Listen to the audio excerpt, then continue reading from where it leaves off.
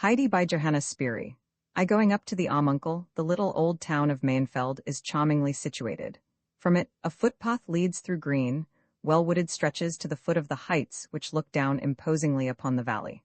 Where the footpath begins to go steeply and abruptly up the Alps, the heath, with its shot grass and pungent herbage, at once sends out its soft perfume to meet the wayfarer. One bright sunny morning in June, a tall, vigorous maiden of the mountain region climbed up the narrow path, leading a little girl by the hand. The youngster's cheeks were in such a glow that it showed even through her sun-browned skin. Small wonder, though, for in spite of the heat, the little one, who was scarcely 5 years old, was bundled up as if she had to brave a bit of frost. Her shape was difficult to distinguish, for she wore 2 dresses, if not 3, and around her shoulders a large red cotton shawl. With her feet encased in heavy hobnailed boots, this hot and shapeless little person toiled up the mountain. The pair had been climbing for about an hour when they reached a hamlet halfway up the great mountain named the Alm. This hamlet was called Im Durfli, or the Little Village. It was the elder girl's hometown, and therefore she was greeted from nearly every house. People called to her from windows and doors, and very often from the road. But, answering questions and calls as she went by, the girl did not loiter on her way and only stood still when she reached the end of the hamlet. There a few cottages lay scattered about, from the furthest of which a voice called out to her through an open door, "Dita, please wait 1 moment, I am coming with you if you are going further up." When the girl stood still to wait, the child instantly let go her hand and promptly sat down on the ground. "Are you tired, Heidi?" Dita asked the child. "No, but hot," she replied. "We shall be up in an hour, if you take big steps and climb with all your little might." Thus the elder girl tried to encourage her small companion. A stout, pleasant-looking woman stepped out of the house and joined the two. The child had risen and wandered behind the old acquaintances, who immediately started gossiping about their friends in the neighborhood and the people of the hamlet generally. "Where are you taking the child, Dita?" asked the newcomer. "Is she the child your sister left?" "Yes," Dita assured her. "I am taking her up to the Amunkel, and there I want her to remain." "You can't really mean to take her there, Dita. You must have lost your senses to go to him. I am sure the old man will show you the door and won't even listen to what you say." "Why not? As he's her grandfather, it is high time he should do something for the child. I have taken care of her until this summer, and now a good place has been offered to me. The child shall not hinder me from accepting it, I tell you that.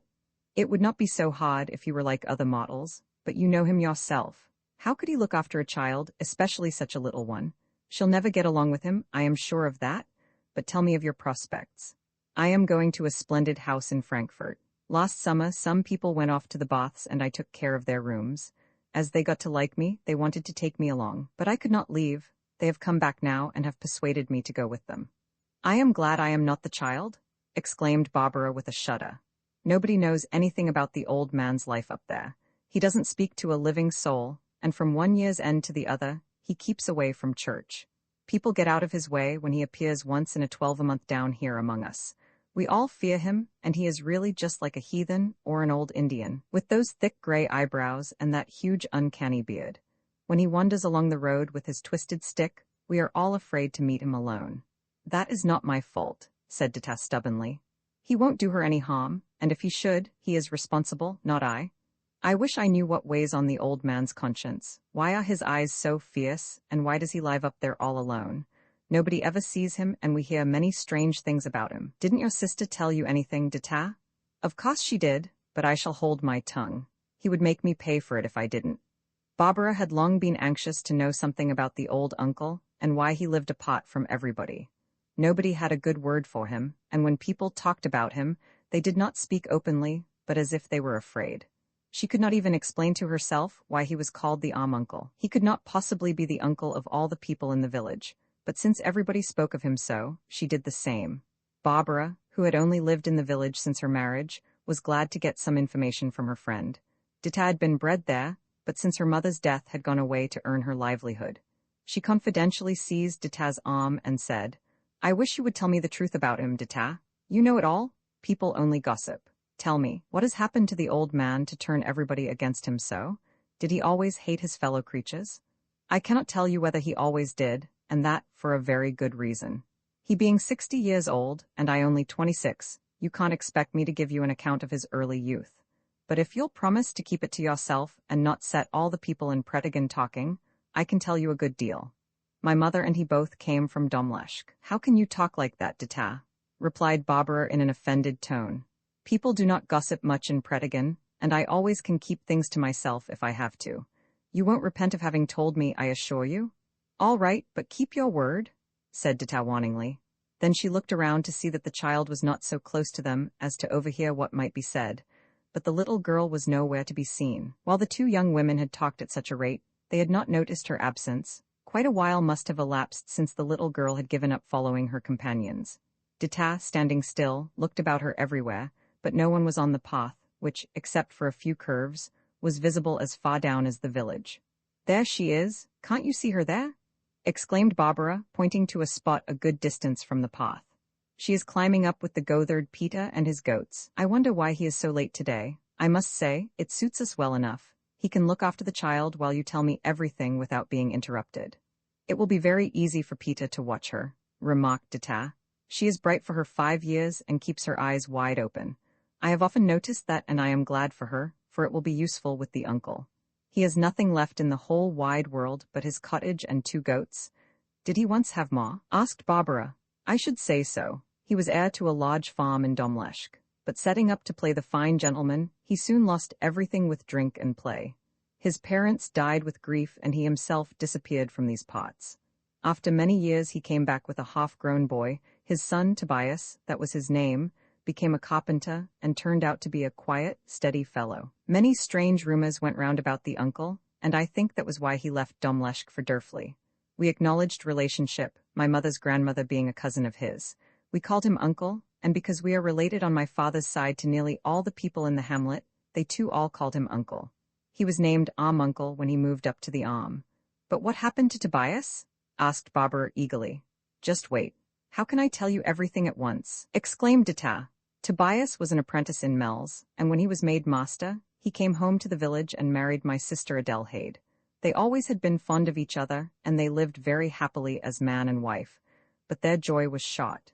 2 years afterwards, when Tobias was helping to build a house, a beam fell on him and killed him. Adelheid was thrown into a violent fever with grief and fright, and never recovered from it. She had never been strong, and had often suffered from queer spells, when we did not know whether she was awake or asleep. Only a few weeks after Tobias's death, they buried poor Adelheid. People said that heaven had punished the uncle for his misdeeds. After the death of his son, he never spoke to a living soul. Suddenly he moved up to the Alp, to live there at enmity with God and man. My mother and I took Adelheid's little year-old baby, Heidi, to live with us. When I went to Ragaz, I took her with me. But in the spring, the family whose work I had done last year came from Frankfurt and resolved to take me to their townhouse. I am very glad to get such a good position. And now you want to hand over the child to this terrible old man. I really wonder how you can do it, Dita, said Barbara with reproach in her voice. It seems to me I have really done enough for the child. I do not know where else to take her, as she is too young to come with me to Frankfurt. By the way, Barbara, where are you going? We are halfway up the already. Dita shook hands with her companion and stood still while Barbara approached the tiny, dark brown mountain hut, which lay in a hollow a few steps away from the path. Situated halfway up the the cottage was luckily protected from the mighty winds. Had it been exposed to the tempests, it would have been a doubtful habitation in the state of decay it was in. Even as it was, the doors and windows rattled, and the old rafters shook when the south wind swept the mountain side. If the hut had stood on the top, the wind would have blown it down the valley without much ado when the storm season came. Here lived Peter the goatherd, a boy 11 years old, who daily fetched the goats from the village and drove them up the mountain to the shot and luscious grasses of the pastures. Peter raced down in the evening with the light-footed little goats. When he whistled sharply through his fingers, every owner would come and get his or her goat. These owners were mostly small boys and girls, and as the goats were friendly, they did not fear them. That was the only time Peter spent with other children. The rest of the day the animals were his sole companions. At home lived his mother and an old blind grandmother, but he only spent enough time in the hut to swallow his bread and milk for breakfast and the same repast for supper. After that, he sought his bed to sleep. He always left early in the morning, and at night he came home late, so that he could be with his friends as long as possible. His father had met with an accident some years ago. He also had been called Peter the goatherd. His mother, whose name was Brigida, was called Goatherd Peter's wife, and his blind grandmother was called by young and old from many miles about just grandmother. Dita waited about 10 minutes to see if the children were coming up behind with the goats. As she could not find them anywhere, she climbed up a little higher to get a better view down the valley from there, and peered from side to side with marks of great impatience on her countenance. The children in the meantime were ascending slowly in a zigzag way, Peter always knowing where to find all sorts of good grazing places for his goats where they could nibble. Thus they strayed from side to side. The poor little girl had followed the boy only with the greatest effort, and she was panting in her heavy clothes. She was so hot and uncomfortable that she only climbed by exerting all her strength.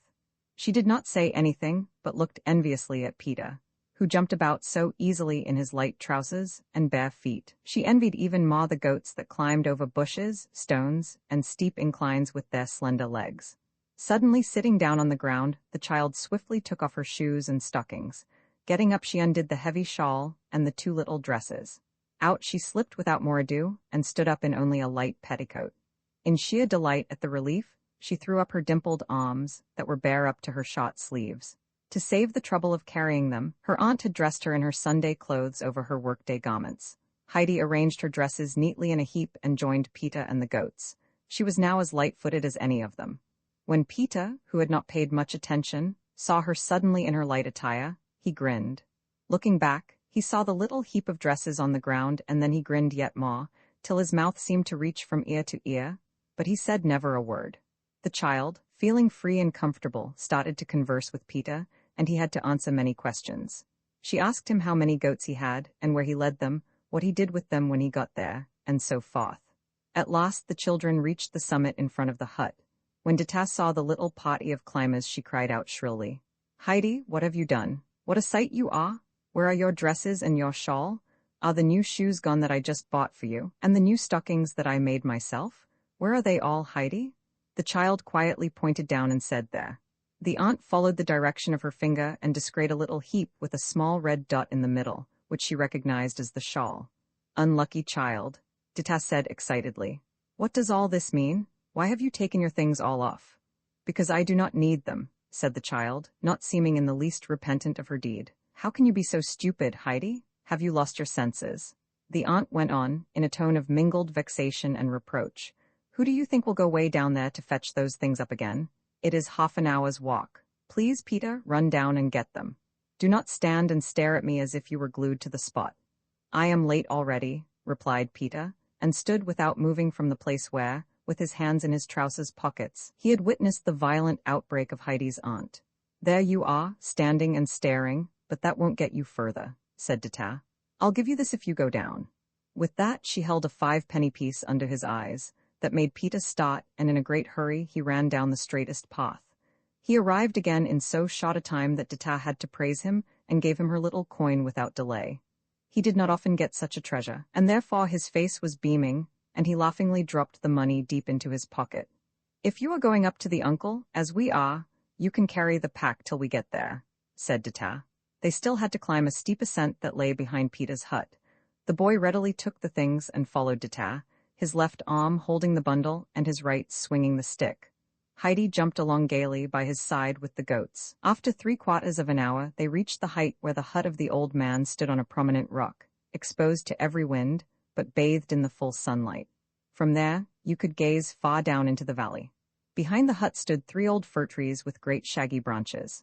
Further back, the old gray rocks rose high and sheer. Above them, you could see green and fertile pastures, till at last the stony boulders reached the bare, steep cliffs. Overlooking the valley, the uncle had made himself a bench by the side of the hut. Here he sat, with his pipe between his teeth and both hands resting on his knees. He quietly watched the children climbing up with the goats and Aunt Dita behind them, for the children had caught up to her long ago. Heidi reached the top first, and approaching the old man, she held out her hand to him and said, "Good evening, grandfather." Well, what does that mean?" replied the old man in a rough voice. Giving her his hand for only a moment, he watched her with a long and penetrating look from under his bushy brows. Heidi gazed back at him with an unwinking glance and examined him with much curiosity, for he was strange to look at, with his thick, gray beard and shaggy eyebrows that met in the middle like a thicket. Heidi's aunt had arrived in the meantime with Peter, who was eager to see what was going to happen. Good day to you, uncle, said Dita as she approached. This is Tobias's and Adelhaide's child. You won't be able to remember her, because last time you saw her she was scarcely a year old. Why do you bring her here? Asked the uncle, and turning to Peter he said, Get away and bring my goats. How late you are already? Peter obeyed and disappeared on the spot. The uncle had looked at him in such a manner that he was glad to go.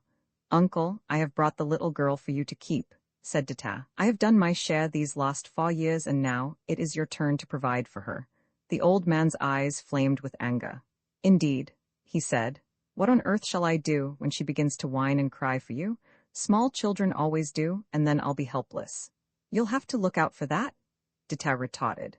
When the little baby was left in my hands a few years ago, I had to find out how to care for the little innocent myself, and nobody told me anything. I already had mother on my hands, and there was plenty for me to do. You can't blame me if I want to earn some money now. If you can't keep the child, you can do with her whatever you please. If she comes to harm, you are responsible, and I am sure you do not want to burden your conscience any further. Dita had said more in her excitement than she had intended, just because her conscience was not quite clear. The uncle had risen during her last words, and now he gave her such a look that she retreated a few steps. Stretching out his arm in a commanding gesture, he said to her, Away with you, begone, stay wherever you came from and don't venture soon again into my sight. Dita did not have to be told twice. She said goodbye to Heidi and farewell to the uncle, and started down the mountain. Like steam her excitement seemed to drive her forward, and she ran down at a tremendous rate. The people in the village called to her now more than they had on her way up, because they all were wondering where she had left the child.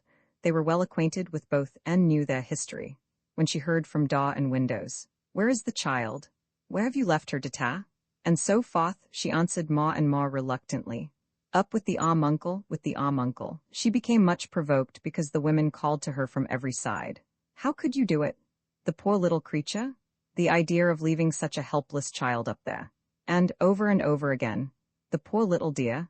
Dita ran as quickly as she could and was glad when she heard no more calls, because, to tell the truth, she herself was uneasy. Her mother had asked her on her deathbed to care for Heidi, but she consoled herself with the thought that she would be able to do more for the child if she could earn some money. She was very glad to go away from people who interfered in her affairs, and looked forward with great delight to her new place. Ex-grandmama, the following evening great expectation reigned in the house. Tinette had put on a new cap, Sebastian was placing footstools in front of nearly every armchair, and Miss Rottenmeier walked with great dignity about the house, inspecting everything. When the carriage at last drove up, the servants flew downstairs, followed by Miss Rottenmeier in more measured step. Heidi had been sent to her room to await further orders, but it was not long before Tinette opened the door and said brusquely, Go into the study. The grandmama, with her kind and loving way, immediately befriended the child and made her feel as if she had known her always. To the housekeeper's great mortification, she called the child Heidi, remarking to Miss Rottenmeier, If somebody's name is Heidi, I call her so. The housekeeper soon found that she had to respect the grandmother's ways and opinions. Mrs. Sesemann always knew what was going on in the house the minute she entered it. On the following afternoon, Clara was resting, and the old lady had shut her eyes for 5 minutes, when she got up again and went into the dining room. With a suspicion that the housekeeper was probably asleep, she went to this lady's room, knocking loudly on the door. After a while somebody stirred inside, and with a bewildered face Miss Rottenmeier appeared, staring at the unexpected visitor. Rottenmeier, where is the child? How does she pass her time? I want to know, said Mrs. Sesemann. She just sits in her room, not moving a finger. She has not the slightest desire to do something useful, and that is why she thinks of such absurd things that one can hardly mention them in polite society. I should do exactly the same thing if I were left alone like that. Please bring her to my room now. I want to show her some pretty books I have brought with me. That is just the trouble. What should she do with books? In all this time she has not even learned the ABC, for it is impossible to instill any knowledge into this being. If Mr. Candidate was not as patient as an angel, he would have given up teaching her long ago. How strange! The child does not look to me like one who cannot learn the ABC, said Mrs. Sesemann. Please fetch her now. We can look at the pictures anyway. The housekeeper was going to say more, but the old lady had turned already and gone to her room. She was thinking over what she had heard about Heidi, making up her mind to look into the matter. Heidi had come, and was looking with wondering eyes at the splendid pictures in the large books that grandmama was showing her. Suddenly she screamed aloud, for there on the picture she saw a peaceful flock grazing on a green pasture. In the middle a shepherd was standing, leaning on his crook. The setting sun was shedding a golden light over everything. With glowing eyes, Heidi devoured the scene, but suddenly she began to sob violently. The grandmama took her little hand in hers and said in the most soothing voice, "Come, child, you must not cry. Did this remind you of something? Now stop, and I'll tell you the story tonight. There are lovely stories in this book that people can read and tell. Dry your tears now, darling. I must ask you something. Stand up now and look at me. Now we are merry again." Heidi did not stop at once, but the kind lady gave her ample time to compose herself, saying from time to time, "Now it's all over. Now we'll be merry again." When the child was quiet at last, she said, "Tell me now how your lessons are going. What have you learnt, child, tell me?" "Nothing," Heidi sighed, "but I knew that I never could learn it." "What is it that you can't learn?" "I can't learn to read. It is too hard." "What next? Who gave you this information?" "Peter told me, and he tried over and over again, but he could not do it, for it is too hard." "Well, what kind of boy is he?" "Heidi, you must not believe what Peter tells you, but try for yourself. I am sure you had your thoughts elsewhere when Mr. Candidate showed you the letters." "It's no use," Heidi said with such a tone as if she was resigned to her fate. "I am going to tell you something, Heidi," said the kind lady now. "You have not learnt to read because you have believed what Peter said. You shall believe me now, and I prophesy that you will learn it in a very short time, as a great many other children do that are like you and not like Peter. When you can read, I am going to give you this book. You have seen the shepherd on the green pasture, and then you'll be able to find out all the strange things that happened to him. Yes, you can hear the whole story, and what he does with his sheep and his goats. You would like to know, wouldn't you, Heidi?" Heidi had listened attentively, and said now with sparkling eyes, "If I could only read already. It won't be long, I can see that. Come now and let us go to Clara." With that, they both went over to the study. Since the day of Heidi's attempted flight, a great change had come over the child. She had realized that it would hurt her kind friends if she tried to go home again. She knew now that she could not leave, as her Aunt Dita had promised, for they all, especially Clara and her father and the old lady, would think her ungrateful. But the burden grew heavier in her heart, and she lost her appetite, and got paler and paler. She could not get to sleep at night from longing to see the mountains with the flowers and the sunshine, and only in her dreams she would be happy. When she woke up in the morning, she always found herself on her high white bed, far away from home. Burying her head in her pillow, she would often weep a long, long time. Mrs. Sesamon had noticed the child's unhappiness, but let a few days pass by, hoping for a change. But the change never came, and often Heidi's eyes were red even in the early morning. So she called the child to her room one day and said, with great sympathy in her voice, "Tell me, Heidi, what is the matter with you? What is making you so sad?" But as Heidi did not want to appear thankless, she replied sadly, "I can't tell you." "No, can't you tell Clara perhaps?" "Oh no, I can't tell anyone," Heidi said, looking so unhappy that the old lady's heart was filled with pity. "I tell you something, little girl," she continued. "If you have a sorrow that you cannot tell to anyone, you can go to our Father in heaven. You can tell him everything that troubles you, and if we ask him, he can help us and take our suffering away. Do you understand me, child? Don't you pray every night? Don't you thank him for all his gifts and ask him to protect you from evil?" "Oh no, I never do that," replied the child. "Have you never prayed, Heidi? Do you know what I mean?" "I only prayed with my first grandmother, but it is so long ago that I have forgotten." "See, Heidi, I understand now why you are so unhappy. We all need somebody to help us, and just think how wonderful it is to be able to go to the Lord when something distresses us and causes us pain. We can tell him everything and ask him to comfort us when nobody else can do it. He can give us happiness and joy." Heidi was gladdened by these tidings and asked, "Can we tell him everything, everything?"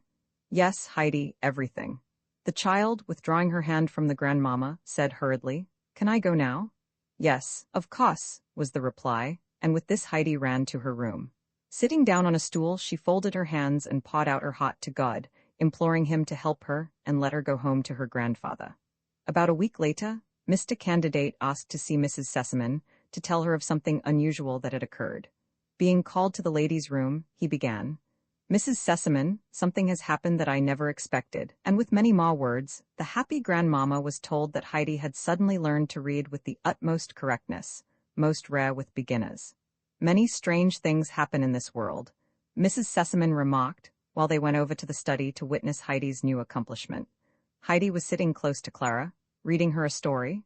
She seemed amazed at the strange, new world that had opened up before her. At supper, Heidi found the large book with the beautiful pictures on her plate, and looking doubtfully at Grandmama, she saw the old lady nod. "Now it belongs to you, Heidi," she said. "Forever? Also when I am going home?" Heidi inquired, confused with joy. "Certainly forever," the Grandmama assured her. "Tomorrow we shall begin to read it." "But Heidi, you must not go home." "No, not for many years," Clara exclaimed, "especially when Grandmama goes away. You must stay with me." Heidi still looked at her book before going to bed that night, and this book became her dearest treasure. She would look at the beautiful pictures and read all the stories aloud to Clara. Grandmama would quietly listen and explain something here and there, making it more beautiful than before. Heidi loved the pictures with the shepherd best of all. They told the story of the prodigal son, and the child would read and reread it till she nearly knew it all by heart. Since Heidi had learned to read and possessed the book, the days seemed to fly, and the time had come near that the Grandmama had fixed for her departure. Roman 11. Heidi gains in some respects and loses in others. The Grandmama sent for Heidi every day after dinner, while Clara was resting and Miss Rottenmeier disappeared into her room. She talked to Heidi and amused her in various ways, showing her how to make clothes for pretty little dolls that she had brought. Unconsciously, Heidi had learned to sew, and made now the sweetest dresses and coats for the little people out of lovely materials the Grandmama would give her. Often Heidi would read to the old lady, for the oftener she read over the stories the dearer they became to her.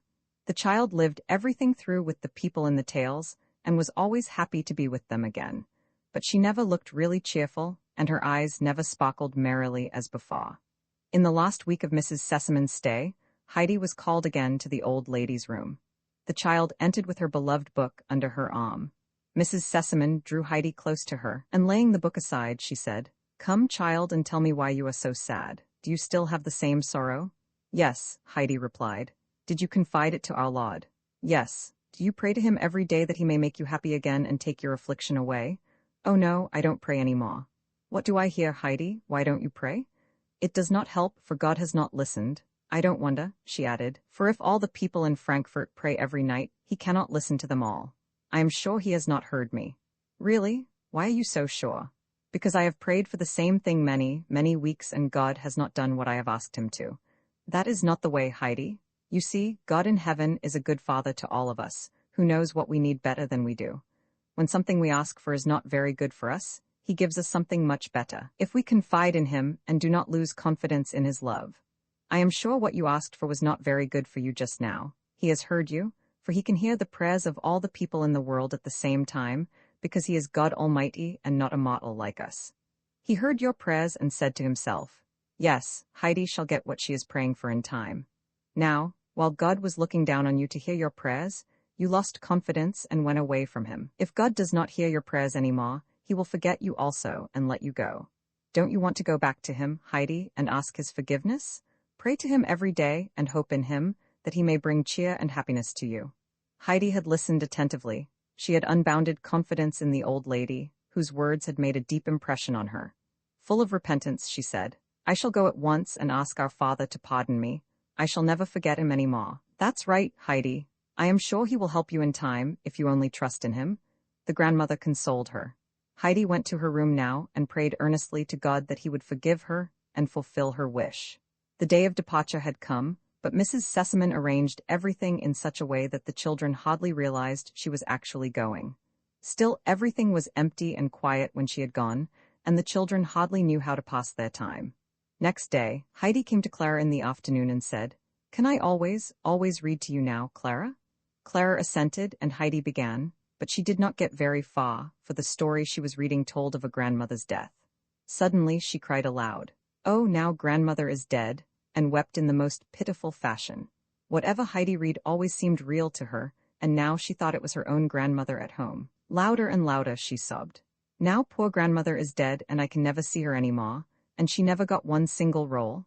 Clara attempted to explain the mistake, but Heidi was too much upset. She pictured to herself how terrible it would be if her dear old grandfather would die too while she was far away. How quiet and empty it would be in the hut, and how lonely she would be. Miss Rottenmeier had overheard the scene, and approaching the sobbing child, she said impatiently, "Adelheid, now you have screamed enough. If I hear you again giving way to yourself in such a noisy fashion, I shall take your book away forever." Heidi turned pale at that, for the book was her greatest treasure.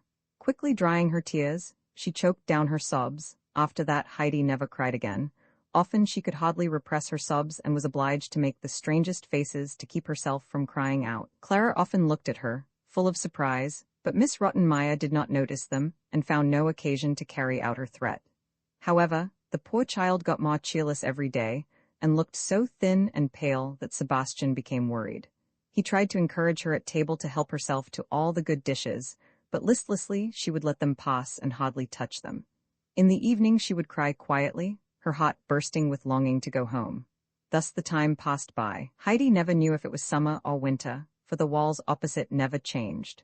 They drove out very seldom, for Clara was only able to go a short distance. They never saw anything else than streets, houses, and busy people, no grass, no fir trees, and no mountains. Heidi struggled constantly against her sorrow, but in vain. Autumn and winter had passed, and Heidi knew that the time was coming when Peter would go up the Alp with his goats, where the flowers were glistening in the sunshine, and the mountains were all afire. She would sit down in a corner of her room and put both hands before her eyes, not to see the glaring sunshine on the opposite wall. There she would remain, eating her heart away with longing, till Clara would call for her to come. Roman 12. The Sesamon house is haunted. For several days Miss Rottenmeier had been wondering silently about the house. When she went from room to room or along the corridors, she would often glance back as if she were afraid that somebody was following her.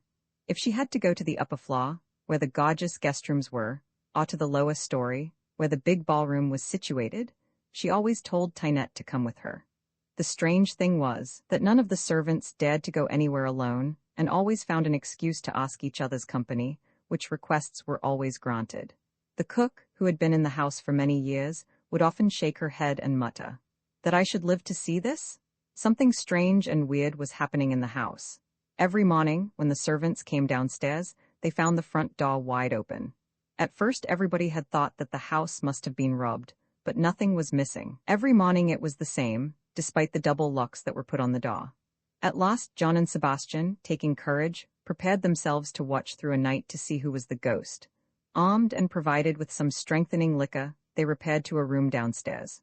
First they talked, but soon, getting sleepy, they leaned silently back in their chairs. When the clock from the old church tower struck 1, Sebastian awoke and roused his comrade, which was no easy matter. At last, however, John was wide awake, and together they went out into the hall. The same moment, a strong wind put out the light that John held in his hand. Rushing back, he nearly upset Sebastian, who stood behind him, and pulling the butler back into the room, he locked the door in furious haste. When the light was lit again, Sebastian noticed that John was deadly pale and trembling like an aspen leaf. Sebastian, not having seen anything, asked anxiously, "What is the matter? What did you see?" The door was open, and a white form was on the stairs. It went up and was gone in a moment, gasped John. Cold shivers ran down the butler's back. They sat without moving till the morning came, and then, shutting the door, they went upstairs to report to the housekeeper what they had seen. The lady, who was waiting eagerly, heard the tale and immediately sat down to write to Mr. Sesamon. She told him that fright had paralyzed her fingers and that terrible things were happening in the house. Then followed a tale of the appearance of the ghost. Mr. Sesamon replied that he could not leave his business, and advised Miss Rottenmeier to ask his mother to come to stay with them, for Mrs. Sesamon would easily dispatch the ghost. Miss Rottenmeier was offended with the tone of the letter, which did not seem to take her account seriously. Mrs. Sesamon also replied that she could not come, so the housekeeper decided to tell the children all about it. Clara, at the uncanny tale, immediately exclaimed that she would not stay alone another moment, and that she wished her father to come home. The housekeeper arranged to sleep with the frightened child, while Heidi, who did not know what ghosts were, was perfectly unmoved.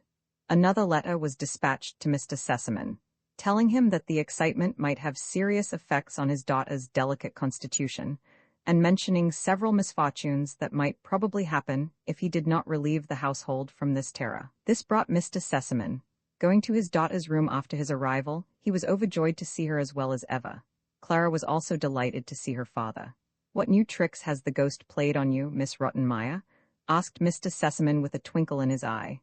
"It is no joke, Mr. Sesamon," replied the lady seriously. "I am sure you will not laugh tomorrow. Those strange events indicate that something secret and horrible has happened in this house in days gone by." "Is that so?" This is new to me, remarked Mr. Sesamin. But will you please not suspect my venerable ancestors? Please call Sebastian, I want to speak to him alone. Mr. Sesamin knew that the two were not on good terms, so he said to the butler, Come here, Sebastian, and tell me honestly, if you have played the ghost for Miss Rottenmeier's pastime. No, upon my word, master, you must not think that, replied Sebastian frankly. I do not like it quite myself. Well, I'll show you and John what ghosts look like by day. You ought to be ashamed of yourselves, strong young men like you. Now go at once to my old friend, Dr. Classen, and tell him to come to me at 9 o'clock tonight. Tell him that I came from Paris especially to consult him, and that I want him to sit up all night with me. Do you understand me, Sebastian? Yes, indeed, I shall do as you say, Mr. Sesamin. Mr. Sesamin then went up to Clara's room to quiet and comfort her. Punctually at 9 o'clock the doctor arrived. Though his hair was gray, his face was still fresh, and his eyes were lively and kind. When he saw his friend, he laughed aloud and said, Well, you look pretty healthy for one who needs to be watched all night. Have patience, my old friend, replied Mr. Sesamin. I am afraid the person we have to sit up for will look worse, but first we must catch him. What, then somebody is sick in this house? What do you mean? Far worse, doctor, far worse. A ghost is in the house, my house is haunted. When the doctor laughed, Mr. Sesamin continued, I call that sympathy. I wish my friend Miss Rottenmeier could hear you. She is convinced that an old Sesamin is wandering about, expiating some dreadful deed. How did she make his acquaintance? Asked the doctor, much amused. Mr. Sesamin then explained the circumstances. He said that the matter was either a bad joke which an acquaintance of the servants was playing in his absence, or it was a gang of thieves, who, after intimidating the people, would surely rob his house by and by. With these explanations they entered the room where the two servants had watched before. A few bottles of wine stood on the table, and 2 bright candelabra shed a brilliant light. 2 revolvers were ready for emergencies. They left the door only partly open, for too much light might drive the ghost away. Then, sitting down comfortably, the 2 men passed their time by chatting, taking a sip now and then. The ghost seems to have spied us and probably won't come today, said the doctor. We must have patience. It is supposed to come at 1, replied his friend. So they talked till 1 o'clock. Everything was quiet, and not a sound came from the street. Suddenly the doctor raised his finger. S.H. Sesamin, don't you hear something? While they both listened, the bar was unfastened, the key was turned, and the door flew open. Mr. Sesamin seized his revolver. You are not afraid, I hope? Said the doctor, getting up. Better be cautious, whispered Mr. Sesamin, seizing the candelabrum in the other hand. The doctor followed with his revolver and the light, and so they went out into the hall. On the threshold stood a motionless white form, lighted up by the moon. Who is there? Thundered the doctor, approaching the figure. It turned and uttered a low shriek. There stood Heidi, with bare feet and in her white nightgown, looking bewildered at the bright light and the weapons. She was shaking with fear, while the 2 men were looking at her in amazement. Sesamin, this seems to be your little water carrier, said the doctor. Child, what does this mean? Asked Mr. Sesamin.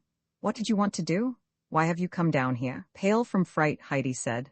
I do not know. The doctor came forward now. Sesamin, this case belongs to my field. Please go and sit down while I take her to bed.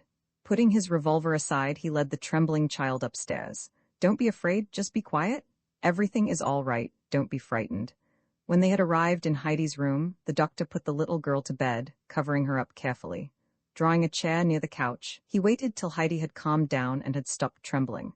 Then taking her hand in his, he said kindly, Now everything is all right again. Tell me where you wanted to go. I did not want to go anywhere, Heidi assured him. I did not go myself, only I was there all of a sudden. Really? Tell me, what did you dream? Oh, I have the same dream every night. I always think I am with my grandfather again and can hear the fir trees raw. I always think how beautiful the stars must be, and then I open the door of the hut, and oh, it is so wonderful. But when I wake up I am always in Frankfurt. Heidi had to fight the sobs that were rising in her throat. Does your back or your head hurt you, child? No, but I feel as if a big stone was pressing me here. As if you had eaten something that disagreed with you? Oh no, but as if I wanted to cry hard. So, and then you cry out, don't you? Oh no, I must never do that, for Miss Rottenmeier has forbidden it. Then you swallow it down? Yes, do you like to be here? Oh yes, was the faint, uncertain reply. Where did you live with your grandfather? Up on the Alp. But wasn't it a little lonely there? Oh no, it was so beautiful. But Heidi could say no more. The recollection, the excitement of the night, and all the restrained sorrow overpowered the child. The tears rushed violently from her eyes, and she broke out into loud sobs. The doctor rose and, soothing her, said, "It won't hurt to cry. You'll go to sleep afterward, and when you wake up everything will come right." Then he left the room. Joining his anxious friend downstairs, he said, "Sesamon, the little girl is a sleepwalker, and has unconsciously scared your whole household. Besides, she is so homesick that her little body has wasted away. We shall have to act quickly. The only remedy for her is to be restored to her native mountain air. This is my prescription, and she must go tomorrow." "What, sick, a sleepwalker, and wasted away in my house? Nobody even suspected it? You think I should send this child back in this condition when she has come in good health? No, doctor, ask everything but that. Take her in hand and prescribe for her, but let her get well before I send her back."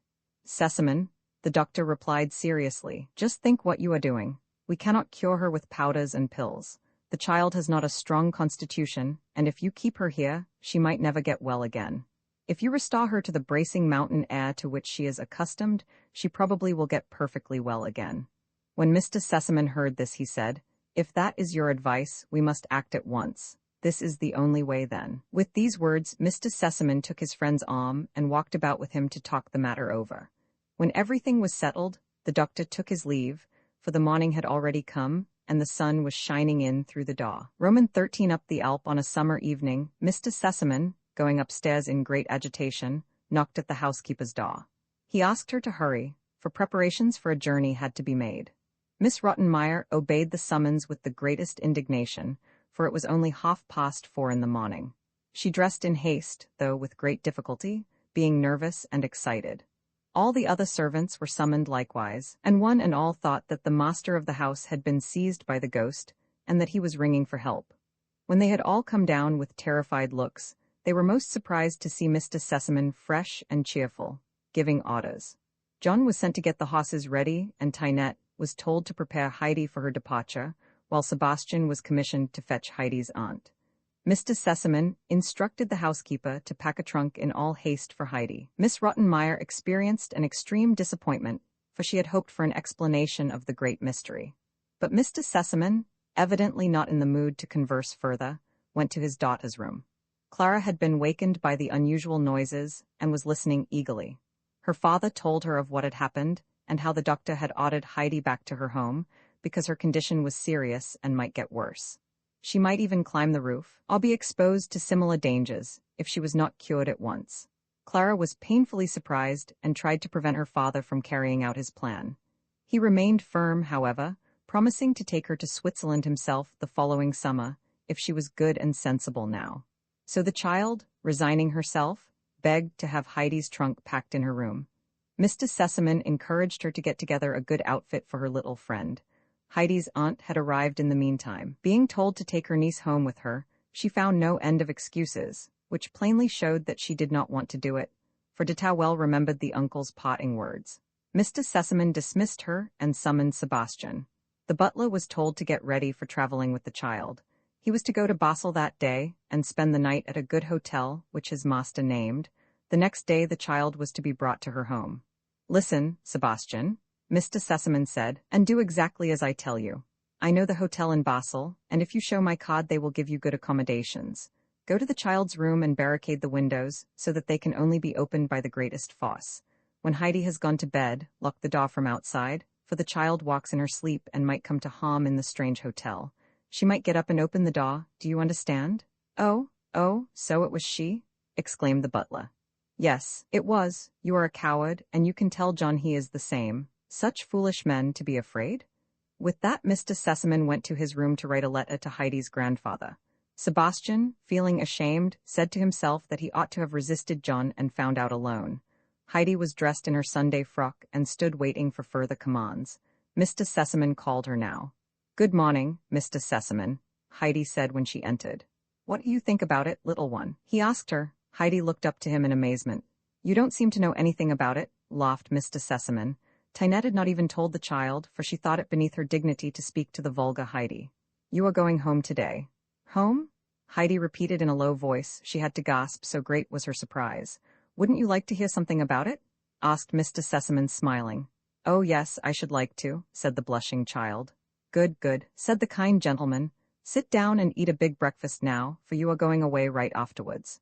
The child could not even swallow a morsel, though she tried to eat out of obedience. It seemed to her as if it was only a dream. Go to Clara, Heidi, till the carriage comes, Mr. Sesamon said kindly. Heidi had been wishing to go, and now she ran to Clara's room, where a huge trunk was standing. Heidi, look at the things I had packed for you. Do you like them? Clara asked. There were a great many lovely things in it, but Heidi jumped for joy when she discovered a little basket with 12 round white rolls for the grandmother. The children had forgotten that the moment for parting had come, when the carriage was announced. Heidi had to get all her own treasures from her room yet. The grandmama's book was carefully packed, and the red shawl that Miss Rottenmeier had purposely left behind. Then, putting on her pretty hat, she left her room to say goodbye to Clara. There was not much time left to do so, for Mr. Sesamon was waiting to put Heidi in the carriage.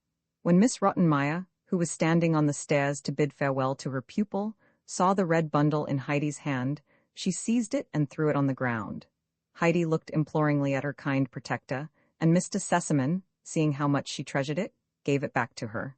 The happy child at parting thanked him for all his goodness. She also sent a message of thanks to the good old doctor, whom she suspected to be the real cause of her going. While Heidi was being lifted into the carriage, Mr. Sesamon assured her that Clara and he would never forget her. Sebastian followed with Heidi's basket and a large bag with provisions. Mr. Sesamon called out, "Happy journey?" and the carriage rolled away. Only when Heidi was sitting in the train did she become conscious of where she was going. She knew now that she would really see her grandfather and the grandmother again, also Peter and the goats. Her only fear was that the poor blind grandmother might have died while she was away. The thing she looked forward to most was giving the soft white rolls to the grandmother. While she was musing over all these things, she fell asleep. In Basel, she was roused by Sebastian, for there they were to spend the night. The next morning they started off again, and it took them many hours before they reached Mainfeld. When Sebastian stood on the platform of the station, he wished he could have traveled further in the train rather than have to climb a mountain. The last part of the trip might be dangerous, for everything seemed half wild in this country. Looking round, he discovered a small wagon with a lean horse. A broad-shouldered man was just loading up large bags, which had come by the train. Sebastian, approaching the man, asked some information concerning the least dangerous ascent to the Alp. After a while, it was settled that the man should take Heidi and her trunk to the village and see to it that somebody would go up with her from there. Not a word had escaped Heidi until she now said, "I can go up alone from the village. I know the road."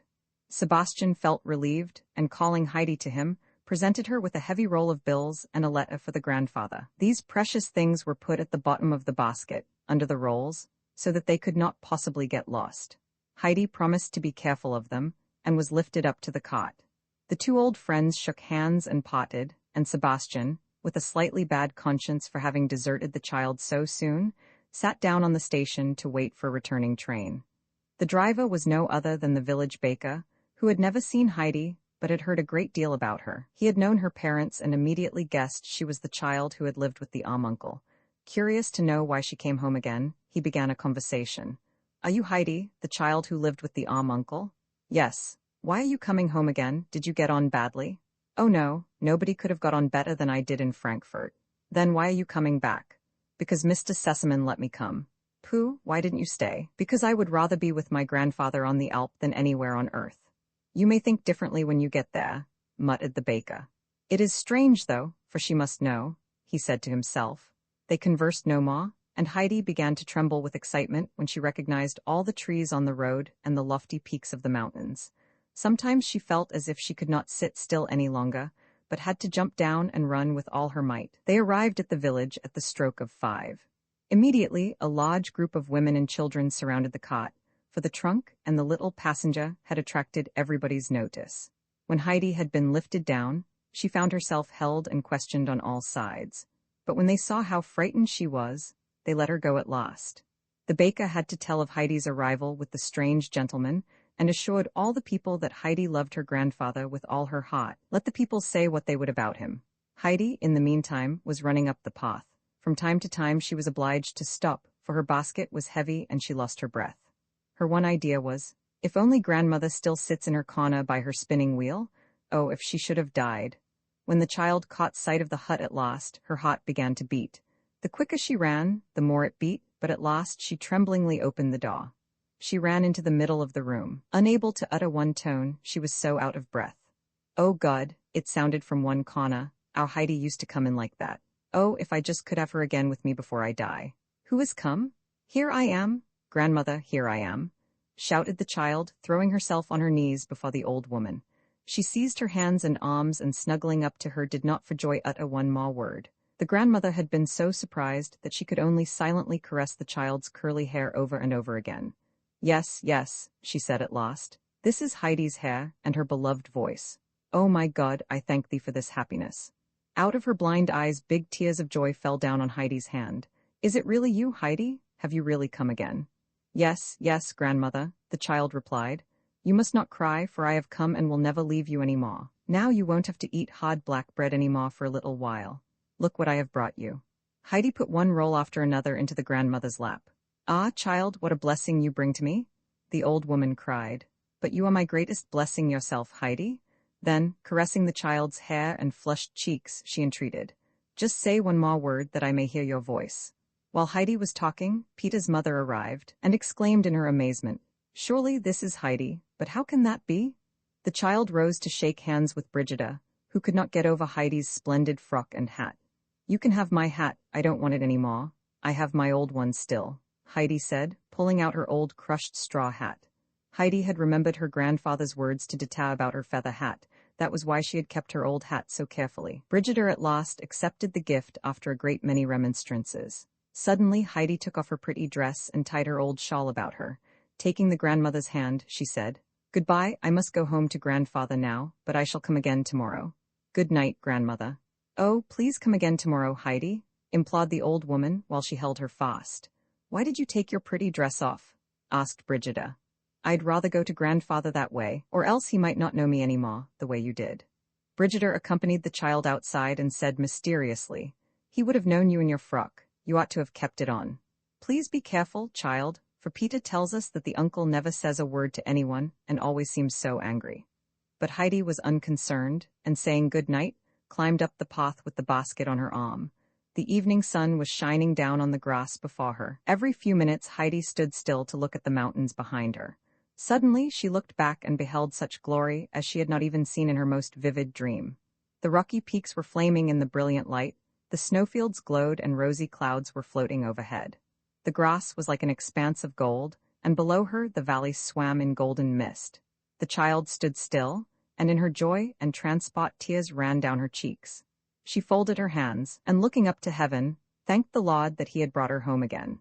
She thanked him for restoring her to her beloved mountains. In her happiness, she could hardly find words to pray. Only when the glow had subsided was Heidi able to follow the path again. She climbed so fast that she could soon discover, first the treetops, then the roof, finally the hut. Now she could see her grandfather sitting on his bench, smoking a pipe. Above the cottage the fir trees gently swayed and rustled in the evening breeze. At last she had reached the hut, and throwing herself in her grandfather's arms, she hugged him and held him tight. She could say nothing but "Grandfather, grandfather, grandfather," in her agitation. The old man said nothing either, but his eyes were moist, and loosening Heidi's arms at last, he sat her on his knee. When he had looked at her a while, he said, "So you have come home again, Heidi? Why, you certainly do not look very citified. Did they send you away?" "Oh no, you must not think that, grandfather. They all were so good to me, Clara, Mr. Sesamon and grandmamma. But grandfather, sometimes I felt as if I could not bear it any longer to be away from you. I thought I should choke. I could not tell anyone, for that would have been ungrateful. Suddenly, one morning Mr. Sesamon called me very early. I think it was the doctor's fault but I think it is probably written in this letter." With that, Heidi brought the letter and the bankroll from her basket, putting them on her grandfather's lap. "This belongs to you," he said, laying the roll beside him. Having read the letter, he put it in his pocket. "Do you think you can still drink milk with me, Heidi?" he asked while he stepped into the cottage. "Take your money with you. You can buy a bed for it and clothes for many years." "I don't need it at all, grandfather," Heidi assured him. "I have a bed and Clara has given me so many dresses that I shan't need any more all my life. Take it and put it in the cupboard, for you will need it some day." Heidi obeyed and danced around the hut in her delight to see all the beloved things again. Running up to the loft, she exclaimed in great disappointment, "Oh, grandfather, my bed is gone." "It will come again," the grandfather called up from below. "How could I know that you were coming back?" Get your milk now? Heidi, coming down, took her old seat. She seized her bowl and emptied it eagerly, as if it was the most wonderful thing she had ever tasted. Grandfather, our milk is the best in all the world. Suddenly Heidi, hearing a shrill whistle, rushed outside as Peter and all his goats came racing down. Heidi greeted the boy, who stopped, rooted to the spot, staring at her. Then she ran into the midst of her beloved friends, who had not forgotten her either. Schwenli and Bailey bleated for joy, and all her other favorites pressed near to her. Heidi was beside herself with joy, and caressed little Snowhopper and patted Thistlefinch, till she felt herself pushed to and fro among them. Peter, why don't you come down and say good night to me? Heidi called to the boy. Have you come again? He exclaimed at last. Then he took Heidi's proffered hand and asked her, as if she had been always there, Are you coming up with me tomorrow? No, tomorrow I must go to grandmother, but perhaps the day after. Peter had a hard time with his goats that day, for they would not follow him. Over and over again they came back to Heidi, till she entered the shed with Bailey and Schwenli and shut the door. When Heidi went up to her loft to sleep, she found a fresh, fragrant bed waiting for her, and she slept better that night than she had for many, many months, for her great and burning longing had been satisfied. About 10 times that night the grandfather rose from his couch to listen to Heidi's quiet breathing. The window was filled up with hay, for from now on the moon was not allowed to shine on Heidi any more. But Heidi slept quietly, for she had seen the flaming mountains and had heard the fir trees roar. Roman 14 on Sunday, when the church bells ring, Heidi was standing under the swaying fir trees, waiting for her grandfather to join her. He had promised to bring up her trunk from the village while she went in to visit the grandmother. The child was longing to see the blind woman again and to hear how she had liked the rolls. It was Saturday, and the grandfather had been cleaning the cottage. Soon he was ready to start. When they had descended and Heidi entered Peter's hut, the grandmother called lovingly to her. Have you come again, child? She took hold of Heidi's hand and held it tight. Grandmother then told the little visitor how good the rolls had tasted, and how much stronger she felt already. Brigida related further that the grandmother had only eaten a single roll, being so afraid to finish them too soon. Heidi had listened attentively, and said now, Grandmother, I know what I shall do. I am going to write to Clara, and she'll surely send me a whole lot more. But Brigida remarked, That is meant well, but they get hard so soon. If I only had a few extra pennies, I could buy some from our baker. He makes them too, but I am hardly able to pay for the black bread. Heidi's face suddenly shone. Oh, grandmother, I have an awful lot of money, she cried. Now I know what I'll do with it. Every day you must have a fresh roll and 2 on Sundays. Peter can bring them up from the village. No, no, child, the grandmother implored. That must not be. You must give it to grandfather and he'll tell you what to do with it. But Heidi did not listen but jumped gaily about the little room, calling over and over again. Now grandmother can have a roll every day. She'll get well and strong and, she called with fresh delight, maybe your eyes will see again too when you are strong and well. The grandmother remained silent, not to mar the happiness of the child. Seeing the old hymn book on the shelf, Heidi said, Grandmother, shall I read you a song from your book now? I can read quite nicely. She added after a pause. Oh yes, I wish you would, child. Can you really read? Heidi, climbing on a chair, took down the dusty book from a shelf. After she had carefully wiped it off, she sat down on a stool. What shall I read, Grandmother? Whatever you want to, was the reply. Turning the pages, Heidi found a song about the sun, and decided to read that aloud. More and more eagerly she read, while the grandmother, with folded arms, sat in her chair. An expression of indescribable happiness shone in her countenance, though tears were rolling down her cheeks. When Heidi had repeated the end of the song a number of times, the old woman exclaimed, Oh, Heidi, everything seems bright to me again, and my heart is light. Thank you, child, you have done me so much good. Heidi looked enraptured at the grandmother's face, which had changed from an old, sorrowful expression to a joyous one. She seemed to look up gratefully, as if she could already behold the lovely, celestial gardens told of in the hymn. Soon the grandfather knocked on the window, for it was time to go. Heidi followed quickly, assuring the grandmother that she would visit her every day now. On the days she went up to the pasture with Peter, she would return in the early afternoon, for she did not want to miss the chance to make the grandmother's hot joyful and light. Brigida urged Heidi to take her dress along, and with it on her arm the child joined the old man and immediately told him what had happened. On hearing of her plan to purchase rolls for the grandmother every day, the grandfather reluctantly consented. At this the child gave a bound, shouting, Oh, grandfather, now grandmother won't ever have to eat hard, black bread any more. Oh, everything is so wonderful now. If God our Father had done immediately what I prayed for, I should have come home at once and could not have brought half as many rolls to grandmother. I should not have been able to read either. Grandmama told me that God would make everything much better than I could ever dream. I shall always pray from now on, the way Grandmama taught me. When God does not give me something I pray for, I shall always remember how everything has worked out for the best this time. We'll pray every day, Grandfather, won't we? For otherwise God might forget us. And if somebody should forget to do it? Murmured the old man. Oh, he'll get on badly, for God will forget him too. If he is unhappy and wretched, people don't pity him, for they will say, he went away from God, and now the Lord, who alone can help him, has no pity on him. Is that true, Heidi? Who told you so? Grandmama explained it all to me. After a pause, the grandfather said, Yes, but if it has happened, then there is no help. Nobody can come back to the Lord when God has once forgotten him. But grandfather, everybody can come back to him. Grandmama told me that, and besides there is the beautiful story in my book. Oh, grandfather, you don't know it yet, and I shall read it to you as soon as we get home. The grandfather had brought a big basket with him, in which he carried half the contents of Heidi's trunk. It had been too large to be conveyed up the steep ascent. Arriving at the hut and setting down his load, he had to sit beside Heidi, who was ready to begin the tale. With great animation, Heidi read the story of the prodigal son, who was happy at home with his father's cows and sheep. The picture showed him landing on his staff, watching the sunset. Suddenly, he wanted to have his own inheritance and be able to be his own master. Demanding the money from his father, he went away and squandered all. When he had nothing in the world left, he had to go as servant to a peasant, who did not own fine cattle like his father, but only swine. His clothes were rags, and for food he only got the husks on which the pigs were fed. Often he would think what a good home he had left, and when he remembered how good his father had been to him and his own ungratefulness, he would cry from repentance and longing. Then he said to himself, I shall go to my father and ask his forgiveness.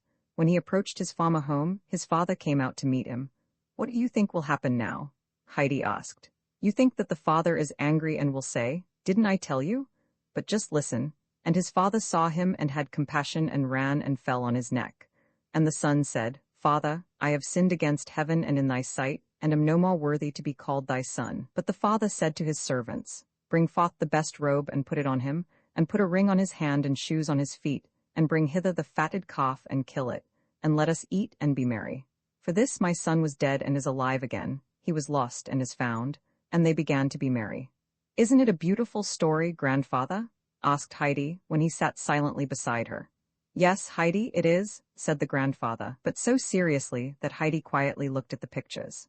Look how happy he is, she said, pointing to it. A few hours later, when Heidi was sleeping soundly, the old man climbed up the ladder. Placing a little lamp beside the sleeping child, he watched her a long, long time. Her little hands were folded and her rosy face looked confident and peaceful. The old man now folded his hands and said in a low voice, while big tears rolled down his cheeks, Father, I have sinned against heaven and thee, and am no more worthy to be thy son. The next morning found the uncle standing before the door, looking about him over valley and mountain. A few early bells sounded from below, and the birds sang their morning anthems. Re-entering the house, he called, Heidi, get up, the sun is shining, put on a pretty dress, for we are going to church. That was a new call, and Heidi obeyed quickly. When the child came downstairs in her smart little frock, she opened her eyes wide. Oh, grandfather, she exclaimed, I have never seen you in your Sunday coat with the silver buttons. Oh, how fine you look. The old man, turning to the child, said with a smile, You look nice too, come now. With Heidi's hand in his they wandered down together. The nearer they came to the village, the louder and richer the bells resounded. Oh, grandfather, do you hear it? It seems like a big, high feast, said Heidi. When they entered the church, all the people were singing. Though they sat down on the last bench behind, the people had noticed their presence and whispered it from ear to ear. When the pastor began to preach, his words were a loud thanksgiving that moved all his hearers. After the service, the old man and the child walked to the parsonage. The clergyman had opened the door and received them with friendly words. I have come to ask your forgiveness for my harsh words, said the uncle. I won't follow your advice to spend the winter here among you. If the people look at me askance, I can't expect any better. I am sure, Mr. Pastor, you will not do so. The pastor's friendly eyes sparkled, and with many a kind word he commended the uncle for this change, and putting his hand on Heidi's curly hair, ushered them out. Thus the people, who had been all talking together about this great event, could see that their clergyman shook hands with the old man. The door of the parsonage was hardly shut when the whole assembly came forward with outstretched hands and friendly greetings. Great seemed to be their joy at the old man's resolution. Some of the people even accompanied him on his homeward way. When they had parted at last, the uncle looked after them with his face shining as with an inward light. Heidi looked up to him and said, "Grandfather, you have never looked so beautiful." "Do you think so, child?" he said with a smile. "You see, Heidi, I am more happy than I deserve. To be at peace with God and men makes one's heart feel light. God has been good to me to send you back." When they arrived at Peter's hut, the grandfather opened the door and entered. "How do you do, grandmother?" he called out. "I think we must start to mend again before the fall wind comes." "Oh my God, the uncle!" exclaimed the grandmother in joyous surprise. "How happy I am to be able to thank you for what you have done, uncle. Thank you, God bless you for it." With trembling joy, the grandmother shook hands with her old friend. "There is something else I want to say to you, uncle," she continued. "If I have ever hurt you in any way, do not punish me. Do not let Heidi go away again before I die. I cannot tell you what Heidi means to me." So saying, she held the clinging child to her. "No danger of that, grandmother. I hope we shall all stay together now for many years to come." Brigida now showed Heidi's feather hat to the old man and asked him to take it back. But the uncle asked her to keep it since Heidi had given it to her. "What blessings this child has brought from Frankfurt," Brigida said. "I often wondered if I should not send our little Peter too. What do you think, uncle?" The uncle's eyes sparkled with fun when he replied, "I am sure it would not hurt Peter. Nevertheless, I should wait for a fitting occasion before I sent him." The next moment, Peter himself arrived in great haste. He had a letter for Heidi, which had been given to him in the village. What an event, a letter for Heidi? They all sat down at the table while the child read it aloud. The letter was from Clara Sesemann, who wrote that everything had got so dull since Heidi left. She said that she could not stand it very long, and therefore her father had promised to take her to Ragaz this coming fall. She announced that Grandmama was coming too, for she wanted to see Heidi and her grandfather. Grandmama, having heard about the rolls, was sending some coffee too, so that the grandmother would not have to eat them dry. Grandmama also insisted on being taken to the grandmother herself when she came on her visit. Great was the delight caused by this news, and what with all the questions and plans that followed, the grandfather himself forgot how late it was. This happy day, which had united them all, caused the old woman to say at parting, "The most beautiful thing of all, though, is to be able to shake hands again with an old friend, as in days gone by. It is a great comfort to find again what we have treasured. I hope you'll come soon again, uncle. I am counting on the child for tomorrow." This promise was given. While Heidi and her grandfather were on their homeward path, the peaceful sound of evening bells accompanied them. At last they reached the cottage, which seemed to glow in the evening light. Roman 15 preparations for a journey. The kind doctor who had sent Heidi home to her beloved mountains was approaching the Sesemann residence on a sunny day in September. Everything about him was bright and cheerful, but the doctor did not even raise his eyes from the pavement to the blue sky above. His face was sad, and his hair had turned very gray since spring. A few months ago, the doctor had lost his only daughter, who had lived with him since his wife's early death. The blooming girl had been his only joy, and since she had gone from him, the ever-cheerful doctor was bowed down with grief. When Sebastian opened the door to the physician, he bowed very low, for the doctor made friends wherever he went. "I am glad you have come, doctor," Mr. Sesemann called to his friend as he entered. "Please let us talk over this trip to Switzerland again. Do you still give the same advice now that Clara is so much better?" "What must I think of you, Sesemann?" replied the doctor, sitting down. "I wish your mother was here. Everything is clear to her and things go smoothly then. This is the third time today that you have called me, and always for the same thing?" "It is true, it must make you impatient," said Mr. Sesemann. Laying his hand on his friend's shoulder, he continued, "I cannot say how hard it is for me to refuse Clara this trip. Haven't I promised it to her, and hasn't she looked forward to it for months? She has borne all her suffering so patiently, just because she had hoped to be able to visit her little friend on the Alp. I hate to rob her of this pleasure. The poor child has so many trials and so little change." "But Sesemann, you must do it," was the doctor's answer. When his friend remained silent, he continued, "Just think what a hard summer Clara has had. She never was more ill, and we could not attempt this journey without risking the worst consequences. Remember, we are in September now, and though the weather may still be fine on the Alp, it is sure to be very cool. The days are getting short, and she could only spend a few hours up there if she had to return for the night. It would take several hours to have her carried up from Ragats. You see yourself how impossible it is. I shall come in with you, though, to talk to Clara, and you'll find her sensible. I'll tell you of my plan for next May. First she can go to Ragats to take the baths. When it gets warm on the mountain, she can be carried up from time to time. She'll be stronger then, and much more able to enjoy those excursions than she is now. If we hope for an improvement in her condition, we must be extremely cautious and careful, remember that. Mr. Sesamon, who had been listening with the utmost submission, now said anxiously, "Doctor, please tell me honestly if you still have hope left for any change?" With shrugging shoulders the doctor replied, "Not very much. But think of me, Sesamon. Have you not a child who loves you and always welcomes you? You don't have to come back to a lonely house and sit down alone at your table. Your child is well taken care of, and if she has many privations, she also has many advantages. Sesamon, you do not need to be pitied. Just think of my lonely home." Mr. Sesamon had gotten up and was walking round the room, as he always did when something occupied his thoughts. Suddenly he stood before his friend and said, "Doctor, I have an idea. I cannot see you sad any longer. You must get away. You shall undertake this trip and visit Heidi in our stead." The doctor had been surprised by this proposal and tried to object, but Mr. Sesamon was so full of his new project that he pulled his friend with him into his daughter's room, not leaving him time for any remonstrances. Clara loved the doctor, who had always tried to cheer her up on his visits by bright and funny tales. She was sorry for the change that had come over him and would have given much to see him happy again. When he had shaken hands with her, both men pulled up their chairs to Clara's bedside. Mr. Sesamon began to speak of their journey and how sorry he was to give it up. Then he quickly began to talk of his new plan.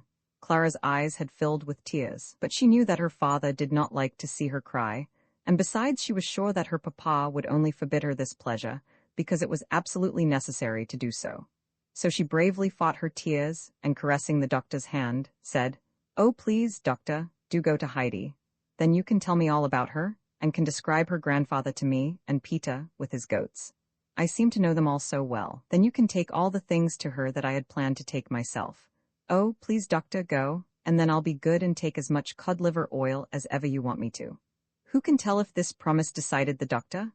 At any rate he answered with a smile, "Then I surely must go, Clara, for you will get fat and strong as we both want to see you. Have you settled yet when I must go?" "Oh, you had better go tomorrow morning, doctor," Clara urged. "She is right," the father assented. "The sun is shining and you must not lose any more glorious days on the Alp." The doctor had to laugh. "Why don't you chide me for being here still? I shall go as quickly as I can, Sesamon."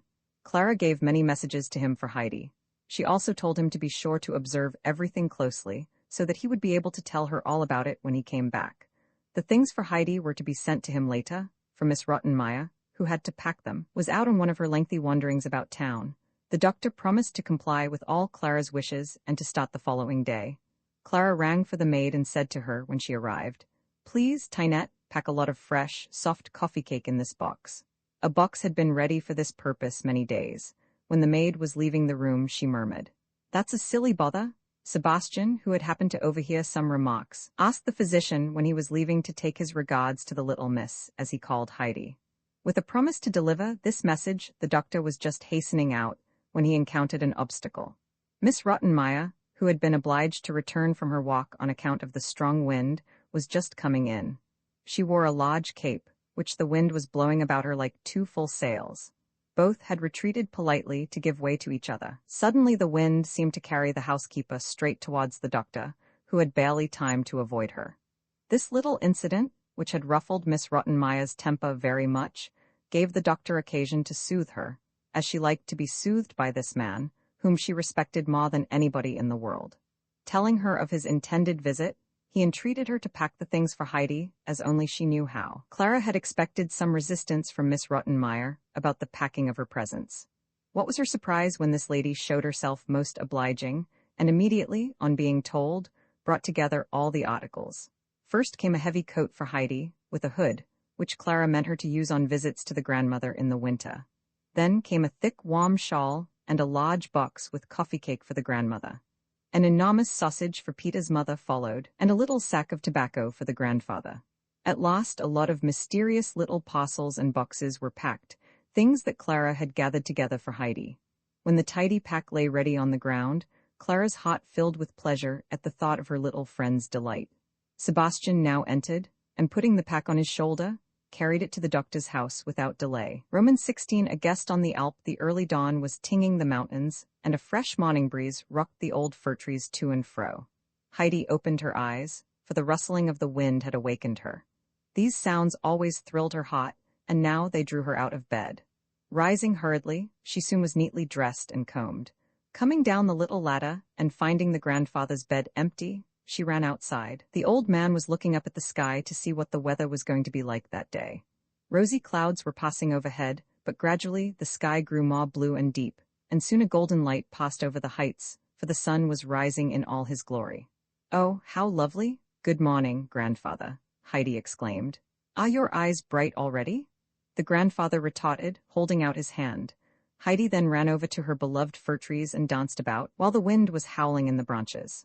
After the old man had washed and milked the goats, he brought them out of the shed. When Heidi saw her friends again, she caressed them tenderly, and they in their turn nearly crushed her between them. Sometimes when Bailey got too wild, Heidi would say, "But Bailey, you push me like the big Turk," and that was enough to quiet the goat. Soon Peter arrived with the whole herd, the jolly thistlefinch ahead of all the others. Heidi, being soon in the midst of them, was pushed about among them.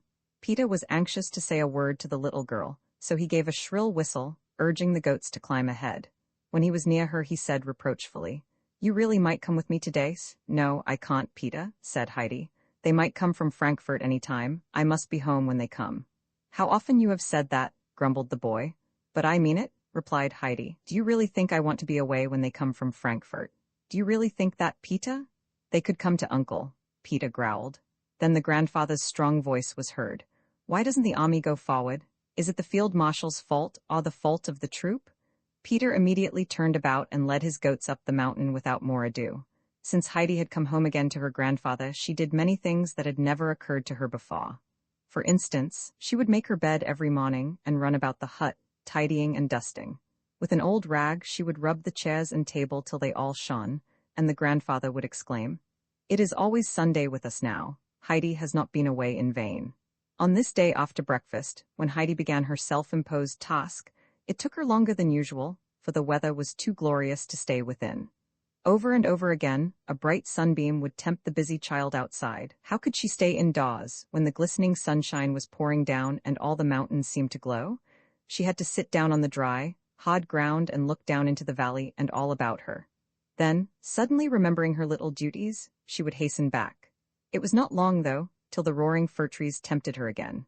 The grandfather had been busy in his little shop, merely glancing over at the child from time to time. Suddenly he heard her call. "Oh, grandfather, come." He was frightened and came out quickly. He saw her running down the hill crying, "They are coming, they are coming. Oh, the doctor is coming first." When Heidi at last reached her old friend, he held out his hand, which Heidi immediately seized. In the full joy of her heart, she exclaimed, "How do you do, doctor? And I thank you 1,000 times. How are you, Heidi? But what are you thanking me for already?" The doctor asked with a smile. "Because you let me come home again," the child explained. The gentleman's face lit up like sunshine. He had certainly not counted on such a reception on the Alp. On the contrary, not even noticing all the beauty around him, he had climbed up sadly, for he was sure that Heidi probably would not know him any more. He thought that he would be far from welcome, being obliged to cause her a great disappointment. Instead, he beheld Heidi's bright eyes looking up at him in gratefulness and love. She was still holding his arm when he said, "Come now, Heidi, and take me to your grandfather, for I want to see where you live." Like a kind father he had taken her hand, but Heidi stood still and looked down the mountainside. "But where are Clara and grandmama?" she asked. "Child, I must tell you something now which will grieve you as much as it grieves me," replied the doctor. "I had to come alone, for Clara has been very ill and could not travel. Of course grandmama has not come either, but the spring will soon be here, and when the days get long and warm, they will surely visit you." Heidi was perfectly amazed. She could not understand how all those things that she had pictured to herself so clearly would not happen after all. She was standing perfectly motionless, confused by the blow. It was some time before Heidi remembered that, after all, she had come down to meet the doctor. Looking up at her friend, she was struck by his sad and cheerless face. How changed he was since she had seen him. She did not like to see people unhappy, least of all the good, kind doctor. He must be sad because Clara and grandmama had not come, and to console him, she said, "Oh, it won't last long till spring comes again, then they will come for sure. They'll be able to stay much longer then, and that will please Clara. Now we'll go to grandfather." Hand in hand, she climbed up with her old friend. All the way she tried to cheer him up by telling him again and again of the coming summer days. After they had reached the cottage, she called out to her grandfather quite happily, "They are not here yet, but it won't be very long before they are coming." The grandfather warmly welcomed his guest, who did not seem at all a stranger, for had not Heidi told him many things about the doctor. They all three sat down on the bench before the door, and the doctor told of the object of his visit. He whispered to the child that something was coming up the mountain very soon which would bring her more pleasure than his visit. What could it be? The uncle advised the doctor to spend the splendid days of autumn on the Alp, if possible, and to take a little room in the village instead of in Ragaz.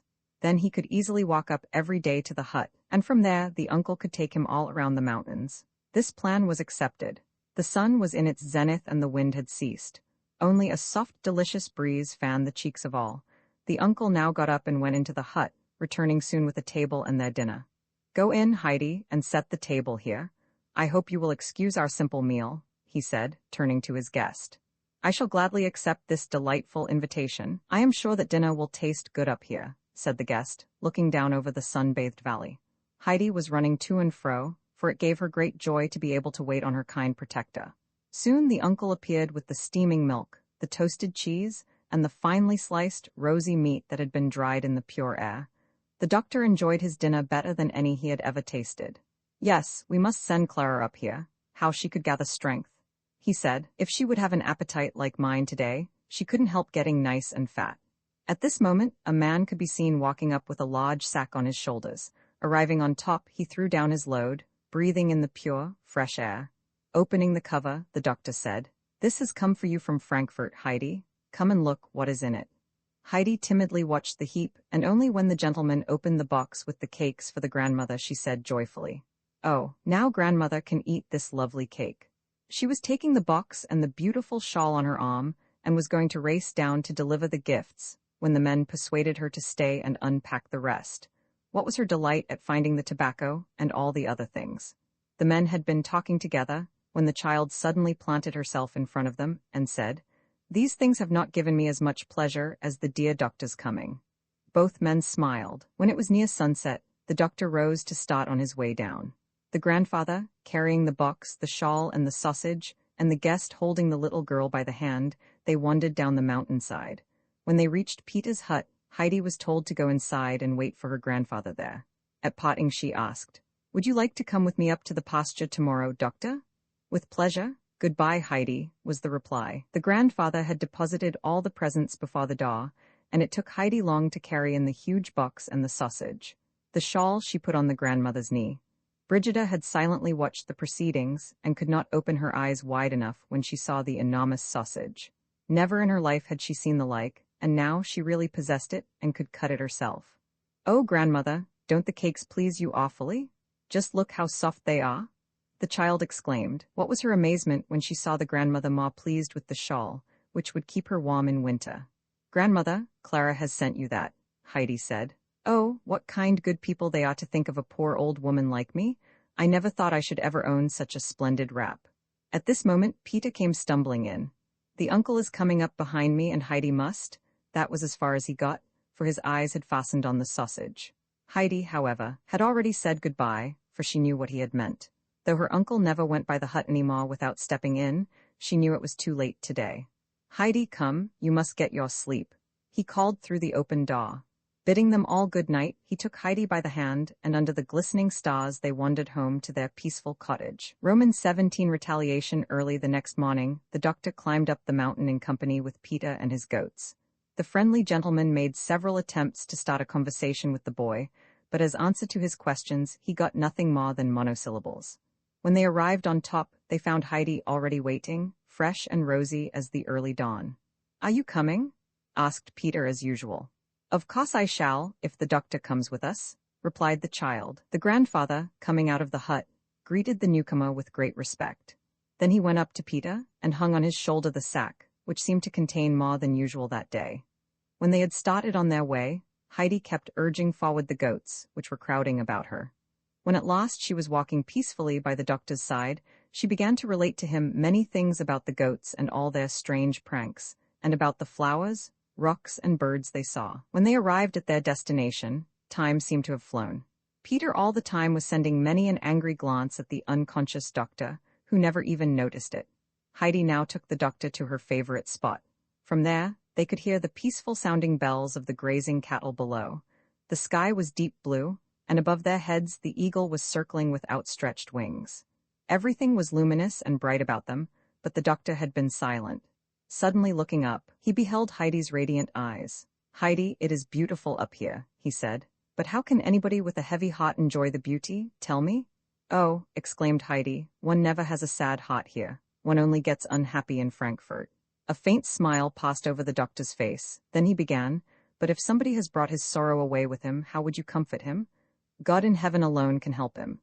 "That is true, child," remarked the doctor. "But what can we do when God himself has sent us the affliction?"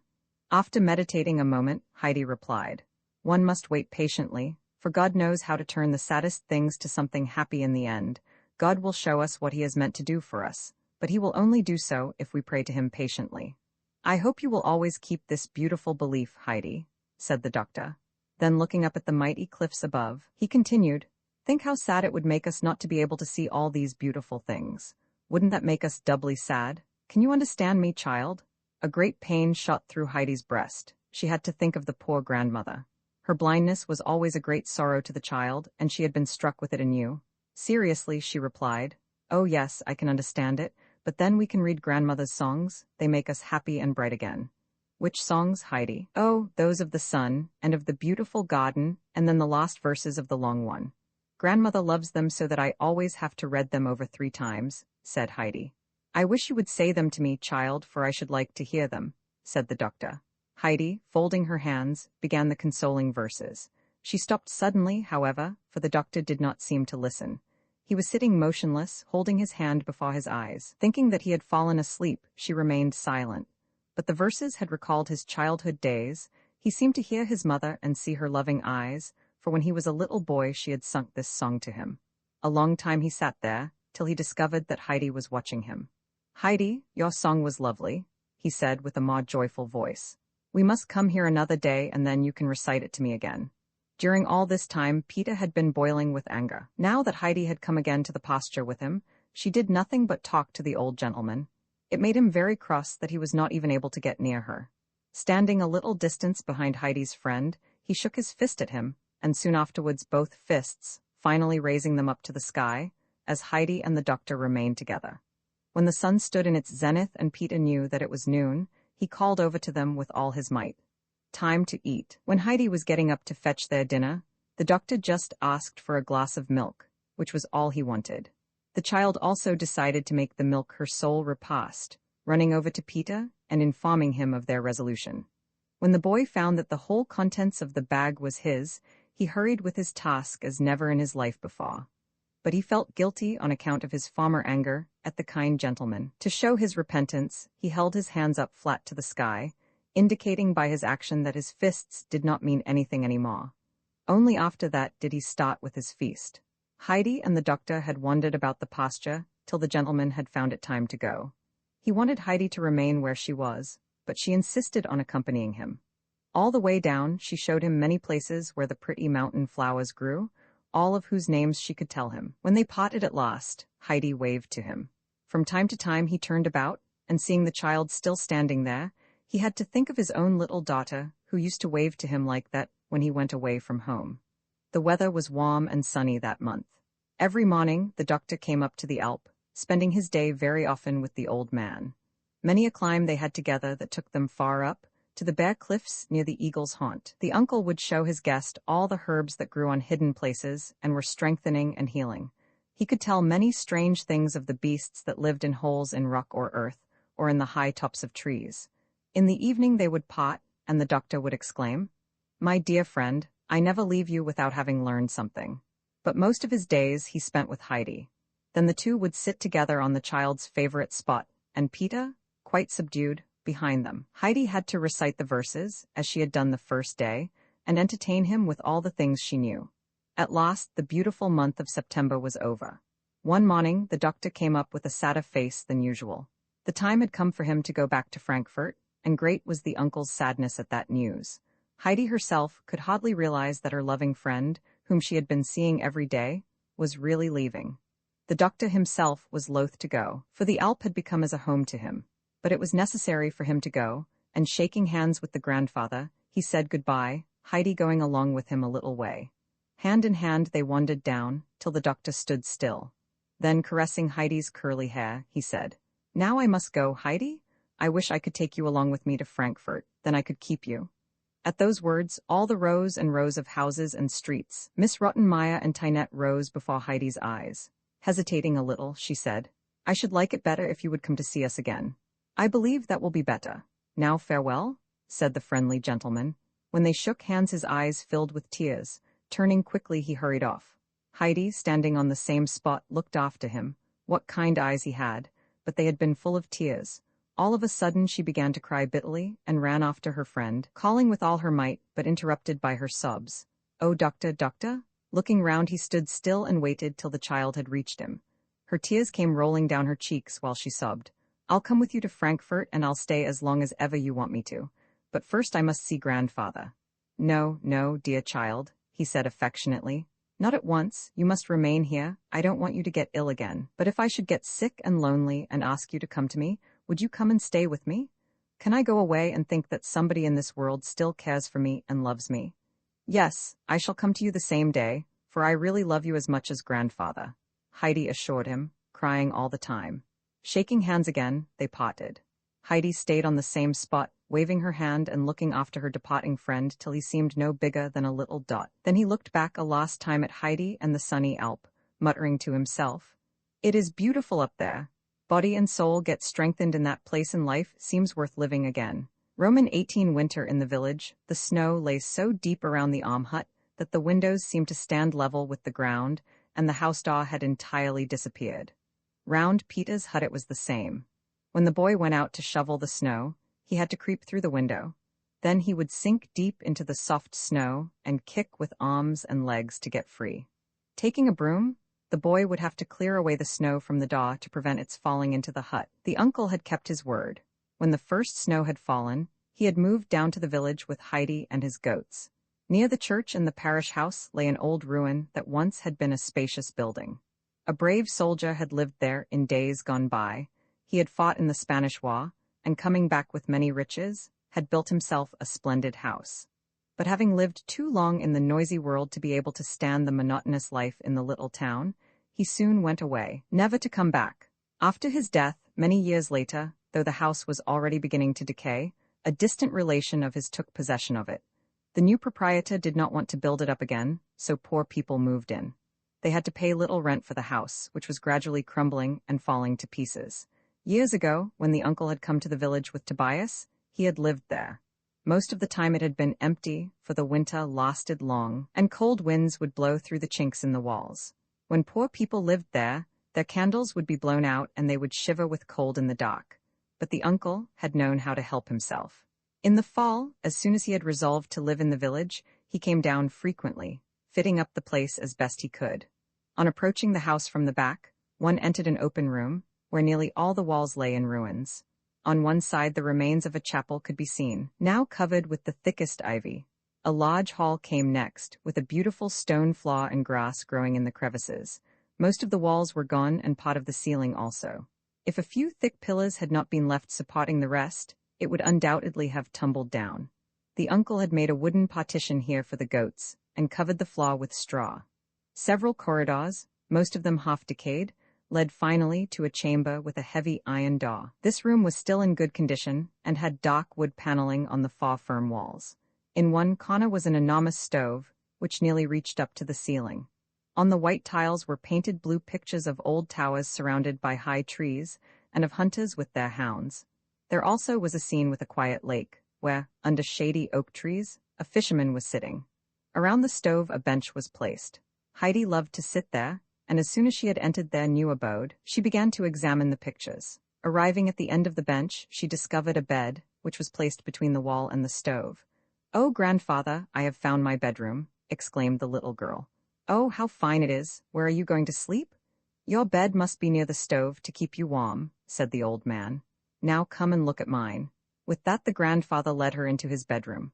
From there, a door led into the hugest kitchen Heidi had ever seen. With a great deal of trouble the grandfather had fitted up this place. Many boards were nailed across the walls, and the door had been fastened with heavy wires, for beyond, the building lay in ruins. Thick underbrush was growing there, sheltering thousands of insects and lizards. Heidi was delighted with her new home, and when Peter arrived next day, she did not rest till he had seen every nook and corner of the curious dwelling place.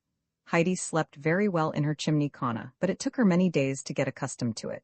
When she woke up in the morning and could not hear the fir trees raw, she would wonder where she was. Was the snow too heavy on the branches? Was she away from home? But as soon as she heard her grandfather's voice outside, she remembered everything and would jump merrily out of bed.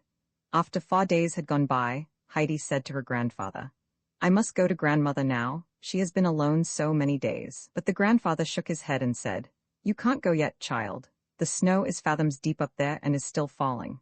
Peter can hardly get through. A little girl like you would be snowed up and lost in no time. Wait a while till it freezes and then you can walk on top of the crust." Heidi was very sorry, but she was so busy now that the days flew by. Every morning and afternoon she went to school, eagerly learning whatever was taught her. She hardly ever saw Peter there, for he did not come very often. The mild teacher would only say from time to time, "It seems to me, Peter is not here again. School would do him good, but I guess there is too much snow for him to get through." But when Heidi came home towards evening, Peter generally paid her a visit.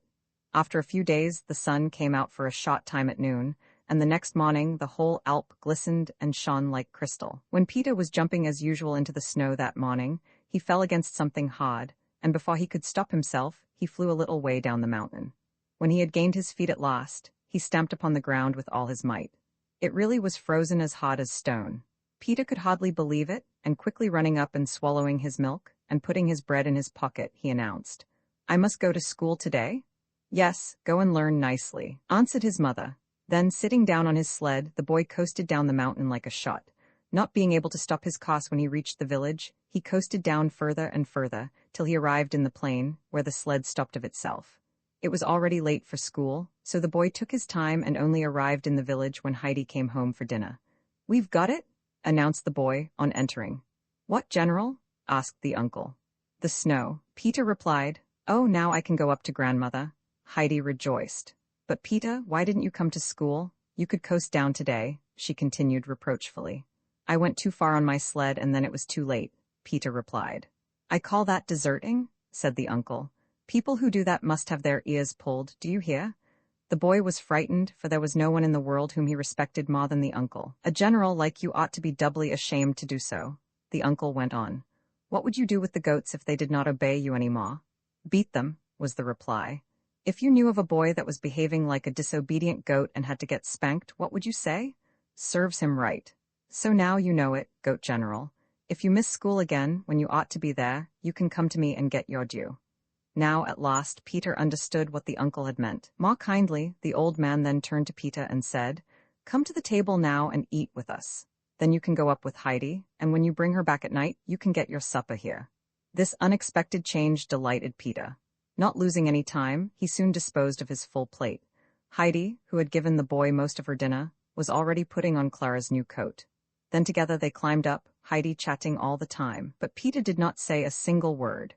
He was preoccupied and had not even listened to Heidi's tales. Before they entered the hut, the boy said stubbornly, "I think I had rather go to school than get a beating from the uncle." Heidi promptly confirmed him in his resolution. When they went into the room, Peter's mother was alone at the table mending. The grandmother was nowhere to be seen. Brigida now told Heidi that the grandmother was obliged to stay in bed on those cold days, as she did not feel very strong. That was something new for Heidi. Quickly running to the old woman's chamber, she found her lying in a narrow bed, wrapped up in her gray shawl and thin blanket. "Thank heaven!" the grandmother exclaimed when she heard her darling's step.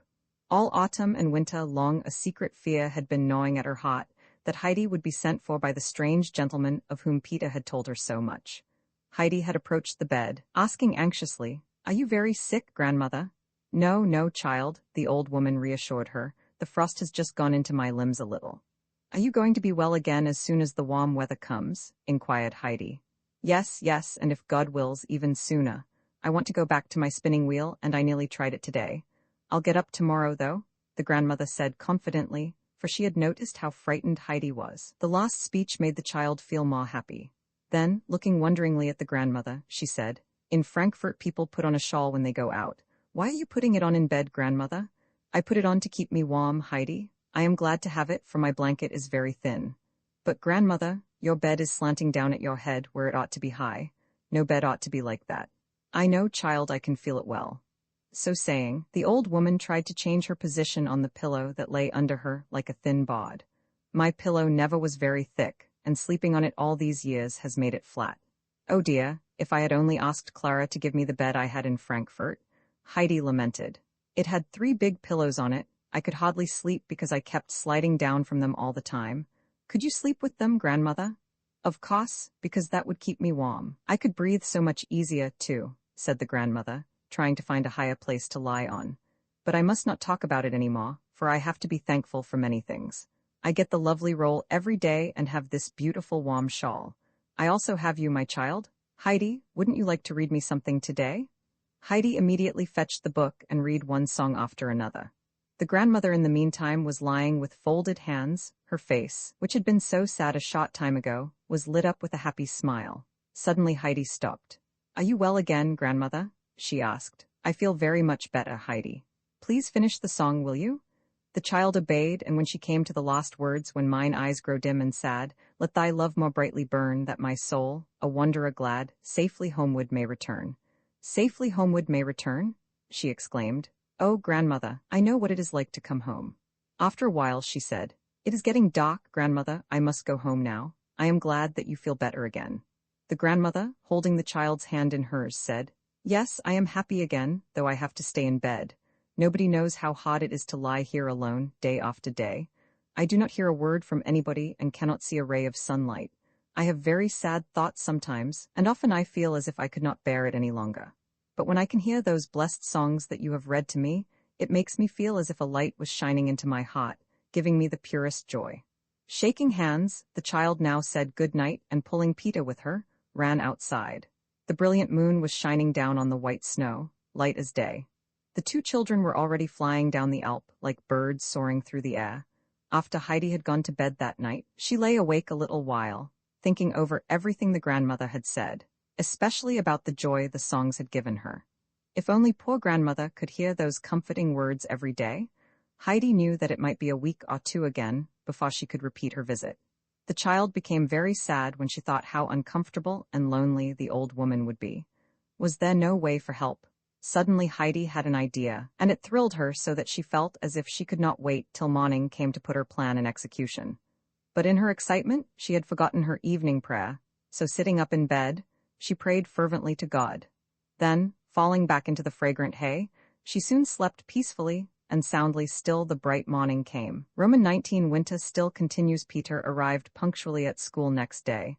He had brought his lunch with him in a bag, for all the children that came from far away ate in school, while the others went home. In the evening Peter as usual paid his visit to Heidi. The minute he opened the door she ran up to him, saying, "Peter, I have to tell you something." "Say it," he replied. "You must learn to read now," said the child. "I have done it already." Yes, Peter, but I don't mean it that way," Heidi eagerly proceeded. "You must learn so that you really know how afterwards." "I can't," Peter remarked. "Nobody believes you about that anymore, and I won't either," Heidi said resolutely. "When I was in Frankfurt, Grandmama told me that it wasn't true and that I shouldn't believe you." Peter's astonishment was great. "I'll teach you, for I know how. When you have learnt it, you must read 1 or 2 songs to grandmother every day." "I shan't," grumbled the boy. This obstinate refusal made Heidi very angry. With flaming eyes, she planted herself before the boy and said, "I'll tell you what will happen if you don't want to learn. Your mother has often said that she'll send you to Frankfurt. Clara showed me the terrible, large boys' school there, where you'll have to go. You must stay there till you are a man, Peter. You mustn't think that there is only one teacher there, and such a kind one as we have here. No, indeed, there are whole rows of them, and when they are out walking they have high black hats on their heads. I saw them myself when I was out driving." Cold shivers ran down Peter's back. "Yes, you'll have to go there, and when they find out that you can't read or even spell, they'll laugh at you." "I'll do it," said Peter, half angry and half frightened. "Oh, I am glad. Let us start right away." said Heidi joyfully, pulling Peter over to the table. Among the things that Clara had sent, Heidi had found a little book with the ABC and some rhymes. She had chosen this for the lessons. Peter, having to spell the first rhyme, found great difficulty, so Heidi said, "I'll read it to you and then you'll be able to do it better. Listen, if A, B, C you do not know, before the school board you must go." "I won't go," said Peter stubbornly. "Where?" "Before the cot." "Hurry up and learn the 3 letters, then you won't have to." Peter, beginning again, repeated the 3 letters till Heidi said, "Now you know them." Having observed the good result of the first rhyme, she began to read again. D, E, F you then must read, or of misfortune take good heed. If H, I, J, K are forgot, adversity is on the spot, who over L and M doth stumble, must pay a penance and feel humble. There's trouble coming, if you knew, you'd quickly learn N, O, P, Q. If still you halt on R, S, T, you'll suffer for it speedily. Heidi, stopping, looked at Peter, who was so frightened by all these threats and mysterious horrors that he sat as still as a mouse. Heidi's tender heart was touched, and she said comfortingly, "Don't be afraid, Peter. If you come to me every day, you'll soon learn all the letters and then those things won't happen. But come every day, even when it snows. Promise?" Peter did so, and departed. Obeying Heidi's instructions, he came daily to her for his lesson. Sometimes the grandfather would sit in the room, smoking his pipe. Often the corners of his mouth would twitch as if he could hardly keep from laughing. He generally invited Peter to stay to supper afterwards, which liberally rewarded the boy for all his great exertions. Thus the days passed by.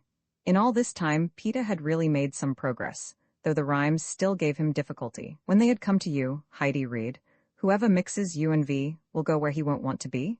And further, if W you still ignore, look at the rod beside the door. Often Peter would growl and object to those measures, but nevertheless he kept on learning, and soon had but 3 letters left. The next few days, the following rhymes, with their threats, made Peter more eager than ever. If you the letter X forget, for you no supper will be set. If you still hesitate with Y, for shame you'll run away and cry. When Heidi read the last, and he who makes his Z with blots must journey to the Hottentots, Peter sneered. "Nobody even knows where they are." "I am sure grandfather does," Heidi retorted, jumping up. "Just wait 1 minute and I shall ask him. He is over with the parson," and with that she had opened the door. "Wait," shrieked Peter in great alarm, for he saw himself already transported to those dreadful people. "What is the matter with you?" said Heidi, standing still. "Nothing, but stay here, I'll learn," he blubbered. But Heidi, wanting to know something about the Hottentots herself, could only be kept back by piteous screams from Peter. So at last they settled down again, and before it was time to go, Peter knew the last letter, and had even begun to read syllables. From this day on he progressed more quickly. It was 3 weeks since Heidi had paid her last visit to the grandmother, for much snow had fallen since. One evening, Peter, coming home, said triumphantly, "I can do it?" "What is it you can do, Peter?" asked his mother eagerly. "Read. What, is it possible? Did you hear it, grandmother?" exclaimed Brigida. The grandmother also was curious to learn how this had happened. "I must read a song now, Heidi told me to," Peter continued. To the women's amazement, Peter began. After every verse his mother would exclaim, "Who would have ever thought it?" while the grandmother remained silent. One day later, when it happened that it was Peter's turn to read in school, the teacher said, "Peter, must I pass you by again as usual? Or do you want to try? I shall not say to read, but to stammer through a line." Peter began and read 3 lines without stopping. In dumb astonishment, the teacher, putting down his book, looked at the boy. "What miracle has happened to you?" he exclaimed. "For a long time I tried to teach you with all my patience, and you were not even able to grasp the letters. But now that I had given you up as hopeless, you have not only learnt how to spell, but even to read." "How did this happen, Peter?" "It was Heidi," the boy replied. In great amazement, the teacher looked at the little girl. Then the kind man continued, "I have noticed a great change in you, Peter. You used to stay away from school, sometimes more than a week, and lately you have not even missed a day. Who has brought about this change?" "The uncle." Every evening now Peter on his return home read one song to his grandmother, but never more. To the frequent praises of Brigida, the old woman once replied, "I am glad he has learnt something, but nevertheless I am longing for the spring to come. Then Heidi can visit me, for when she reads, the verses sound so different. I cannot always follow Peter, and the songs don't thrill me the way they do when Heidi says them." And no wonder, for Peter would often leave out long and difficult words. What did 3 or 4 words matter? So it happened sometimes that there were hardly any nouns left in the hymns that Peter read. Roman 2 with the grandfather after Dita had disappeared, the uncle sat down again on the bench, blowing big clouds of smoke out of his pipe. He did not speak, but kept his eyes fastened on the ground. In the meantime, Heidi looked about her, and discovering the goat shed, peeped in. Nothing could be seen inside. Searching for some more interesting thing, she saw the 3 old fir trees behind the hut. Here the wind was roaring through the branches, and the treetops were swaying to and fro. Heidi stood still to listen. After the wind had ceased somewhat, she walked round the hut back to her grandfather. She found him in exactly the same position, and planting herself in front of the old man, with arms folded behind her back, she gazed at him. The grandfather, looking up, saw the child standing motionless before him. "What do you want to do now?" he asked her. "I want to see what's in the hut," replied Heidi. "Come then," and with that the grandfather got up and entered the cottage. "Take your things along," he commanded. "I do not want them any more," answered Heidi. The old man, turning about, threw a penetrating glance at her. The child's black eyes were sparkling in expectation of all the things to come. "She is not lacking in intelligence," he muttered to himself. Aloud he added, "Why don't you need them any more? I want to go about like the light-footed goats." "All right, you can, but fetch the things and we'll put them in the cupboard." The child obeyed the command.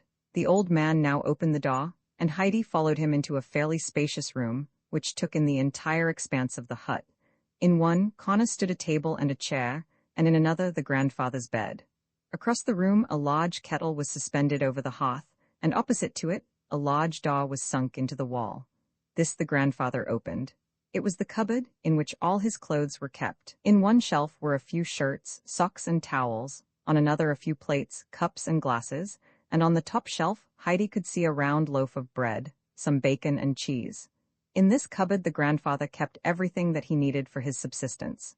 When he opened it, Heidi pushed her things as far behind the grandfather's clothes as she could reach. She did not want them found again in a hurry. After looking around attentively in the room, she asked, "Where am I going to sleep?" "Grandfather, wherever you want to," he replied. That suited Heidi exactly. She peeped into all the corners of the room and looked at every little nook to find a cozy place to sleep. Beside the old man's bed she saw a ladder. Climbing up she arrived at a hayloft, which was filled with fresh and fragrant hay. Through a tiny round window she could look far down into the valley. "I want to sleep up here," Heidi called down.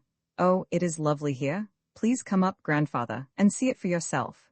"I know it," sounded from below. "I am making the bed now," the little girl called out again, while she ran busily to and fro. "Oh, do come up and bring a sheet, grandfather, for every bed must have a sheet." "Is that so?" said the old man. After a while he opened the cupboard and rummaged around in it. At last he pulled out a long coarse cloth from under the shirts. It somewhat resembled a sheet, and with this he climbed up to the loft. Here a neat little bed was already prepared. On top the hay was heaped up high so that the head of the occupant would lie exactly opposite the window. The grandfather was well pleased with the arrangement. To prevent the hard floor from being felt, he made the couch twice as thick. Then he and Heidi together put the heavy sheet on, tucking the ends in well. Heidi looked thoughtfully at her fresh, new bed and said, "Grandfather, we have forgotten something." "What?" he asked. "I have no cover. When I go to bed I always creep in between the sheet and the cover." "What shall we do if I haven't any?" asked the grandfather. "Never mind, I'll just take some more hay to cover me," Heidi reassured him, and was just going to the heap of hay when the old man stopped her. "Just wait 1 minute," he said, and went down to his own bed. From it he took a large, heavy linen bag and brought it to the child. "Isn't this better than hay?" he asked. Heidi pulled the sack to and fro with all her might, but she could not unfold it, for it was too heavy for her little arms.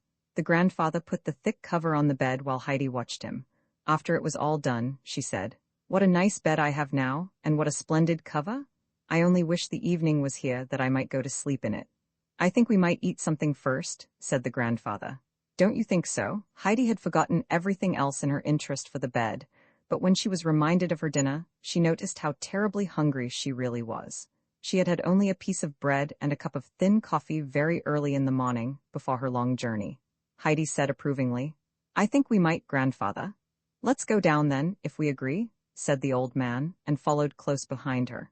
Going up to the fireplace, he pushed the big kettle aside and reached for a smaller one that was suspended on a chain. Then sitting down on a 3-legged stool, he kindled a bright fire. When the kettle was boiling, the old man put a large piece of cheese on a long iron fork and held it over the fire, turning it to and fro, till it was golden brown on all sides. Heidi had watched him eagerly. Suddenly she ran to the cupboard. When her grandfather brought a pot and the toasted cheese to the table, he found it already nicely set with 2 plates and 2 knives and the bread in the middle. Heidi had seen the things in the cupboard and knew that they would be needed for the meal.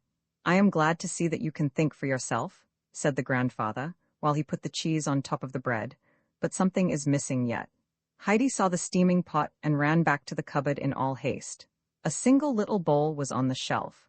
That did not perplex Heidi, though, for she saw 2 glasses standing behind. With those 3 things she returned to the table. "You certainly can help yourself. Where shall you sit, though?"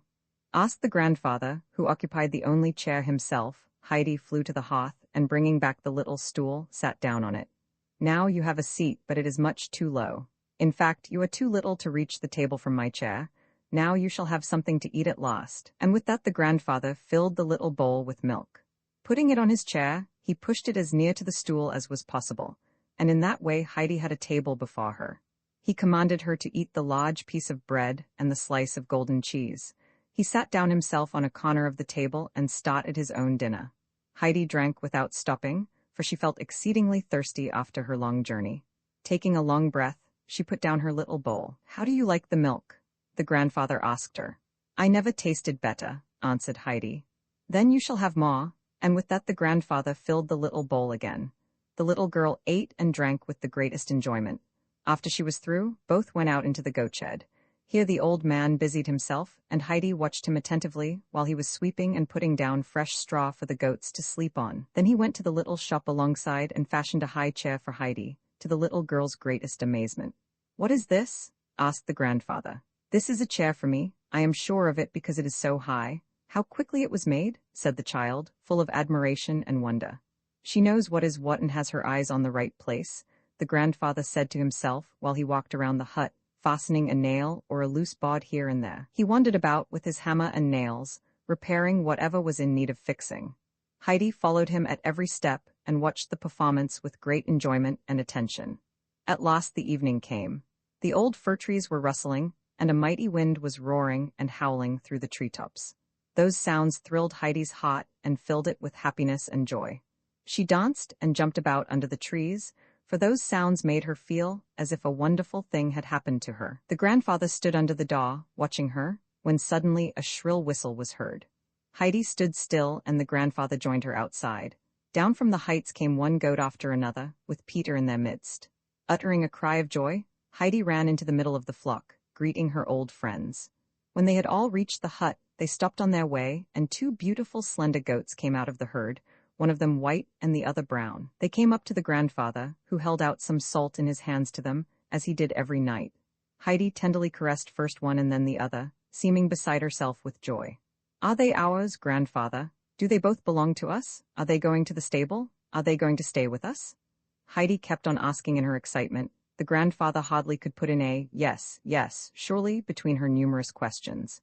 When the goats had licked up all the salt, the old man said, "Go in, Heidi, and fetch your bowl and the bread."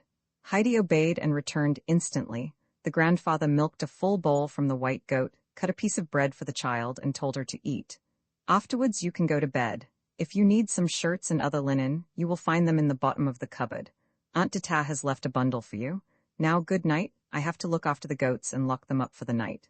"Good night, grandfather. Oh, please tell me what their names are," called Heidi after him. "The white one's name is Schwenli and the brown one I call Belly," was his answer. "Good night, Schwenli." "Good night, Belly," the little girl called loudly, for they were just disappearing in the shed. Heidi now sat down on the bench and took her supper. The strong wind nearly blew her from her seat, so she hurried with her meal, to be able to go inside and up to her bed. She slept in it as well as a prince on his royal couch. Very soon after Heidi had gone up, before it was quite dark, the old man also sought his bed. He was always up in the morning with the sun, which rose early over the mountainside in those summer days. It was a wild, stormy night. The hut was shaking in the gusts, and all the boards were creaking. The wind howled through the chimney, and the old fir trees shook so strongly that many a dry branch came crashing down. In the middle of the night the grandfather got up, saying to himself, "I am sure she is afraid." Climbing up the ladder, he went up to Heidi's bed. The first moment everything lay in darkness, when all of a sudden the moon came out behind the clouds and sent his brilliant light across Heidi's bed. Her cheeks were burning red, and she lay peacefully on her round and chubby arms. She must have had a happy dream, for she was smiling in her sleep. The grandfather stood and watched her, till a cloud flew over the moon and left everything in total darkness. Then he went down to seek his bed again. Roman 20 news from distant friends May had come. Warm sunshine was bathing the whole Alp in glorious light, and having melted the last snow, had brought the first spring flowers to the surface. A merry spring wind was blowing, drying up the damp places in the shadow. High above in the azure heaven the eagle floated peacefully. Heidi and her grandfather were back on the Alp.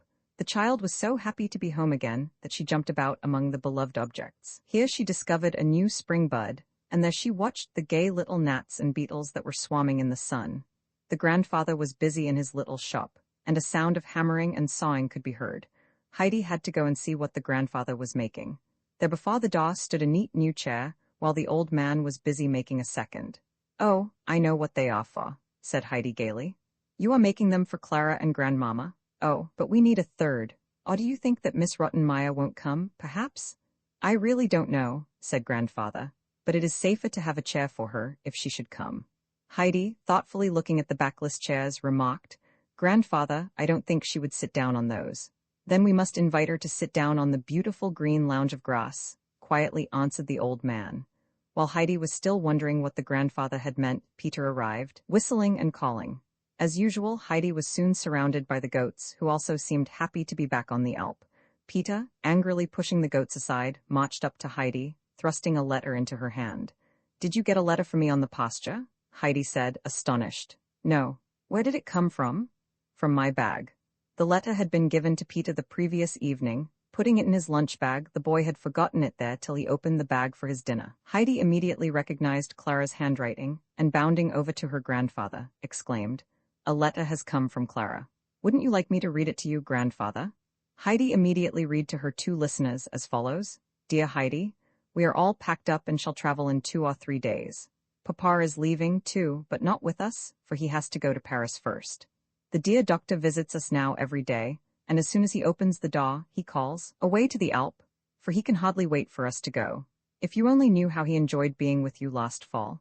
He came nearly every day this winter to tell us all about you and the grandfather and the mountains and the flowers he saw. He said that it was so quiet in the pure, delicious air, away from towns and streets, that everybody has to get well there. He is much better himself since his visit, and seems younger and happier. Oh, how I look forward to it all. The doctor's advice is that I shall go to Ragatz first for about 6 weeks, then I can go to live in the village, and from there, I shall come to see you every fine day. Grandmama, who is coming with me, is looking forward to the trip too. But just think, Miss Rottenmeier does not want to go. When Grandmama urges her, she always declines politely. I think Sebastian must have given her such a terrible description of the high rocks and fearful abysses that she is afraid. I think he told her that it was not safe for anybody, and that only goats could climb such dreadful heights. She used to be so eager to go to Switzerland, but now neither Tinette nor she wants to take the risk. I can hardly wait to see you again. Goodbye, dear Heidi, with much love from Grandmama. I am your true friend, Clara." When Peter heard this, he swung his rod to right and left. Furiously driving the goats before him, he bounded down the hill. Heidi visited the grandmother next day, for she had to tell her the good news. Sitting up in her corner, the old woman was spinning as usual. Her face looked sad, for Peter had already announced the near visit of Heidi's friends, and she dreaded the result. After having poured out her full heart, Heidi looked at the old woman. "What is it, grandmother?" said the child. "Are you not glad?" "Oh yes, Heidi, I am glad because you are happy. But grandmother, you seem so anxious. Do you still think Miss Rottenmeier is coming?" "Oh no, it is nothing. Give me your hand, for I want to be sure that you are still here. I suppose it will be for the best, even if I shall not live to see the day." "Oh, but then I would not care about this coming," said the child. The grandmother had hardly slept all night for thinking of Clara's coming. Would they take Heidi away from her, now that she was well and strong? But for the sake of the child she resolved to be brave. "Heidi," she said, "please read me the song that begins with 'God will see to it.'" Heidi immediately did as she was told. She knew nearly all the grandmother's favorite hymns by now, and always found them quickly. "That does me good, child," the old woman said. Already the expression of her face seemed happier and less troubled. "Please read it a few times over, child," she entreated. Thus evening came, and when Heidi wandered homewards, one twinkling star after another appeared in the sky. Heidi stood still every few minutes, looking up to the firmament in wonder. When she arrived home, her grandfather also was looking up to the stars, murmuring to himself, "What a wonderful month, one day clearer than the other. The herbs will be fine and strong this year." The blossom month had passed, and June, with the long, long days, had come. Quantities of flowers were blooming everywhere, filling the air with perfume. The month was nearing its end, when one morning Heidi came running out of the hut, where she had already completed her duties. Suddenly, she screamed so loud that the grandfather hurriedly came out to see what had happened. "Grandfather, come here. Look, look." A strange procession was winding up the arm. First marched two men, carrying an open sedan chair with a young girl in it, wrapped up in many shawls. Then came a stately lady on horseback, who, talking with a young guide beside her, looked eagerly right and left. Then an empty rolling chair, carried by a young fellow, was followed by a potter who had so many covers, shawls and furs piled up on his basket that they towered high above his head. "They are coming! They are coming!" cried Heidi in her joy, and soon the party had arrived at the top. Great was the happiness of the children at seeing each other again. When Grandmama had descended from her horse, she tenderly greeted Heidi first, and then turned to the uncle, who had approached the group. The two met like two old friends they had heard so much about each other. After the first words were exchanged, the grandmother exclaimed, "My dear uncle, what a wonderful residence you have. Who would have ever thought it? Kings could envy you here. Oh, how well my Heidi is looking, just like a little rose," she continued, drawing the child closely to her side and patting her cheeks. "What glory everywhere, Clara. What do you say to it all?" Clara, looking about her rapturously, cried, "Oh, how wonderful, how glorious! I have never dreamt it could be as beautiful as that. Oh, Grandmama, I wish I could stay here." The uncle had busied himself in the meantime with getting Clara's rolling chair for her. Then, going up to the girl, he gently lifted her into her seat. Putting some covers over her knees, he tucked her feet in warmly. It seemed as if the grandfather had done nothing else all his life than nurse lame people. "My dear uncle," said the grandmama, surprised, "please tell me where you learned that, for I shall send all the nurses I know here immediately." The uncle smiled faintly while he replied, "It comes more from care than study." His face became sad. Before his eyes had risen bygone times, for that was the way he used to care for his poor wounded captain, whom he had found in Sicily after a violent battle.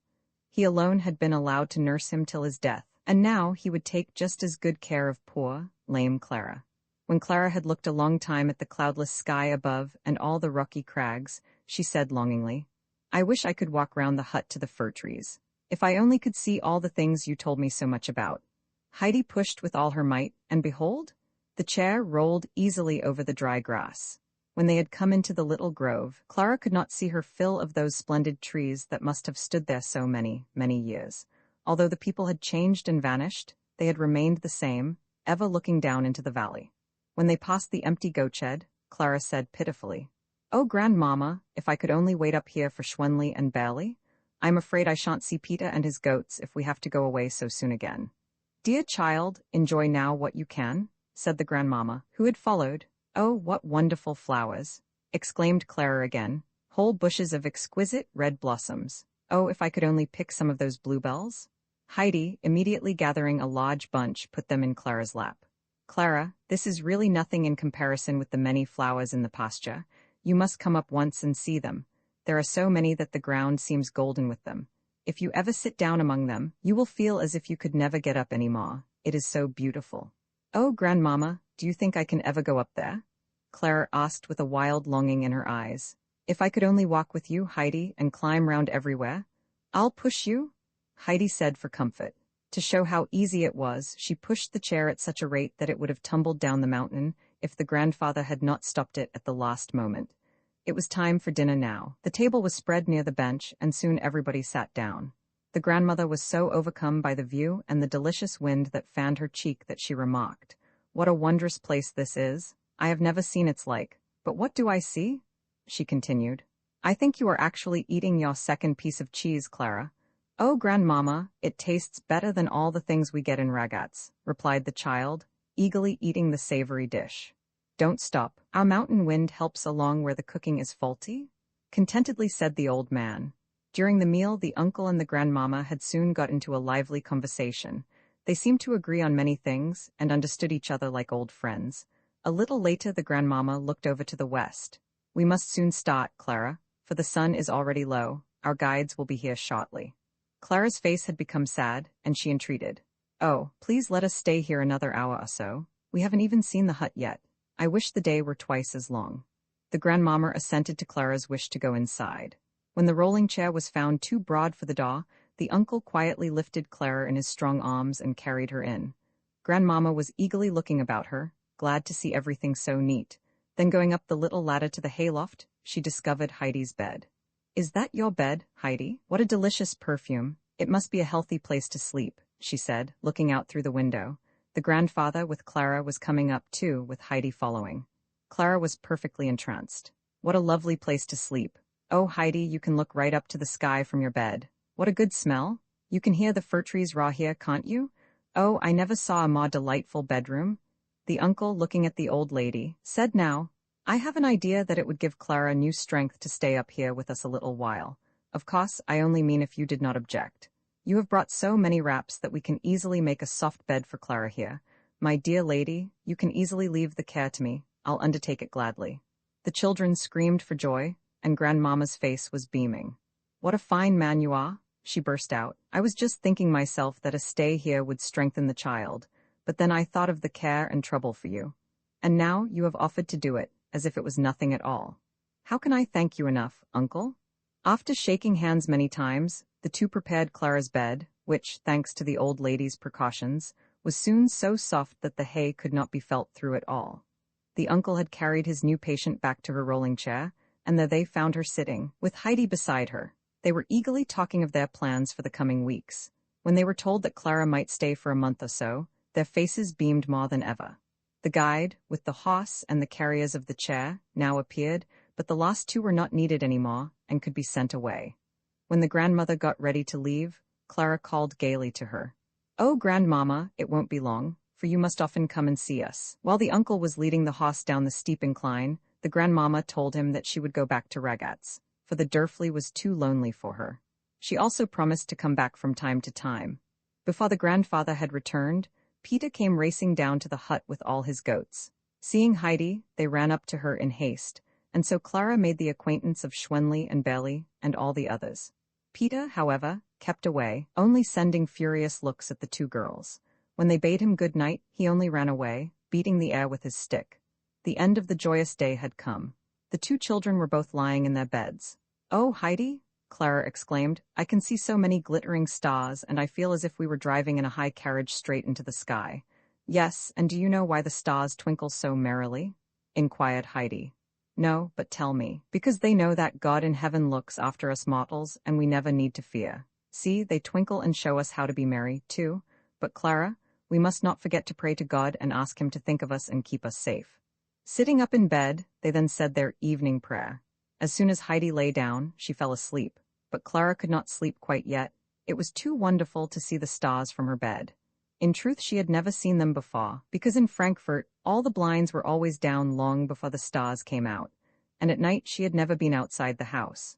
She could hardly keep her eyes shut, and had to open them again and again to watch the twinkling, glistening stars, till her eyes closed at last, and she saw two big, glittering stars in her dream. Roman 21 of further events on the Alp. The sun was just rising, and the Amuncle was watching how mountain and dale awoke to the new day, and the clouds above grew brighter. Next, the old man turned to go back into the hut, and softly climbed the ladder. Clara, having just a moment ago opened her eyes, looked about her in amazement. Bright sunbeams danced on her bed. Where was she? But soon she discovered her sleeping friend, and heard the grandfather's cheery voice. "How did you sleep? Not tired?" Clara, feeling fresh and rested, said that she had never slept better in all her life. Heidi was soon awake too, and lost no time in coming down to join Clara, who was already sitting in the sun. A cool morning breeze fanned their cheeks, and the spicy fragrance from the fir trees filled their lungs with every breath. Clara had never experienced such well-being in all her life. She had never breathed such pure, cool morning air, and never felt such warm, delicious sunshine on her feet and hands. It surpassed all her expectations. "Oh, Heidi, I wish I could always stay up here with you," she said. "Now you can see that everything is as beautiful as I told you," Heidi replied triumphantly. "Up on the Alp with grandfather is the loveliest spot in all the world." The grandfather was just coming out of the shed with 2 full bowls of steaming, snow-white milk. Handing one to each of the children, he said to Clara, "This will do you good, little girl. It comes from Schwenli and will give you strength. To your health, just drink it? He said encouragingly, for Clara had hesitated a little. But when she saw that Heidi's bowl was nearly empty already, she also drank without even stopping. Oh, how good it was. It tasted like cinnamon and sugar. We'll take 2 tomorrow, said the grandfather. After their breakfast, Peter arrived. While the goats were rushing up to Heidi, bleating loudly, the grandfather took the boy aside. Just listen and do what I tell you, he said. From now on you must let Schwenli go wherever she likes. She knows where to get the richest herbs, and you must follow her, even if she should go higher up than usual. It won't do you any harm to climb a little more, and will do all the others good. I want the goats to give me splendid milk, remember. What are you looking at so furiously? Peter was silent, and without more ado started off, still angrily looking back now and then. As Heidi had followed a little way, Peter called to her. You must come along, Heidi. Schwenli has to be followed everywhere. No, but I can't, Heidi called back. I won't be able to come as long as Clara is with me. Grandfather has promised, though, to let us come up with you once. With those words Heidi returned to Clara, while the goatherd was hurrying onward, angrily shaking his fists. The children had promised to write a letter to Grandmama every day, so they immediately started on their task. Heidi brought out her own little 3-legged stool, her schoolbooks and her papers, and with these on Clara's lap, they began to write. Clara stopped after nearly every sentence, for she had to look around. Oh, how peaceful it was with the little gnats dancing in the sun and the rustling of the trees. From time to time, they could hear the shouting of a shepherd reachowed from many rocks. The morning had passed, they knew not how, and dinner was ready. They again ate outside, for Clara had to be in the open air all day, if possible. The afternoon was spent in the cool shadow of the fir trees. Clara had many things to relate of Frankfurt and all the people that Heidi knew. It was not long before Peter arrived with his flock, but without even answering the girl's friendly greeting, he disappeared with a grim scowl. While Schwenli was being milked in the shed, Clara said, Oh, Heidi, I feel as if I could not wait for my milk. Isn't it funny? All my life I have only eaten because I had to. Everything always tasted to me like cod liver oil, and I have often wished that I should never have to eat, and now I am so hungry. Oh yes, I know, Heidi replied.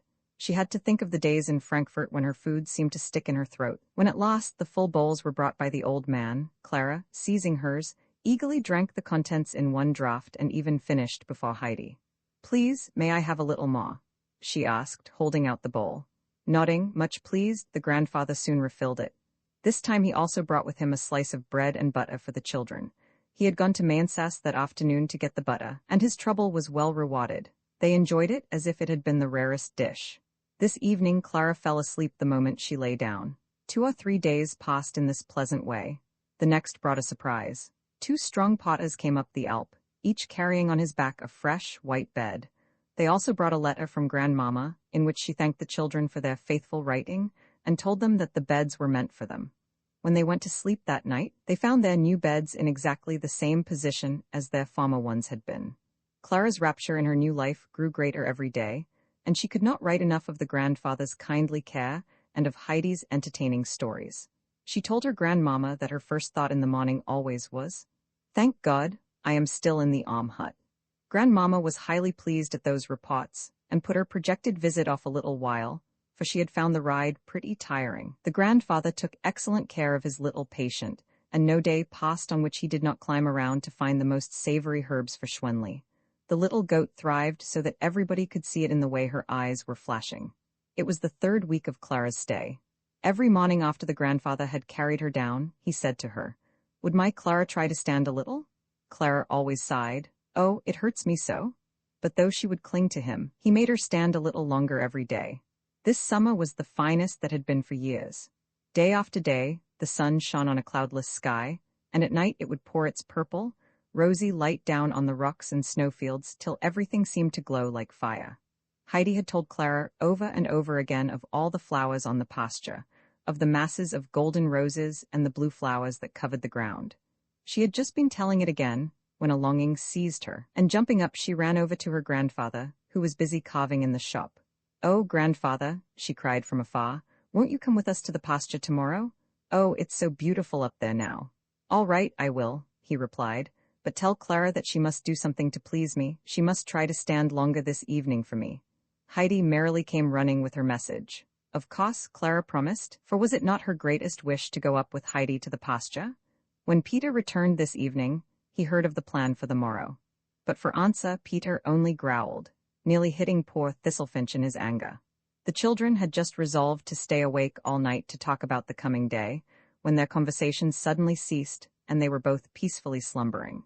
In her dreams, Clara saw before her a field that was thickly strewn with light blue flowers, while Heidi heard the eagle scream to her from above, "Come, come, come." Roman 22, something unexpected happens the next day dawned cloudless and fair. The grandfather was still with the children when Peter came climbing up, his goats kept at a good distance from him, to evade the rod, which was striking right and left. The truth was that the boy was terribly embittered and angry by the changes that had come. When he passed the hut in the morning, Heidi was always busy with the strange child, and in the evening it was the same. All summer long Heidi had not been up with him a single time. It was too much, and today she was coming at last, but again in company with this hateful stranger. It was then that Peter noticed the rolling chair standing near the hut. After carefully glancing about him, he rushed at the hated object and pushed it down the incline. The chair fairly flew away and had soon disappeared. Peter's conscience smote him now, and he raced up the Alp, not daring to pause till he had reached a blackberry bush. There he could hide when the uncle might appear. Looking down, he watched his fallen enemy tumbling downwards. Sometimes it was thrown high up into the air, to crash down again the next moment harder than ever. Pieces were falling from it right and left, and were blown about. Now the stranger would have to travel home and Heidi would be his again, but Peter had forgotten that a bad deed always brings a punishment. Heidi just now came out of the hut.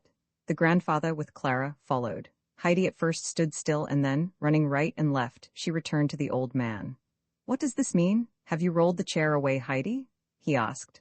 "I am just looking for it everywhere, grandfather." "You said it was beside the shop door," said the child, still hunting for the missing object. A strong wind was blowing, which at this moment violently closed the shop door. "Grandfather, the wind has done it," exclaimed Heidi eagerly. "Oh dear, if it has rolled all the way down to the village, it will be too late to go today. It will take us a long time to fetch it. If it has rolled down there, we shall never get it any more, for it will be smashed to pieces," said the old man, looking down and measuring the distance from the corner of the hut. "I don't see how it happened," he remarked. "What a shame! Now I'll never be able to go up to the pasture," lamented Clara. "I am afraid I'll have to go home now. What a pity, what a pity! You can find a way for her to stay, grandfather, can't you? We'll go up to the pasture today, as we have planned. Then we shall see what further happens." The children were delighted, and the grandfather lost no time in getting ready. First he fetched a pile of covers, and seating Clara on a sunny spot on the dry ground, he got their breakfast. "I wonder why Peter is so late today," he said, leading his goats out of the shed. Then, lifting Clara up on one strong arm, he carried the covers on the other. "Now, march," he cried. "The goats come with us." That suited Heidi, and with one arm round Schwenli and the other round Bailey, she wandered up. Her little companions were so pleased at having her with them again that they nearly crushed her with affection.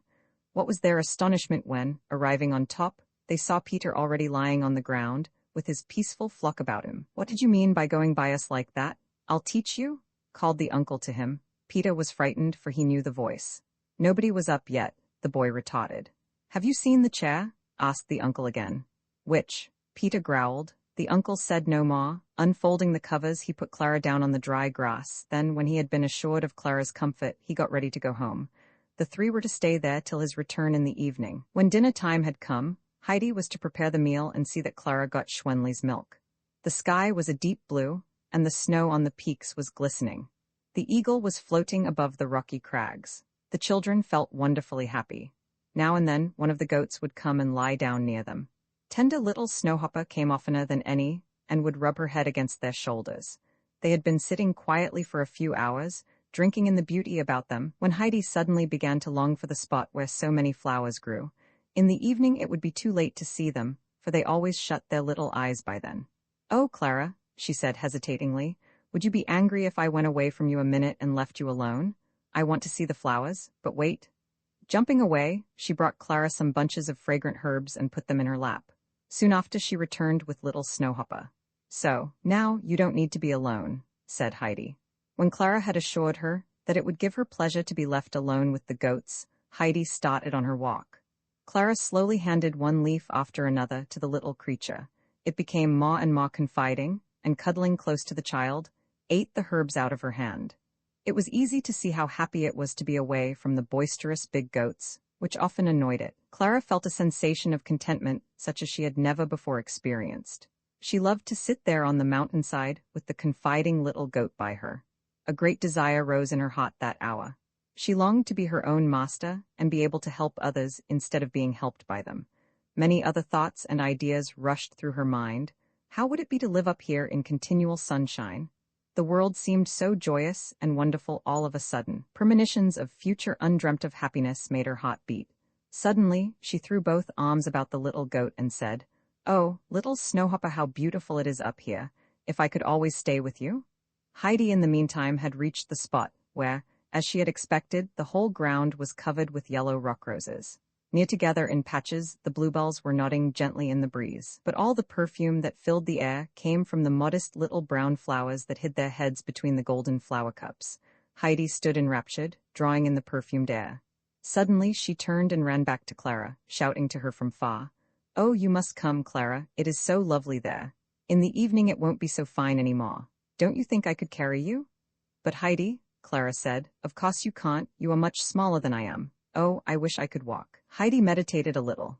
Peter was still lying on the ground. He had been staring down for hours, unable to believe what he saw before him. He had destroyed the chair to get rid of the stranger, and there she was again, sitting right beside his playmate. Heidi now called to him to come down, but as reply he only grumbled, "Shan't come." "But you must come quickly, for I want you to help me." "Quickly?" urged the child. "Don't want to," sounded the reply. Heidi hurried up the mountain now and shouted angrily to the boy, "Peter, if you don't come this minute, I shall do something that you won't like." Those words scared Peter, for his conscience was not clear. His deed had rejoiced him till this moment, when Heidi seemed to talk as if she knew it all. What if the grandfather should hear about it? Trembling with fear, Peter obeyed. "I shall only come if you promise not to do what you said," insisted the boy. "No, no, I won't." "Don't be afraid," said Heidi compassionately. "Just come along, it isn't so hard." Peter, on approaching Clara, was told to help raise the lame child from the ground on one side, while Heidi helped on the other. This went easily enough, but difficulties soon followed. Clara was not able to stand alone, and how could they get any further? "You must take me round the neck," said Heidi, who had seen what poor guides they made. The boy, who had never offered his arm to anybody in his life, had to be shown how first before further efforts could be made, but it was too hard. Clara tried to set her feet forward but got discouraged. "Press your feet on the ground, Ma, and I am sure it will hurt you less," suggested Heidi. "Do you think so?" said Clara timidly. But obeying, she ventured a firmer step and soon another, uttering a little cry as she went. "Oh, it really has hurt me less," she said joyfully. "Try it again," Heidi urged her. Clara did, and took another step and then another, and another still. Suddenly she cried aloud, "Oh, Heidi, I can do it.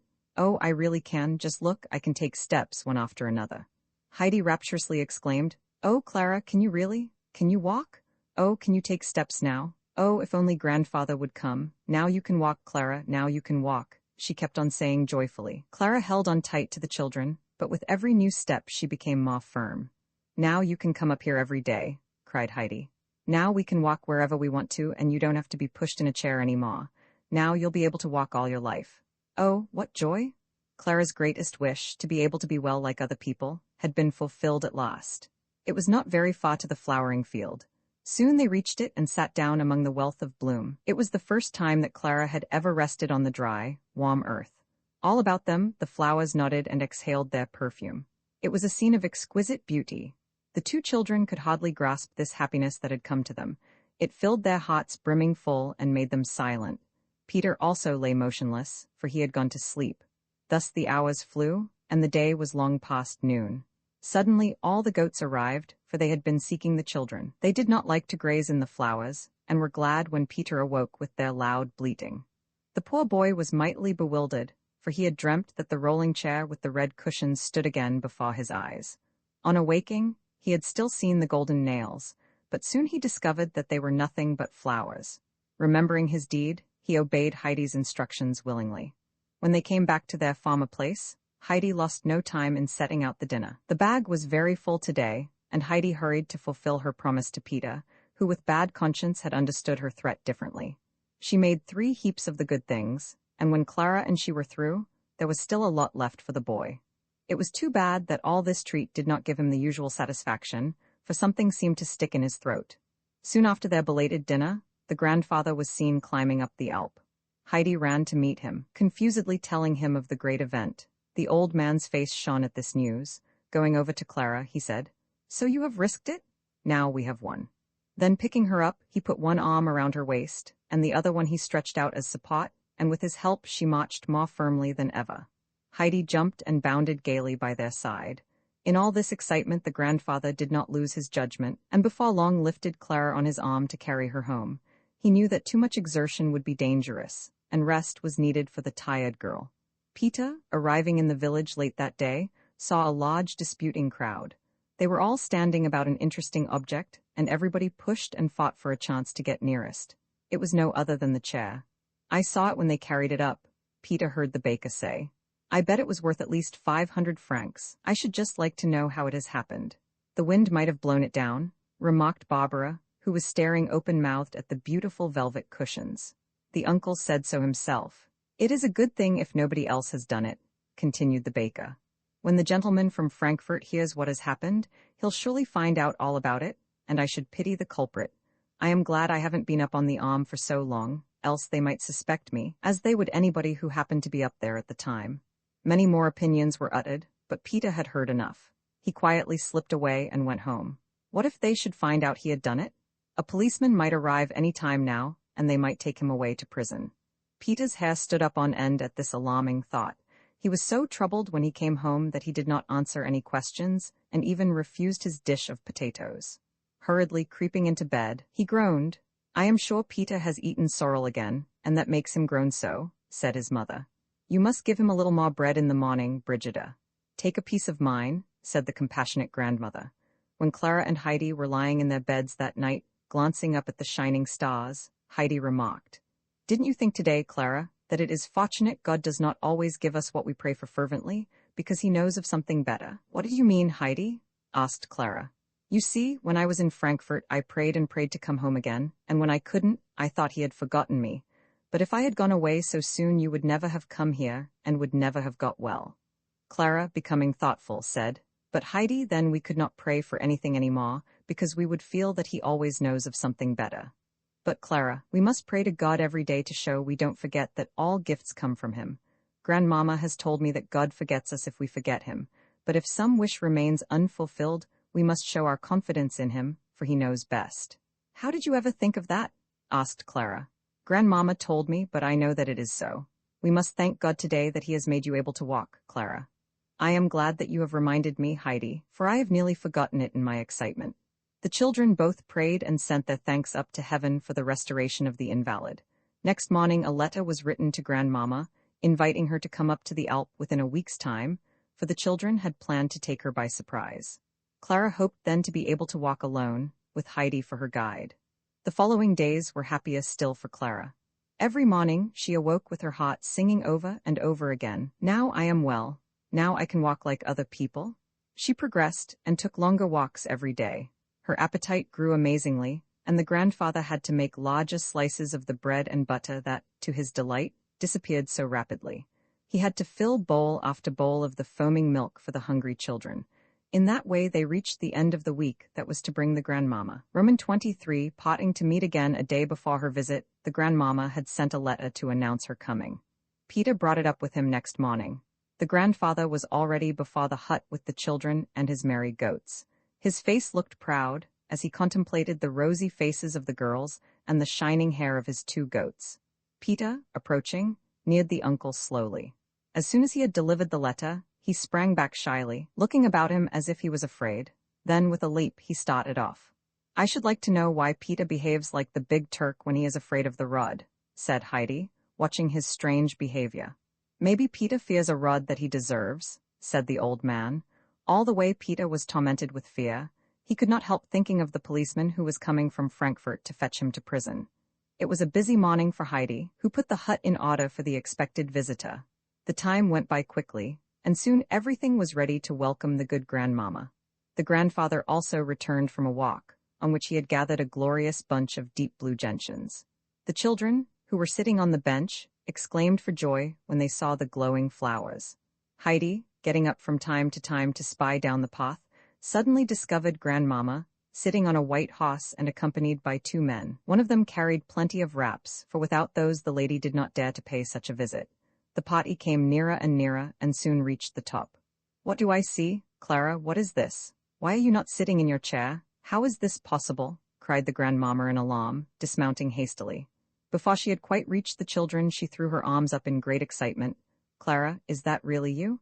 You have red, round cheeks, my child. I hardly know you any more."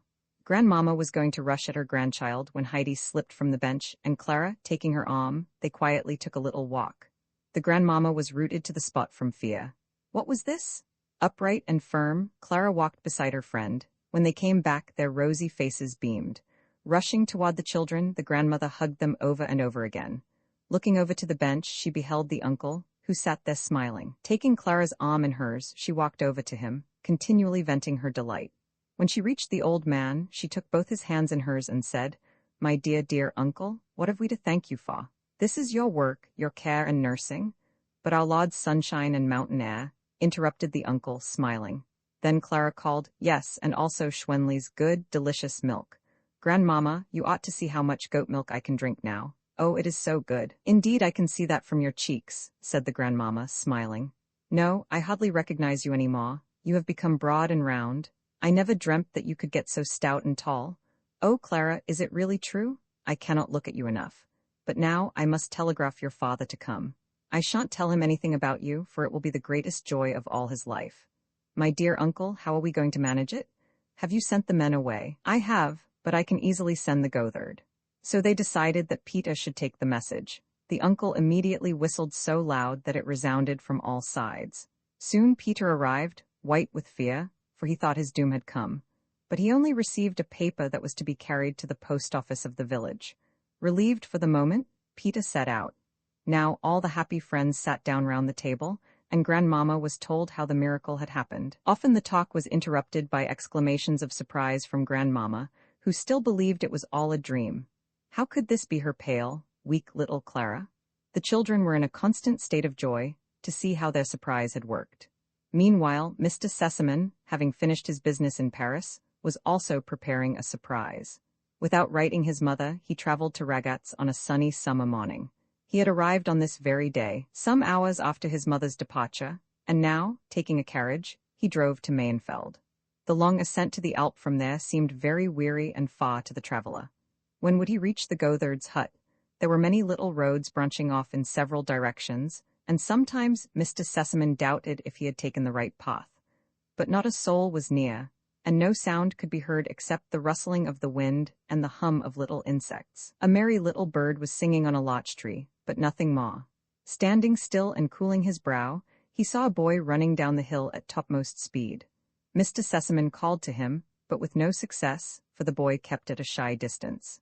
"Now, my boy, can't you tell me if I am on the right path to the hut where Heidi lives and the people from Frankfurt are staying?" A dull sound of terror was the only reply. Peter shot off and rushed head over heels down the mountainside, turning wild somersaults on his perilous way. His course resembled the course his enemy had taken some days ago. What a funny, bashful mountaineer. Mr. Sesamon remarked to himself, thinking that the appearance of a stranger had upset this simple son of the Alps. After watching the downward course of the boy a little while, he soon proceeded on his way. In spite of the greatest effort, Peter could not stop himself, and kept rolling on. But his fright and terror were still more terrible than his bumps and blows. This stranger was the policeman, that was a certain fact. At last, being thrown against a bush, he clutched it wildly. "Good, here's another one," a voice near Peter said. "I wonder who is going to be pushed down tomorrow, looking like a half-open potato bag." The village baker was making fun of him. For a little rest after his weary work, he had quietly watched the boy. Peter regained his feet and slunk away. How did the baker know the chair had been pushed? He longed to go home to bed and hide, for there alone he felt safe. But he had to go up to the goats, and the uncle had clearly told him to come back as quickly as he could. Groaning, he limped away up to the Alp. How could he run now, with his fear and all his poor, saw limbs? Mr. Sesamon had reached the hut soon after meeting Peter, and felt reassured. Climbing further, with renewed courage, he at last saw his goal before him, but not without long and weary exertion. He saw the hut above him, and the swaying fir trees. Mr. Sesamon eagerly hurried to encounter his beloved child. They had seen him long ago from the hut, and a treat was prepared for him that he never suspected. As he made the last steps, he saw two forms coming towards him. A tall girl, with light hair and rosy face, was leaning on Heidi, whose dark eyes sparkled with keen delight. Mr. Sesamon stopped short, staring at this vision. Suddenly big tears rushed from his eyes, for this shape before him recalled sweet memories. Clara's mother had looked exactly like this fair maiden. Mr. Sesamon at this moment did not know if he was awake or dreaming. "Papa, don't you know me any more?" Clara called with beaming eyes. "Have I changed so much?" Mr. Sesamon rushed up to her, folding her in his arms. "Yes, you have changed. How is it possible? Is it really true? Is it really you, Clara?" asked the overjoyed father, embracing her again and then gazing at her as she stood tall and firm by his side. His mother joined them now, for she wanted to see the happiness of her son. "What do you say to this, my son? Isn't our surprise finer than yours?" she greeted him. "But come over to our benefactor now, I mean the uncle." "Yes, indeed. I also must greet our little Heidi," said the gentleman, shaking Heidi's hand. "Well, always fresh and happy on the mountain?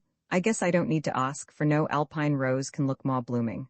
Ah, child, what joy this is to me." With beaming eyes the child looked at the kind gentleman who had always been so good to her. Her heart throbbed in sympathy with his joy. While the two men, who had at last approached each other, were conversing, Grandmama walked over to the grove. There, under the fir trees, another surprise awaited her. A beautiful bunch of wondrously blue gentians stood as if they had grown there. "How exquisite, how wonderful, what a sight!" she exclaimed, clapping her hands. "Heidi, come here, have you brought me those? Oh, they are beautiful." The children had joined her, Heidi assuring her that it was another person's deed. "Oh, Grandmama, up on the pasture it looks just like that," Clara remarked. "Just guess who brought you the flowers?" At that moment a rustle was heard, and they saw Peter, who was trying to sneak up behind the trees to avoid the hut. Immediately the old lady called to him, for she thought that Peter himself had picked the flowers for her. He must be creeping away out of sheer modesty, the kind lady thought. To give him his reward, she called, "Come here, my boy, don't be afraid." Petrified with fear, Peter stood still. What had gone before had robbed him of his courage. He thought now that all was over with him. With his hair standing up on end and his pale face distorted by anguish, he approached. "Come straight to me, boy," the old lady encouraged him. "Now tell me, boy, if you have done that." In his anxiety, Peter did not see the grandmama's finger that pointed to the flowers. He only saw the uncle standing near the hut, looking at him penetratingly, and beside him the policeman, the greatest horror for him in the world. Trembling in every limb, Peter answered, "Yes." "Well, but what are you so frightened about?" Because it is broken and can never be mended again," Peter said, his knees tottering under him.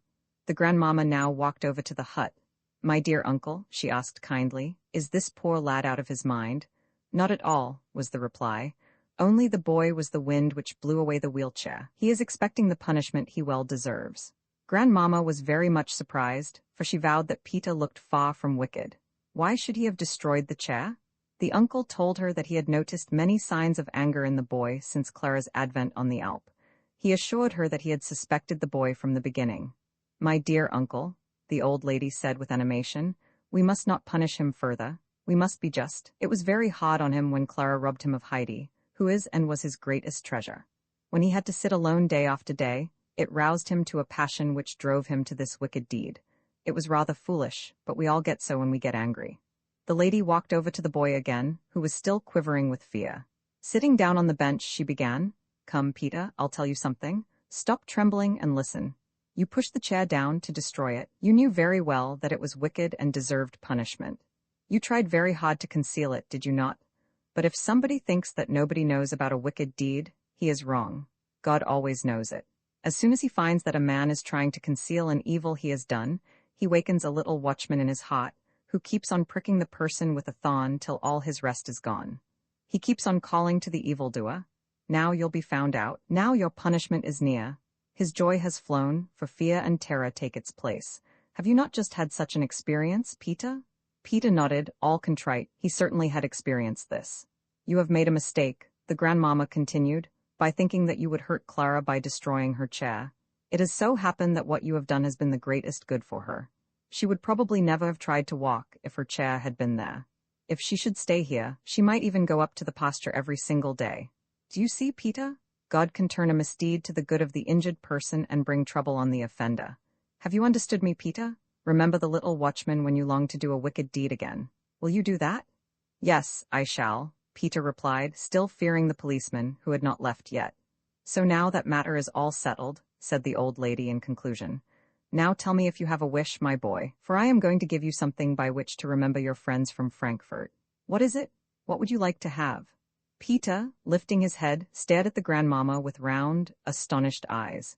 He was confused by this sudden change of prospect. Being again urged to utter a wish, he saw at last that he was saved from the power of the terrible man. He felt as if the most crushing load had fallen off him. He knew now that it was better to confess at once, when something had gone wrong, so he said, I have also lost the paper. Reflecting a while, the grandmama understood and said, That is right. Always confess what is wrong, then it can be settled. And now, what would you like to have? So Peter could choose everything in the world he wished. His brain got dizzy. He saw before him all the wonderful things in the fair in Mainfeld. He had often stood there for hours, looking at the pretty red whistles and the little knives. Unfortunately, Peter had never possessed more than half what those objects cost. He stood thinking, not able to decide, when a bright thought struck him. 10 pennies, said Peter with decision. That certainly is not too much, the old lady said with a smile, taking out of her pocket a big, round thaler, on top of which she laid 20 pennies. Now I'll explain this to you. Here you have as many times 10 pennies as there are weeks in the year. You'll be able to spend one every Sunday through the year. All my life? Peter asked quite innocently. The grandmama began to laugh so heartily at this that the two men came over to join her. Laughingly, she said, You shall have it, my boy. I will put it in my will, and then you will do the same, my son. Listen, Peter the Goatherd shall have a 10-penny piece weekly as long as he lives. Mr. Sesamon nodded. Peter, looking at his gift, said solemnly, God be thanked. Jumping and bounding, he ran away. His heart was so light that he felt he could fly. A little later, the whole party sat round the table holding a merry feast. After dinner, Clara, who was lively as never before, said to her father, Oh, Papa, if you only knew all the things Grandfather did for me. It would take many days to tell you. I shall never forget them all my life. Oh, if we could please him only half as much as what he did for me. It is my greatest wish. Too, dear child, said her father. I have been trying to think of something all the time. We have to show our gratitude in some way. Accordingly, Mr. Sesamon walked over to the old man and began, My dear friend, may I say one word to you? I am sure you believe me when I tell you that I have not known any real joy for years. What was my wealth to me when I could not cure my child and make her happy? With the help of the Lord you have made her well. You have given her a new life. Please tell me how to show my gratitude to you. I know I shall never be able to repay you, but what is in my power I shall do. Have you any request to make? Please let me know. The uncle had listened quietly and had looked at the happy father. Mr. Sesamon, you can be sure that I also am repaid by the great joy I experience at the recovery of Clara, said the uncle firmly. I thank you for your kind offer, Mr. Sesamon. As long as I live I have enough for me and the child, but I have one wish. If this could be fulfilled, my life would be free of care. Speak, my dear friend, urged Clara's father. I am old, continued the uncle, and shall not live many years. When I die, I cannot leave Heidi anything. The child has no relations except one, who even might try to take advantage of her if she could. If you would give me the assurance, Mr. Sesamon, that Heidi will never be obliged to go into the world and earn her bread, you would amply repay me for what I was able to do for you and Clara. My dear friend, there is no question of that, began Mr. Sesamon. The child belongs to us? I promise at once that we shall look after her so that there will not be any need of her ever earning her bread. We all know that she is not fashioned for a life among strangers. Nevertheless, she has made some true friends, and one of them will be here very shortly. Dr. Classen is just now completing his last business in Frankfurt. He intends to take your advice and live here. He has never felt so happy as with you and Heidi. The child will have 2 protectors near her, and I hope with God's will that they may be spared a long, long time. And may it be God's will? Added the grandmama, who with Heidi had joined them, shaking the uncle tenderly by the hand. Putting her arms around the child, she said, Heidi, I want to know if you also have a wish. Yes, indeed, I have, said Heidi, pleased. Tell me what it is, child. I should like to have my bed from Frankfurt with the 3 high pillows and the thick, warm cover. Then grandmother will be able to keep warm and won't have to wear her shawl in bed. Oh, I'll be so happy when she won't have to lie with her head lower than her heels, hardly able to breathe. Heidi had said all this in one breath. She was so eager. Oh dear, I had nearly forgotten what I meant to do. I am so glad you have reminded me, Heidi. If God sends us happiness, we must think of those who have many privations. I shall telegraph immediately for the bed, and if Miss Rottenmeier sends it off at once, it can be here in 2 days. I hope the poor blind grandmother will sleep better when it comes. Heidi, in her happiness, could hardly wait to bring the old woman the good news. Soon it was resolved that everybody should visit the grandmother, who had been left alone so long. Before starting, however, Mr. Sesamon revealed his plans. He proposed to travel through Switzerland with his mother and Clara. He would spend the night in the village, so as to fetch Clara from the Alm next morning for the journey. From there they would go first to Ragaz and then further. The telegram was to be mailed that night. Clara's feelings were divided, for she was sorry to leave the Alp, but the prospect of the trip delighted her. When everything was settled, they all went down, the uncle carrying Clara, who could not have risked the lengthy walk. All the way down Heidi told the old lady of her friends in the hut, the cold they had to bear in winter and the little food they had. Brigida was just hanging up Peter's shirt to dry when the whole company arrived. Rushing into the house, she called to her mother. Now they are all going away. Uncle is going too, carrying the lame child. Oh, must it really be? Sighed the grandmother. Have you seen whether they took Heidi away? Oh, if she only could give me her hand once more. Oh, I long to hear her voice once more. The same moment the door was flung open and Heidi held her tight. Grandmother, just think. My bed with the 3 pillows and the thick cover is coming from Frankfurt. Grandmama has said that it will be here in 2 days. Heidi thought that grandmother would be beside herself with joy, but the old woman, smiling sadly, said, "Oh, what a good lady she must be. I know I ought to be glad she is taking you with her, Heidi, but I don't think I shall survive it long." But nobody has said so. The grandmama, who had overheard those words, said kindly. Pressing the old woman's hand, she continued, "It is out of the question. Heidi will stay with you and make you happy. To see Heidi again, we will come up every year to the Alm, for we have many reasons to thank the Lord there." Immediately the face of the grandmother lighted up, and she cried tears of joy. "Oh, what wonderful things God is doing for me," said the grandmother, deeply touched. "How good people ought to trouble themselves about such a poor old woman as I. Nothing in this world strengthens the belief in a good Father in heaven more than this mercy and kindness shown to a poor, useless little woman like me." "My dear grandmother," said Mrs. Sesamon, "before God in heaven we are all equally miserable and poor. Woe to us if he should forget us. But now we must say goodbye. Next year we shall come to see you just as soon as we come up the Alp. We shall never forget you." With that, Mrs. Sesamon shook her hand. It was some time before she was allowed to leave, however, because the grandmother thanked her over and over again, and invoked all heaven's blessings on her and her house. Mr. Sesamon and his mother went on down, while Clara was carried up to spend her last night in the hut. Next morning, Clara shed hot tears at parting from the beloved place, where such gladness had been hers. Heidi consoled her with plans for the coming summer that was to be even more happy than this one had been. Mr. Sesamon then arrived, and a few last parting words were exchanged. Clara, half crying, suddenly said, "Please give my love to Peter and the goats, Heidi. Please greet Schwenli especially from me, for she has helped a great deal in making me well." "What could I give her?" "You can send her salt, Clara. You know how fond she is of that," advised little Heidi. "Oh, I will surely do that," Clara assented. "I'll send her 100 pounds of salt as a remembrance from me." It was time to go now, and Clara was able to ride proudly beside her father. Standing on the edge of the slope, Heidi waved her hand, her eyes following Clara till she had disappeared. "The bed has arrived. Grandmother sleeps so well every night now, that before long she will be stronger than ever. Grandmama has not forgotten the cold winter on the Alp, and has sent a great many warm covers and shawls to the Gothard's hut. Grandmother can wrap herself up now, and will not have to sit shivering in a corner. In the village, a large building is in progress.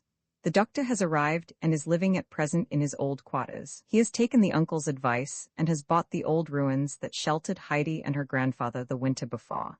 He is rebuilding for himself the portion with the fine apartment already mentioned. The other side is being prepared for Heidi and her grandfather. The doctor knows that his friend is an independent man and likes to have his own dwelling. Belly and Schwenli, of course, are not forgotten. They will spend the winter in a good solid stable that is being built for them. The doctor and the uncle become better friends every day. When they overlook the progress of the building, they generally come to speak of Heidi. They both look forward to the time when they will be able to move into the house with their merry charge. They have agreed to share together the pleasure and responsibility that Heidi brings them. The uncle's heart is filled with gratitude too deep for any words when the doctor tells him that he will make ample provision for the child. Now her grandfather's heart is free of care, for if he is called away, another father will take care of Heidi and love her in his stead. At the moment when our story closes, Heidi and Peter are sitting in grandmother's hut.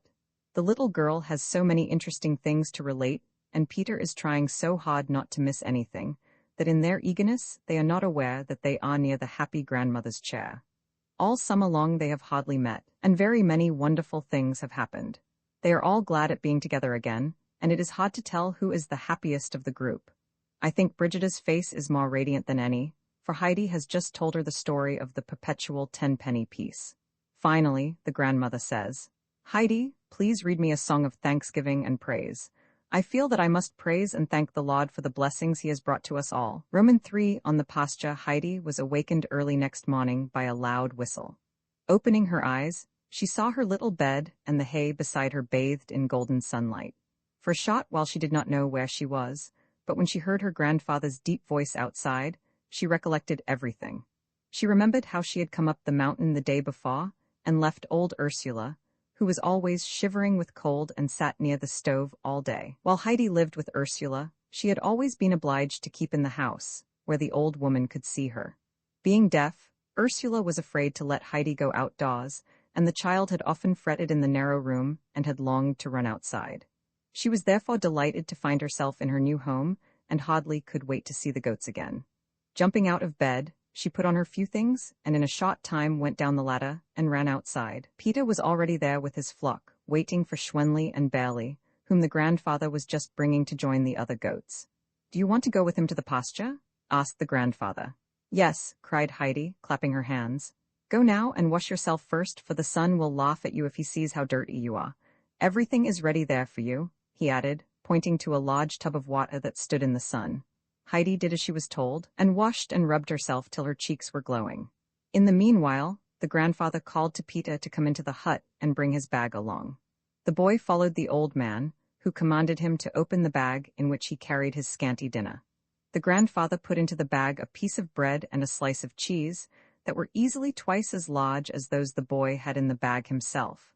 "The little bowl goes in, too," said the uncle, "for the child does not know how to drink straight from the goat the way you do. She is going to stay with you all day, therefore milk 2 bowls full for her dinner. Look out that she does not fall over the rocks, do you hear?" Just then Heidi came running in. "Grandfather, can the sun still laugh at me?"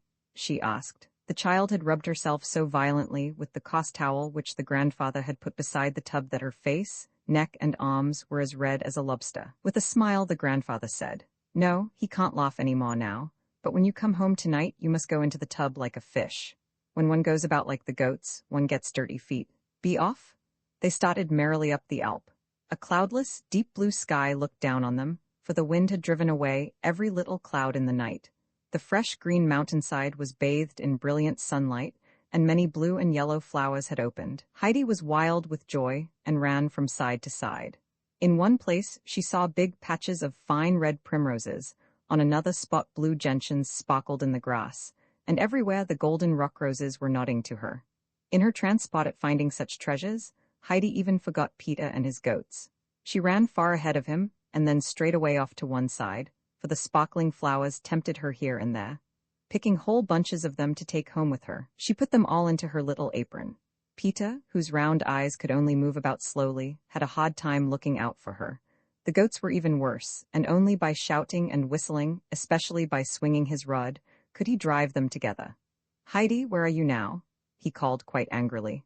"Here," it sounded from somewhere. Peter could not see her, for she was sitting on the ground behind a little mound, which was covered with fragrant flowers. The whole air was filled with their perfume, and the child drew it in long breaths. "Follow me now," Peter called out. "The grandfather has told me to look out for you, and you must not fall over the rocks." "Where are they?" asked Heidi without even stirring. "Way up there, and we have still far to go. If you come quickly, we may see the eagle there and hear him shriek." That tempted Heidi, and she came running to Peter with her apron full of flowers. "You have enough now," he declared. "If you pick them all today, there won't be any left tomorrow." Heidi admitted that, besides which she had her apron already full. From now on she stayed at Peter's side. The goats, scenting the pungent herbs, also hurried up without delay. Peter generally took his quarters for the day at the foot of a high cliff, which seemed to reach far up into the sky. Overhanging rocks on one side made it dangerous, so that the grandfather was wise to warn Peter. After they had reached their destination, the boy took off his bag, putting it in a little hollow in the ground. The wind often blew in violent gusts up there, and Peter did not want to lose his precious load. Then he lay down in the sunny grass, for he was very tired. Heidi, taking off her apron, rolled it tightly together and put it beside Peter's bag. Then, sitting down beside the boy, she looked about her. Far down she saw the glistening valley. A large field of snow rose high in front of her. Heidi sat a long time without stirring, with Peter asleep by her side and the goats climbing about between the bushes. A light breeze fanned her cheek, and those big mountains about her made her feel happy as never before.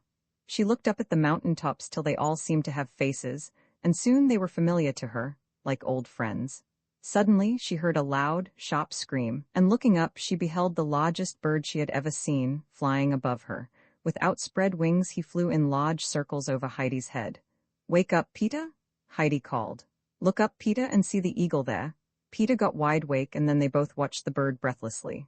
It rose higher and higher into the azure, till it disappeared at last behind the mountain peak. "Where has it gone?" Heidi asked. "Home to its nest," was Peter's answer. "Oh, does it really live way up there? How wonderful that must be. But tell me why it screams so loud," Heidi inquired. "Because it has to," Peter replied.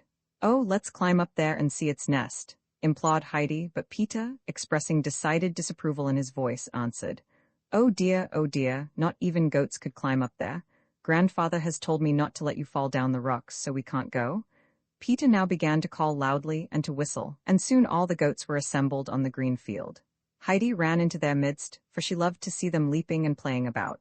Peter in the meantime was preparing dinner for Heidi and himself, by putting her large pieces on one side and his own small ones on the other. Then he milked barley and put the full bowl in the middle. When he was ready, he called to the little girl, but it took some time before she obeyed his call. "Stop jumping now," said Peter, "and sit down, your dinner is ready." "Is this milk for me?" she inquired. "Yes, it is. Those large pieces also belong to you. When you are through with the milk, I'll get you some more. After that, I'll get mine." "What milk do you get?" Heidi inquired. "I get it from my own goat, that speckled one over there, but go ahead and eat," Peter commanded again. Heidi obeyed, and when the bowl was empty, he filled it again. Breaking off a piece of bread for herself, she gave Peter the rest, which was still bigger than his own portion had been. She handed him also the whole slice of cheese, saying, "You can eat that, I have had enough." Peter was speechless with surprise, for it would have been impossible for him ever to give up any of his share. Not taking Heidi in earnest, he hesitated till she put the things on his knees. Then he saw she really meant it, and he seized his prize. Nodding his thanks to her, he ate the most luxurious meal he had ever had in all his life. Heidi was watching the goats in the meantime, and asked Peter for their names. The boy could tell them all to her, for their names were about the only thing he had to carry in his head. She soon knew them, too, for she had listened attentively. One of them was the big Turk, who tried to stick his big horns into all the others. Most of the goats ran away from their rough comrade. The bold Thistlefinch alone was not afraid, and running his horns 3 or 4 times into the other, so astonished the Turk with his great daring that he stood still and gave up fighting, for the Thistlefinch had sharp horns and met him in the most warlike attitude. A small white goat, called Snowhopper, kept up bleating in the most piteous way, which induced Heidi to console it several times. Heidi at last went to the little thing again, and throwing her arms around its head, she asked, "What is the matter with you, Snowhopper? Why do you always cry for help?" The little goat pressed close to Heidi's side and became perfectly quiet. Peter was still eating, but between the swallows he called to Heidi, "She is so unhappy because the old goat has left us. She was sold to somebody in Mainfeld 2 days ago." "Who was the old goat?" "Her mother, of course." "Where is her grandmother?" "She hasn't any." "And her grandfather?" "Hasn't any either." "Poor little Snowhopper," said Heidi, drawing the little creature tenderly to her. "Don't grieve any more. See, I am coming up with you every day now, and if there is anything the matter, you can come to me." Snowhopper rubbed her head against Heidi's shoulder and stopped bleeding. When Peter had finally finished his dinner, he joined Heidi. The little girl had just been observing that Schwenli and Belly were by far the cleanest and prettiest of the goats. They evaded the obtrusive Turk with a sort of contempt and always managed to find the greenest bushes for themselves. She mentioned it to Peter, who replied, "I know. Of course they are the prettiest because the uncle washes them and gives them salt. He has the best stable by far. All of a sudden Peter, who had been lying on the ground, jumped up and bounded after the goats. Heidi, knowing that something must have happened, followed him. She saw him running to a dangerous abyss on the side. Peter had noticed how the rash thistlefinch had gone nearer and nearer to the dangerous spot. Peter only just came in time to prevent the goat from falling down over the very edge. Unfortunately, Peter had stumbled over a stone in his hurry and was only able to catch the goat by one leg. The thistlefinch, being enraged to find himself stopped in his charming ramble, bleated furiously. Not being able to get up, Peter loudly called for help. Heidi immediately saw that Peter was nearly pulling off the animal's leg. She quickly picked some fragrant herbs and holding them under the animal's nose, she said soothingly, "Come, come, thistlefinch, and be sensible. You might fall down there and break your leg. That would hurt you horribly." The goat turned about and devoured the herbs Heidi held in her hand. When Peter got to his feet, he led back the runaway with Heidi's help. When he had the goat in safety, he raised his rod to beat it for punishment. The goat retreated shyly, for it knew what was coming. Heidi screamed loudly, "Peter, no, do not beat him. Look how scared he is." "He well deserves it," snarled Peter, ready to strike. But Heidi, seizing his arm, shouted, full of indignation, "You mustn't hurt him, let him go." Heidi's eyes were sparkling, and when he saw her with her commanding mien, he desisted and dropped his rope. "I'll let him go, if you give me a piece of your cheese again tomorrow," he said, for he wanted a compensation for his fright.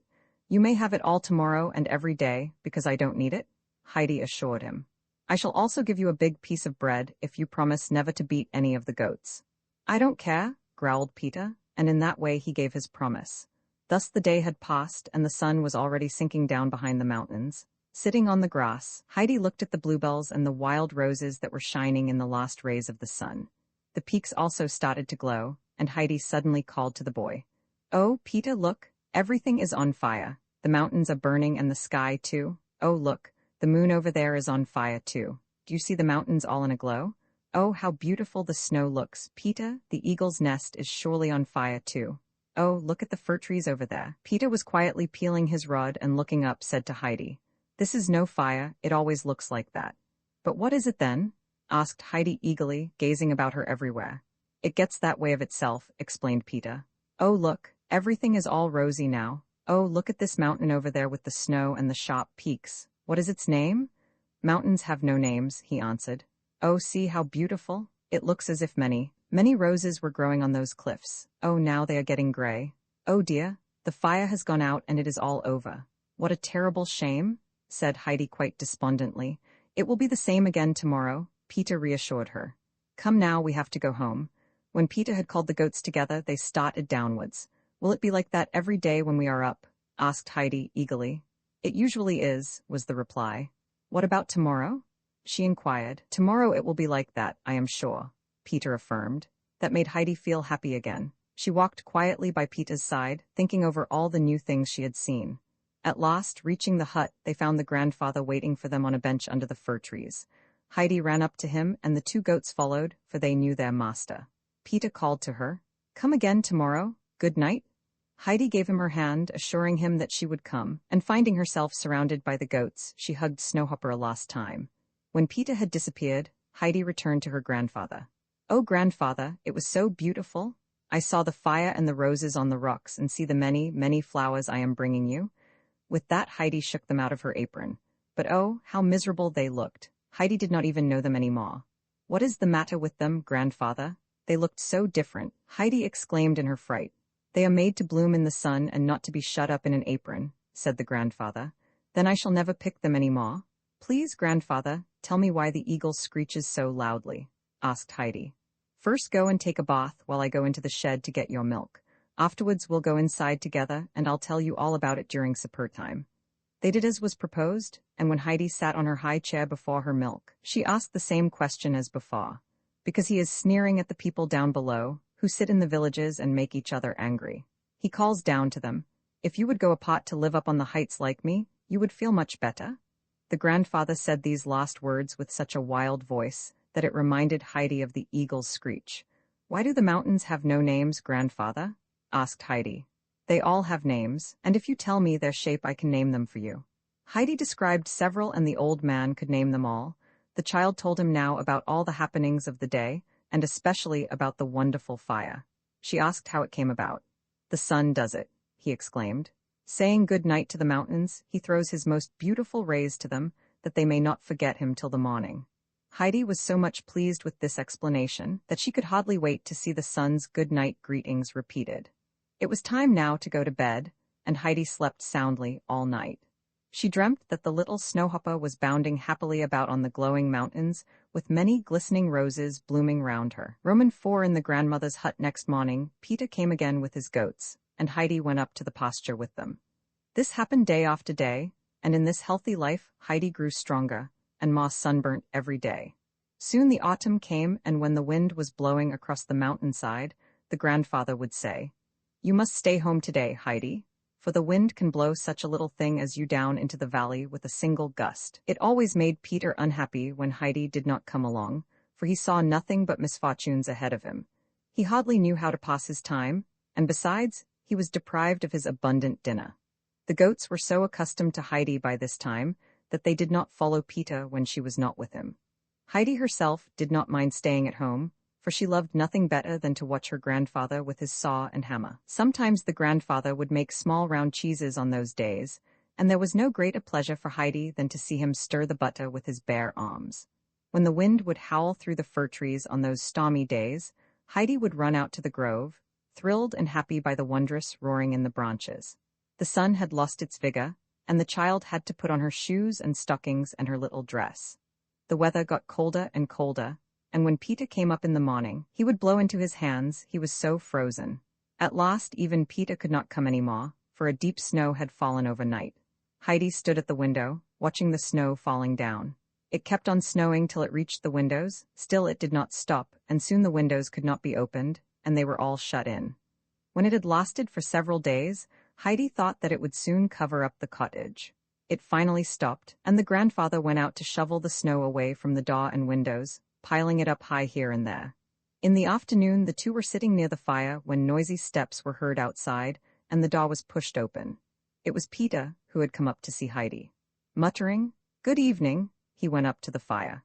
His face was beaming, and Heidi had to laugh when she saw little waterfalls trickling down from his person, for all the ice and snow had melted in the great heat. The grandfather now asked Peter how he got along in school. Heidi was so interested that she asked him 100 questions. Poor Peter, who was not an easy talker, found himself in great difficulty answering the little girl's inquiries, but at least it gave him leisure to dry his clothes. During this conversation, the grandfather's eyes had been twinkling, and at last he said to the boy, "Now that you have been under fire, General, you need some strengthening. Come and join us at supper." With that the old man prepared a meal which amply satisfied Peter's appetite. It had begun to get dark, and Peter knew that it was time to go. He had said goodbye and thank you, when turning to Heidi he remarked, "I'll come next Sunday if I may. By the way, Heidi, grandmother asked me to tell you that she would love to see you." Heidi immediately approved of this idea, and her first word next morning was, "Grandfather, I must go down to grandmother. She is expecting me." 4 days later the sun was shining, and the tight-packed frozen snow was crackling under every step. Heidi was sitting at the dinner table, imploring the old man to let her make the visit then, when he got up, and fetching down her heavy cover, told her to follow him. They went out into the glistening snow. No sound was heard, and the snow-laden fir trees shone and glittered in the sun. Heidi in her transport was running to and fro. "Grandfather, come out. Oh, look at the trees. They are all covered with silver and gold," she called to the grandfather, who had just come out of his workshop with a wide sled. Wrapping the child up in her cover, he put her on the sled, holding her fast. Off they started at such a pace that Heidi shouted for joy, for she seemed to be flying like a bird. The sled had stopped in front of Peter's hut, and grandfather said, "Go in. When it gets dark, start on your way home." When he had unwrapped her, he turned homewards with his sled. Opening the door, Heidi found herself in a tiny, dark kitchen, and going through another door, she entered a narrow chamber. Near a table a woman was seated, busy with mending Peter's coat, which Heidi had recognized immediately. A bent old woman was sitting in a corner, and Heidi, approaching her at once, said, "How do you do, grandmother? I have come now, and I hope I haven't kept you waiting too long." Lifting her head, the grandmother sought for Heidi's hand. Feeling it thoughtfully, she said, "Are you the little girl who lives up with the uncle? Is your name Heidi?" "Yes," Heidi replied. "The grandfather just brought me down in the sled." "How is it possible? Your hands are as warm as toast, Brigida. Did the uncle really come down with the child?" Brigida, Peeta's mother, had gotten up to look at the child. She said, "I don't know if he did, but I don't think so. She probably doesn't know." Heidi, looking up, said quite decidedly, "I know that grandfather wrapped me up in a cover when we coasted down together." "Peeta was right after all," said the grandmother. "We never thought the child would live more than 3 weeks with him. Brigida, tell me what she looks like." "She has Adelhaide's fine limbs and black eyes, and curly hair like Tobias and the old man. I think she looks like both of them." While the women were talking, Heidi had been taking in everything. Then she said, "Grandmother, look at the shutter over there. It is hanging loose. If grandfather were here, he would fasten it. It will break the window pane. Just look at it." "What a sweet child you are," said the grandmother tenderly. "I can hear it, but I cannot see it, child. This cottage rattles and creaks, and when the wind blows, it comes in through every chink. Some day the whole house will break to pieces and fall on top of us. If only Peeta knew how to mend it. We have no one else." "Why, grandmother, can't you see the shutter?" asked Heidi. "Child, I cannot see anything," lamented the old woman. "Can you see it when I open the shutter to let in the light?" "No, no, not even then. Nobody can ever show me the light again. But you can see when you go out into the snow, where everything is bright. Come with me, grandmother, I'll show you." And Heidi, taking the old woman by the hand, tried to lead her out. Heidi was frightened and got more anxious all the time. "Just let me stay here, child. Everything is dark for me, and my poor eyes can neither see the snow nor the light." "But grandmother, does it not get light in the summer, when the sun shines down on the mountains to say good night, setting them all aflame?" "No, child, I can never see the fiery mountains any more. I have to live in darkness, always." Heidi burst out crying now and sobbed aloud. "Can nobody make it light for you? Is there nobody who can do it, grandmother? Nobody?" The grandmother tried all possible means to comfort the child. It wrung her heart to see her terrible distress. It was awfully hard for Heidi to stop crying when she had once begun, for she cried so seldom. The grandmother said, "Heidi, let me tell you something. People who cannot see love to listen to friendly words. Sit down beside me and tell me all about yourself. Talk to me about your grandfather, for it has been long since I have heard anything about him. I used to know him very well." Heidi suddenly wiped away her tears, for she had had a cheering thought. "Grandmother, I shall tell grandfather about it, and I am sure he can make it light for you. He can mend your little house and stop the rattling." The old woman remained silent, and Heidi, with the greatest vivacity, began to describe her life with the grandfather. Listening attentively, the two women would say to each other sometimes, "Do you hear what she says about the uncle? Did you listen?" Heidi's tale was interrupted suddenly by a great thumping on the door, and who should come in but Peeta. No sooner had he seen Heidi than he smiled, opening his round eyes as wide as possible. Heidi called, "Good evening, Peeta." "Is it really time for him to come home?" exclaimed Peeta's grandmother.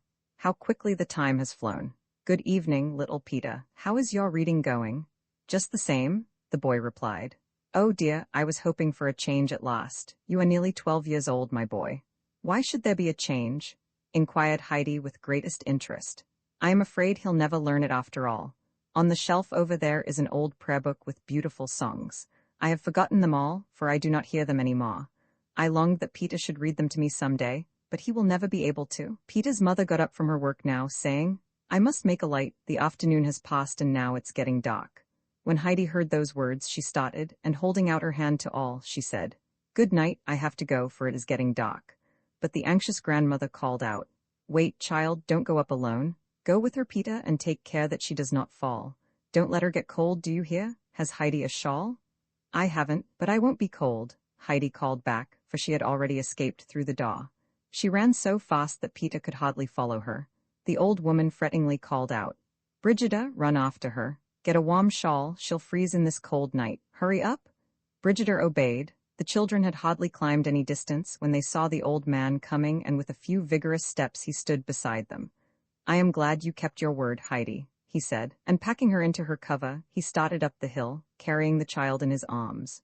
Brigida had come in time to see it, and told the grandmother what she had witnessed. Thank God," the old woman said. "I hope she'll come again, she has done me so much good. What a soft heart she has, the darling, and how nicely she can talk." All evening the grandmother said to herself, "If only he lets her come again. I have something to look forward to in this world now. Thank God." Heidi could hardly wait before they reached the cottage. She had tried to talk on the way, but no sound could be heard through the heavy cover. As soon as they were inside the hut she began, "Grandfather, we must take some nails and a hammer down tomorrow. A shutter is loose in grandmother's house and many other places shake. Everything rattles in her house." Is that so? Who says we must? Nobody told me, but I know, Heidi replied. Everything is loose in the house, and poor grandmother told me she was afraid that the house might tumble down. And grandfather, she cannot see the light. Can you help her and make it light for her? How terrible it must be to be afraid in the dark and nobody there to help you. Oh, please, grandfather, do something to help her. I know you can. Heidi had been clinging to her grandfather and looking up to him with trusting eyes. At last he said, glancing down, "All right, child, we'll see that it won't rattle any more. We can do it tomorrow." Heidi was so overjoyed at these words that she danced around the room shouting, "We'll do it tomorrow. We can do it tomorrow." The grandfather, keeping his word, took Heidi down the following day with the same instructions as before. After Heidi had disappeared, he went around the house inspecting it. The grandmother, in her joy at seeing the child again, had stopped the wheel and called, "Here is the child again, she has come again."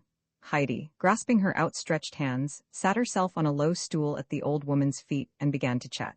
Suddenly violent blows were heard outside. The grandmother in her fright nearly upset the spinning wheel and screamed, "Oh God, it has come at last. The hut is tumbling down." "Grandmother, don't be frightened," said the child while she put her arms around her. "Grandfather is just fastening the shutter and fixing everything for you." "Is it possible? Has God not forgotten us after all? Brigida, have you heard it? Surely that is a hammer. Ask him to come in a moment if it is he, for I must thank him." When Brigida went out, she found the old man busy with putting a new beam along the wall. Approaching him, she said, "Mother and I wish you a good afternoon. We are very much obliged to you for doing us such a service, and Mother would like to see you." "There are few that would have done it, uncle, and how can we thank you?" "That will do," he interrupted. "I know what your opinion about me is. Go in, for I can find what needs mending myself." Brigida obeyed, for the uncle had a way that nobody could oppose. All afternoon the uncle hammered around. He even climbed up on the roof, where much was missing.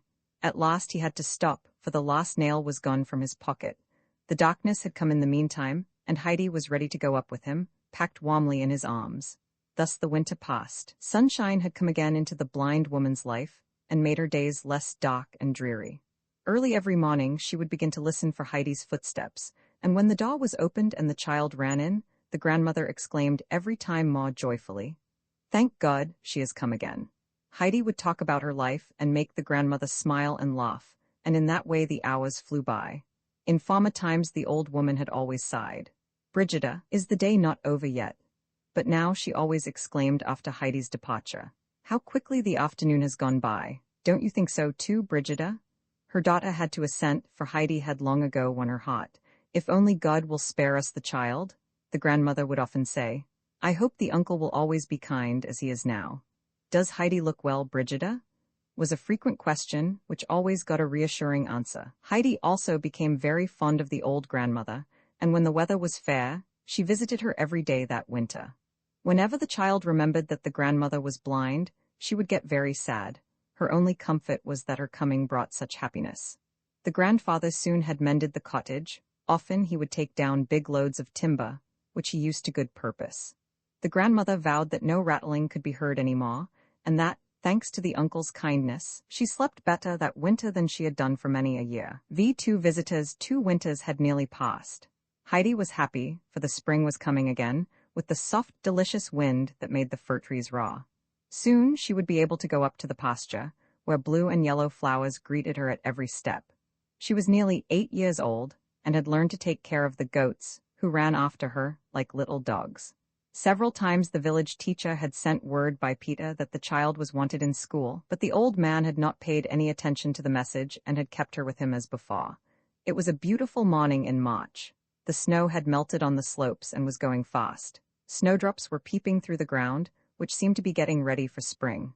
Heidi was running to and fro before the door, when she suddenly saw an old gentleman, dressed in black, standing beside her. As she appeared frightened, he said kindly, "You must not be afraid of me, for I love children. Give me your hand, Heidi, and tell me where your grandfather is." "He is inside, making round wooden spoons," the child replied, opening the door while she spoke. It was the old pastor of the village who had known the grandfather years ago. After entering, he approached the old man, saying, "Good morning, neighbor." The old man got up, surprised, and offering a seat to the visitor, said, "Good morning, Mr. Parson. Here is a wooden chair, if it is good enough." Sitting down, the parson said, "It is long since I have seen you, neighbor. I have come today to talk over a matter with you." I am sure you can guess what it is about. The clergyman here looked at Heidi, who was standing near the door. Heidi, run out to see the goats, said the grandfather, and bring them some salt. You can stay till I come. Heidi disappeared on the spot. The child should have come to school a year ago, the parson went on to say. Didn't you get the teacher's warning? What do you intend to do with the child? I do not want her to go to school, said the old man, unrelentingly. What do you want the child to be? I want her to be free and happy as a bird. But she is human, and it is high time for her to learn something. I have come now to tell you about it so that you can make your plans. She must come to school next winter, remember that. I shan't do it, Pasta, was the reply.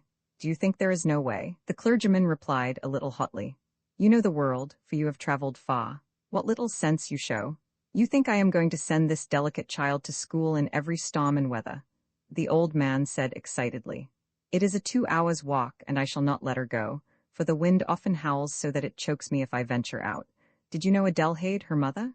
She was a sleepwalker and had fainting fits. Nobody shall compel me to let her go. I will gladly fight it out in court. You are perfectly right, said the clergyman kindly.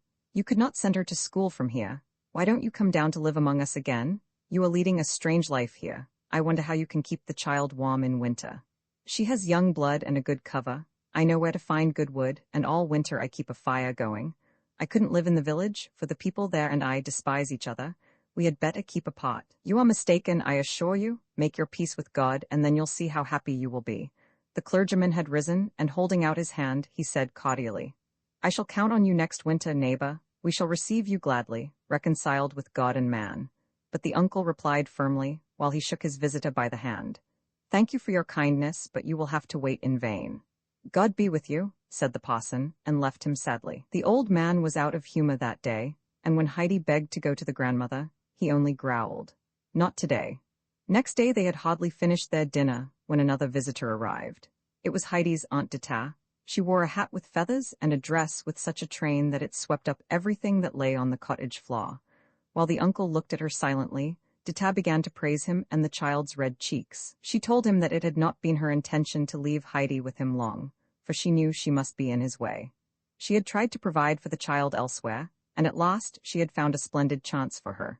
Very rich relations of her lady, who owned the largest house in Frankfurt, had a lame daughter. This poor little girl was confined to her rolling chair and needed a companion at her lessons. Dita had heard from her lady that a sweet, quaint child was wanted as playmate and schoolmate for the invalid. She had gone to the housekeeper and told her all about Heidi. The lady, delighted with the idea, had told her to fetch the child at once. She had come now, and it was a lucky chance for Heidi, for one never knew what might happen in such a case, and who could tell? Have you finished? The old man interrupted her at last. Why, one might think I was telling you the silliest things. There is not a man in Pretigan who would not thank God for such news. Bring them to somebody else, but not to me, said the uncle, coldly. Dita, flaming up, replied, Do you want to hear what I think? Don't I know how old she is? 8 years old and ignorant of everything. They have told me that you refuse to send her to church and to school. She is my only sister's child, and I shall not bear it, for I am responsible. You do not care for her. How else could you be indifferent to such luck? You had better give way, or I shall get the people to back me. If I were you, I would not have it brought to court. Some things might be warmed up that you would not care to hear about. Be quiet, the uncle thundered with flaming eyes. Take her and ruin her, but do not bring her before my sight again. I do not want to see her with feathers in her hat and wicked words like yours. With long strides he went out. You have made him angry, said Heidi with a furious look. He won't be cross long, but come now, where are your things? Asked Dita. I won't come, Heidi replied. What? Dita said passionately. But changing her tone, she continued in a more friendly manner. Come now, you don't understand me. I am taking you to the most beautiful place you have ever seen. After packing up Heidi's clothes, she said again, Come, child, and take your hat. It is not very nice, but we can't help it. I shall not come, was the reply. Don't be stupid and obstinate like a goat. Listen to me. Grandfather is sending us away, and we must do what he commands, or he will get more angry still. You'll see how fine it is in Frankfurt. If you do not like it, you can come home again, and by that time grandfather will have forgiven us. Can I come home again tonight? Asked Heidi. Come now, I told you you could come back. If we get to Mainfeld today, we can take the train tomorrow. That will make you fly home again in the shortest time. Holding the bundle, Dita led the child down the mountain. On their way they met Peter, who had not gone to school that day. The boy thought it was a more useful occupation to look for hazel rods than to learn to read, for he always needed the rods. He had a most successful day, for he carried an enormous bundle on his shoulder. When he caught sight of Heidi and Dita, he asked them where they were going. "I am going to Frankfurt with Aunt Dita," Heidi replied, "but first I must see grandmother, for she is waiting." "Oh no, it is too late. You can see her when you come back, but not now," said Dita, pulling Heidi along with her, for she was afraid that the old woman might detain the child. Peter ran into the cottage and hit the table with his rods. The grandmother jumped up in her fright and asked him what that meant. "They have taken Heidi away," Peter said with a groan. "Who has, Peter? Where has she gone?" the unhappy grandmother asked. Brigida had seen Dita walking up the footpath a short while ago, and soon they guessed what had happened. With a trembling hand, the old woman opened a window and called out as loudly as she could, "Dita, Dita, don't take the child away. Don't take her from us." When Heidi heard that, she struggled to get free and said, "I must go to grandmother, she is calling me." But Dita would not let her go. She urged her on by saying that she might return soon again. She also suggested that Heidi might bring a lovely present to the grandmother when she came back. Heidi liked this prospect and followed Dita without more ado. After a while she asked, "What shall I bring to the grandmother?" "You might bring her some soft white rolls, Heidi. I think the black bread is too hard for poor grandmother to eat." "Yes, I know, Aunt. She always gives it to Peter," Heidi confirmed her. "We must go quickly now. We might get to Frankfurt today and then I can be back tomorrow with the rolls." Heidi was running now, and Dita had to follow. She was glad enough to escape the questions that people might ask her in the village. People could see that Heidi was pulling her along, so she said, "I can't stop. Don't you see how the child is hurrying? We have still far to go," whenever she heard from all sides, "Are you taking her with you? Is she running away from the uncle? What a wonder she is still alive. What red cheeks she has," and so on. Soon they had escaped and had left the village far behind them. From that time on, the uncle looked more angry than ever when he came to the village. Everybody was afraid of him, and the women would warn their children to keep out of his sight. He came down but seldom, and then only to sell his cheese and buy his provisions. Often people remarked how lucky it was that Heidi had left him. They had seen her hurrying away, so they thought that she had been glad to go. The old grandmother alone stuck to him faithfully. Whenever anybody came up to her, she would tell them what good care the old man had taken of Heidi. She also told them that he had mended her little house. These reports reached the village, of course, but people only half believed them, for the grandmother was infirm and old. She began her days with sighing again. "All happiness has left us with the child. The days are so long and dreary, and I have no joy left. If only I could hear Heidi's voice before I die," the poor old woman would exclaim, day after day. A new chapter with new things. In a beautiful house in Frankfurt lived a sick child by the name of Clara Sesemann. She was sitting in a comfortable rolling chair, which could be pushed from room to room. Clara spent most of her time in the study, where long rows of bookcases lined the walls. This room was used as a living room, and here she was also given her lessons. Clara had a pale, thin face with soft blue eyes, which at that moment were watching the clock impatiently. At last she said, "Oh, Miss Rottenmeier, isn't it time yet?" The lady so addressed was the housekeeper, who had lived with Clara since Mrs. Sesamann's death. Miss Rottenmeier wore a peculiar uniform with a long cape and a high cap on her head. Clara's father, who was away from home a great deal, left the entire management of the house to this lady, on the condition that his daughter's wishes should always be considered. While Clara was waiting, Dita had arrived at the front door with Heidi. She was asking the coachman who had brought her if she could go upstairs. "That's not my business," grumbled the coachman. "You must ring for the butler." Sebastian, the butler, a man with large brass buttons on his coat, soon stood before her. "May I see Miss Rottenmeier?" Dita asked. "That's not my business," the butler announced. "Ring for Tinette, the maid." With that he disappeared. Dita, ringing again, saw a girl with a brilliant white cap on her head coming down the stairway. The maid stopped halfway down and asked scornfully, "What do you want?" Dita repeated her wish again. Tinette told her to wait while she went upstairs, but it did not take long before the two were asked to come up. Following the maid, they found themselves in the study. Dita held on to Heidi's hand and stayed near the door. Miss Rottenmeier, slowly getting up, approached the newcomers. She did not seem pleased with Heidi, who wore her hat and shawl and was looking up at the lady's headdress with innocent wonder. "What is your name?" the lady asked. "Heidi," was the child's clear answer. "What, is that a Christian name? What name did you receive in baptism?" inquired the lady again. "I don't remember that any more," the child replied. "What an answer? What does that mean?" said the housekeeper, shaking her head. Is the child ignorant or pert, Miss Dita? I shall speak for the child if I may, madam, Dita said, after giving Heidi a little blow for her unbecoming answer. The child has never been in such a fine house and does not know how to behave. I hope the lady will forgive her manners. She is called Adelheid after her mother, who was my sister. Oh well, that is better. But Miss Dita, the child seems peculiar for her age. I thought I told you that Miss Clara's companion would have to be 12 years old like her, to be able to share her studies. How old is Adelheid? I am sorry, but I am afraid she is somewhat younger than I thought. I think she is about 10 years old. Grandfather said that I was 8 years old, said Heidi now. Dita gave her another blow, but as the child had no idea why, she did not get embarrassed. What, only 8 years old? Miss Rottenmeier exclaimed indignantly. How can we get along? What have you learned? What books have you studied? None, said Heidi. But how did you learn to read? I can't read and Peter can't do it either, Heidi retorted. For mercy's sake, you cannot read? Cried the lady in her surprise. How is it possible? What else have you studied? Nothing, replied Heidi truthfully. Miss Dita, how could you bring this child? Said the housekeeper when she was more composed. Dita, however, was not easily intimidated and said, I am sorry, but I thought this child would suit you. She is small, but older children are often spoilt and not like her.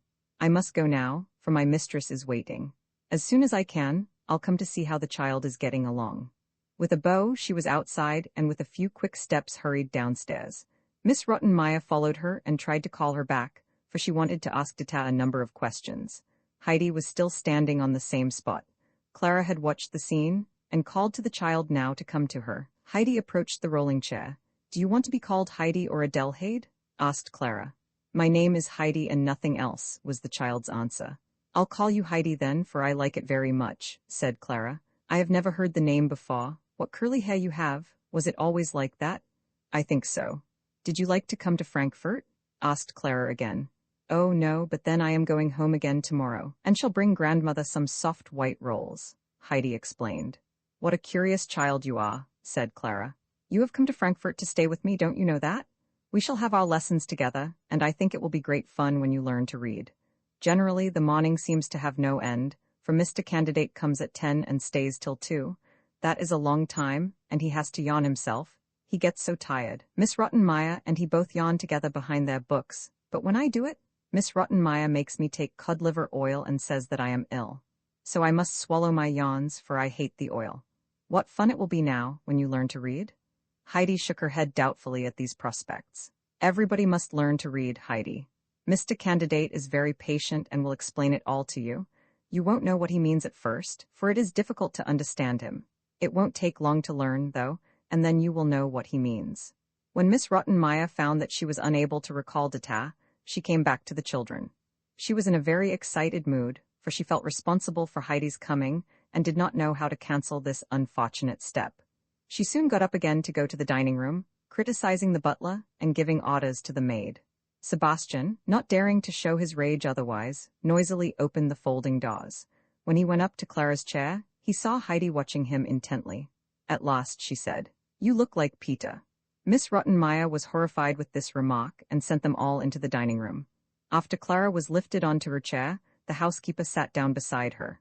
Heidi was motioned to sit opposite the lady. In that way they were placed at the enormous table. When Heidi saw a roll on her plate, she turned to Sebastian and, pointing at it, asked, Can I have this? Heidi had already great confidence in the butler, especially on account of the resemblance she had discovered. The butler nodded, and when he saw Heidi put the bread in her pocket, could hardly keep from laughing. He came to Heidi now with a dish of small baked fishes. For a long time the child did not move, then turning her eyes to the butler, she said, Must I eat that? Sebastian nodded, but another pause ensued. Why don't you give it to me? The child quietly asked, looking at her plate. The butler, hardly able to keep his countenance, was told to place the dish on the table and leave the room. When he was gone, Miss Rottenmeier explained to Heidi with many signs how to help herself at table. She also told her never to speak to Sebastian unless it was important. After that the child was told how to accost the servants and the governess. When the question came up of how to call Clara, the older girl said, Of course you shall call me Clara. A great many rules followed now about behavior at all times, about the shutting of doors and about going to bed, and 100 other things. Poor Heidi's eyes were closing, for she had risen at 5 that morning, and leaning against her chair she fell asleep. When Miss Rottenmeier had finished instructions, she said, "I hope you will remember everything, Adelheid. Did you understand me?" "Heidi went to sleep a long time ago," said Clara, highly amused. "It is atrocious what I have to bear with this child," exclaimed Miss Rottenmeier, ringing the bell with all her might. When the two servants arrived, they were hardly able to rouse Heidi enough to show her to her bedroom. Roman 7 Miss Rottenmeier has an uncomfortable day. When Heidi opened her eyes next morning, she did not know where she was. She found herself on a high white bed in a spacious room. Looking around, she observed long white curtains before the windows, several chairs, and a sofa covered with cretonne. In a corner she saw a washstand with many curious things standing on it. Suddenly Heidi remembered all the happenings of the previous day. Jumping out of bed, she dressed in a great hurry. She was eager to look at the sky and the ground below, as she had always done at home. What was her disappointment when she found that the windows were too high for her to see anything except the walls and windows opposite. Trying to open them, she turned from one to the other, but in vain. The poor child felt like a little bird that is placed in a glittering cage for the first time. At last she had to resign herself, and sat down on a low stool, thinking of the melting snow on the slopes and the first flowers of spring that she had hailed with such delight. Suddenly, Tynette opened the door and said curtly, "Breakfast's ready." Heidi did not take this for a summons, for the maid's face was scornful and forbidding. She was waiting patiently for what would happen next, when Miss Rottenmeier burst into the room, saying, "What is the matter, Adelheid? Didn't you understand? Come to breakfast." Heidi immediately followed the lady into the dining room, where Clara greeted her with a smile. She looked much happier than usual, for she expected new things to happen that day. When breakfast had passed without disturbance, the two children were allowed to go into the library together and were soon left alone. "How can I see down to the ground?" Heidi asked. "Open a window and peep out," replied Clara, amused at the question. "But it is impossible to open them," Heidi said, sadly. "Oh no, you can't do it and I can't help you either. But if you ask Sebastian, he'll do it for you." Heidi was relieved. The poor child had felt like a prisoner in her room. Clara now asked Heidi what her home had been like, and Heidi told her gladly about her life in the hut. The tutor had arrived in the meantime, but he was not asked to go to the study as usual. Miss Rottenmeier was very much excited about Heidi's coming and all the complications that arose therefrom. She was really responsible for it, having arranged everything herself. She presented the unfortunate case before the teacher, for she wanted him to help her to get rid of the child. Mr. Candidate, however, was always careful of his judgments and not afraid of teaching beginners. When the lady saw that he would not side with her, she let him enter the study alone, for the ABC held great horrors for her. While she considered many problems, a frightful noise as of something falling was heard in the adjoining room, followed by a cry to Sebastian for help. Running in, she beheld a pile of books and papers on the floor, with the table cover on top. A black stream of ink flowed across the length of the room. Heidi had disappeared. "There," Miss Rottenmeier exclaimed, wringing her hands. "Everything drenched with ink. Did such a thing ever happen before? This child brings nothing but misfortunes on us." The teacher was standing up, looking at the devastation, but Clara was highly entertained by these events and said, "Heidi has not done it on purpose and must not be punished." In her hurry to get away, she caught on the table cover and pulled it down.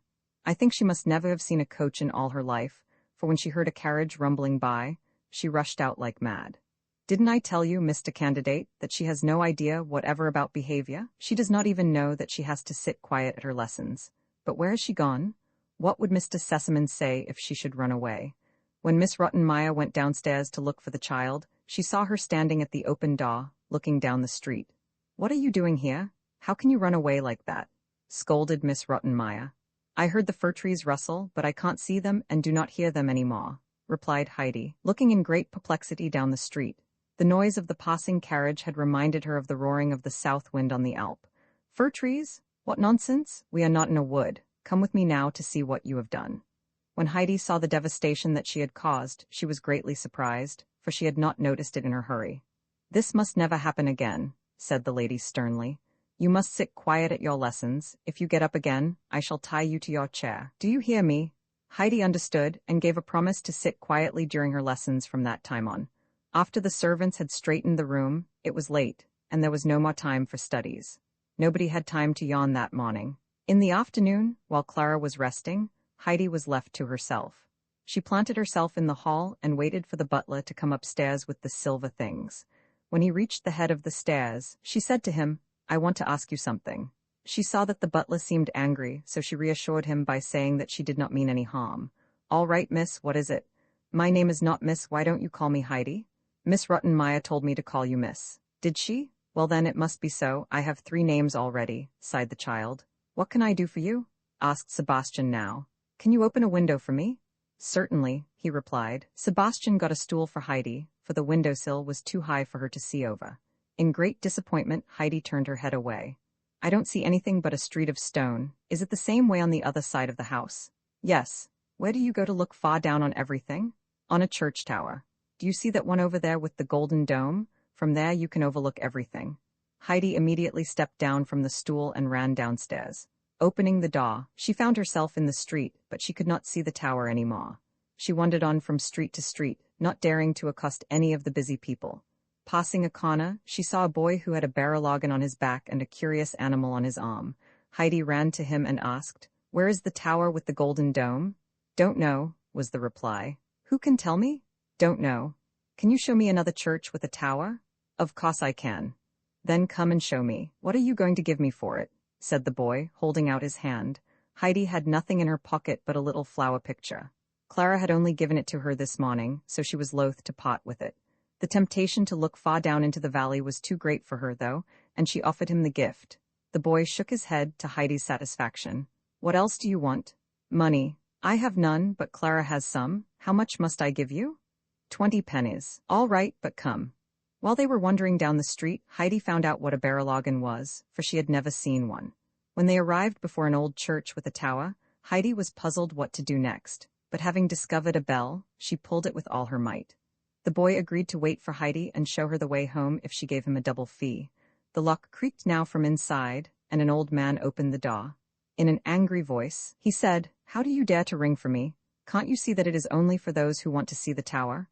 "But I do," said Heidi. "What do you want to see? Did anybody send you?" asked the man. "No, but I want to look down from up there."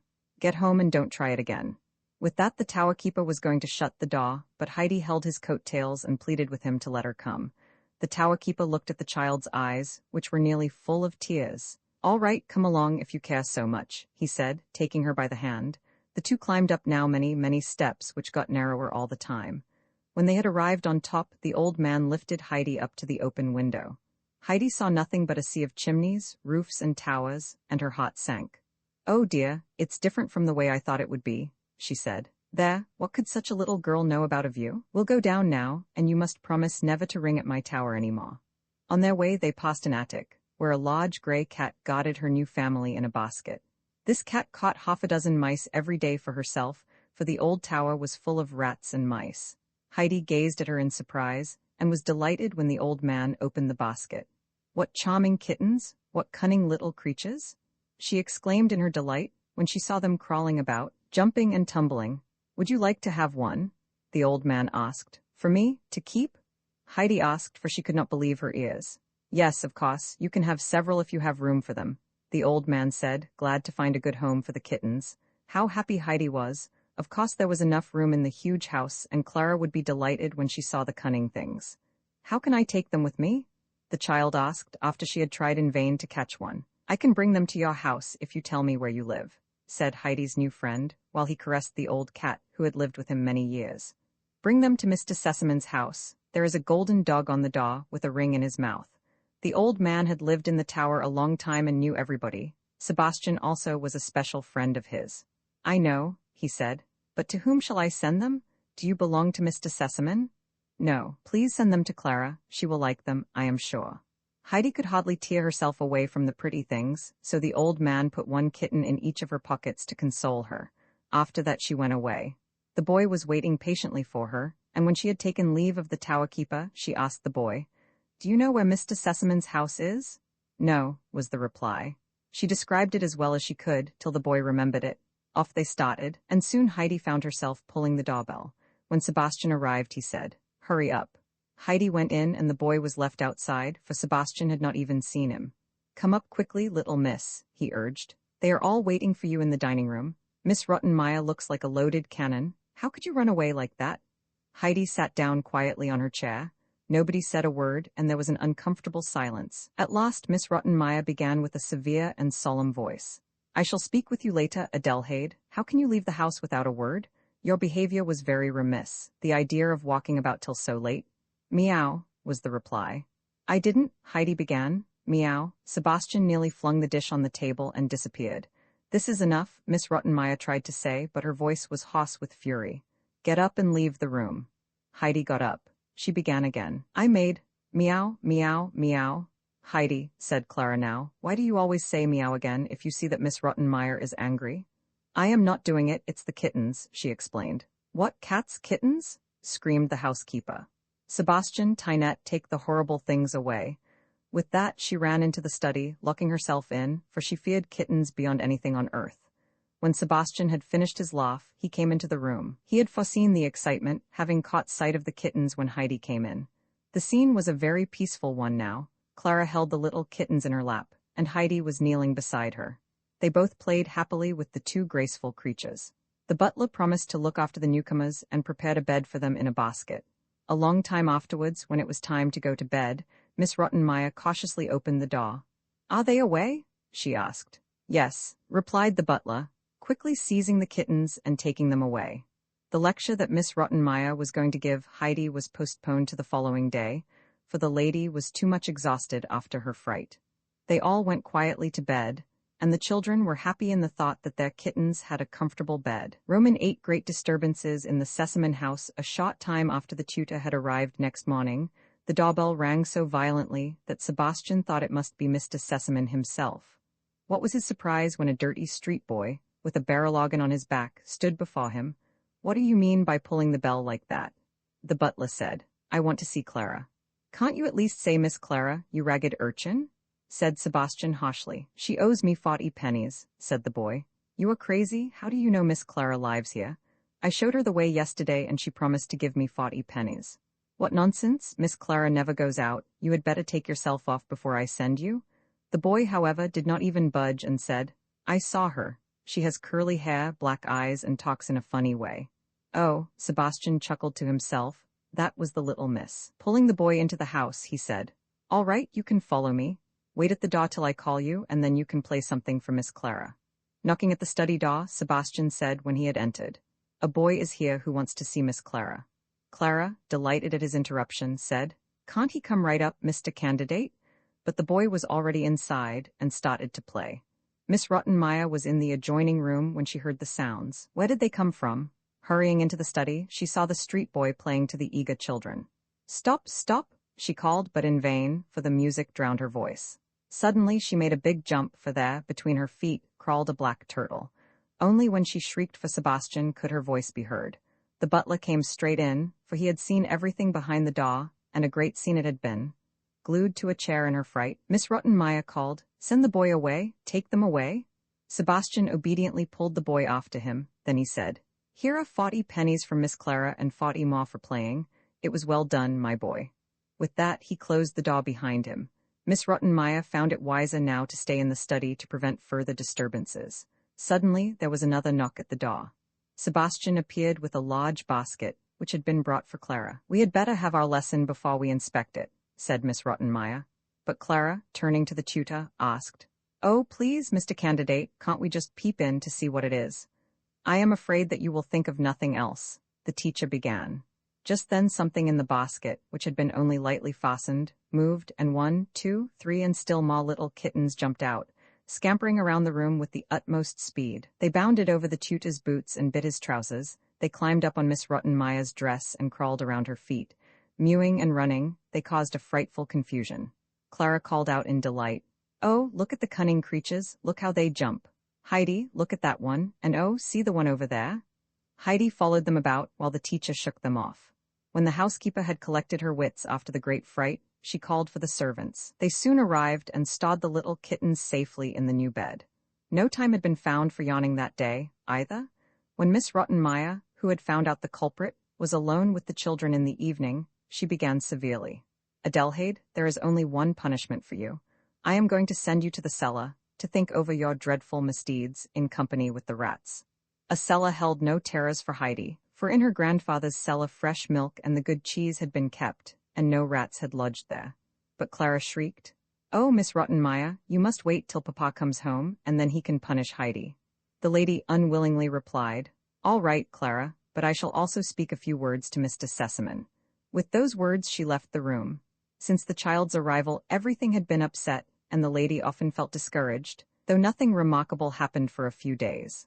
Clara, on the contrary, enjoyed her companion's society, for she always did funny things.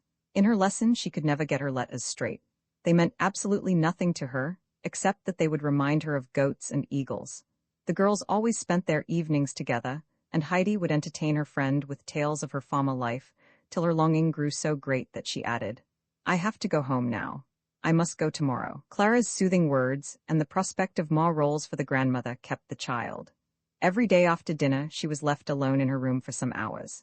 Thinking of the green fields at home, of the sparkling flowers on the mountains, she would sit in a corner till her desire for all those things became too great to bear.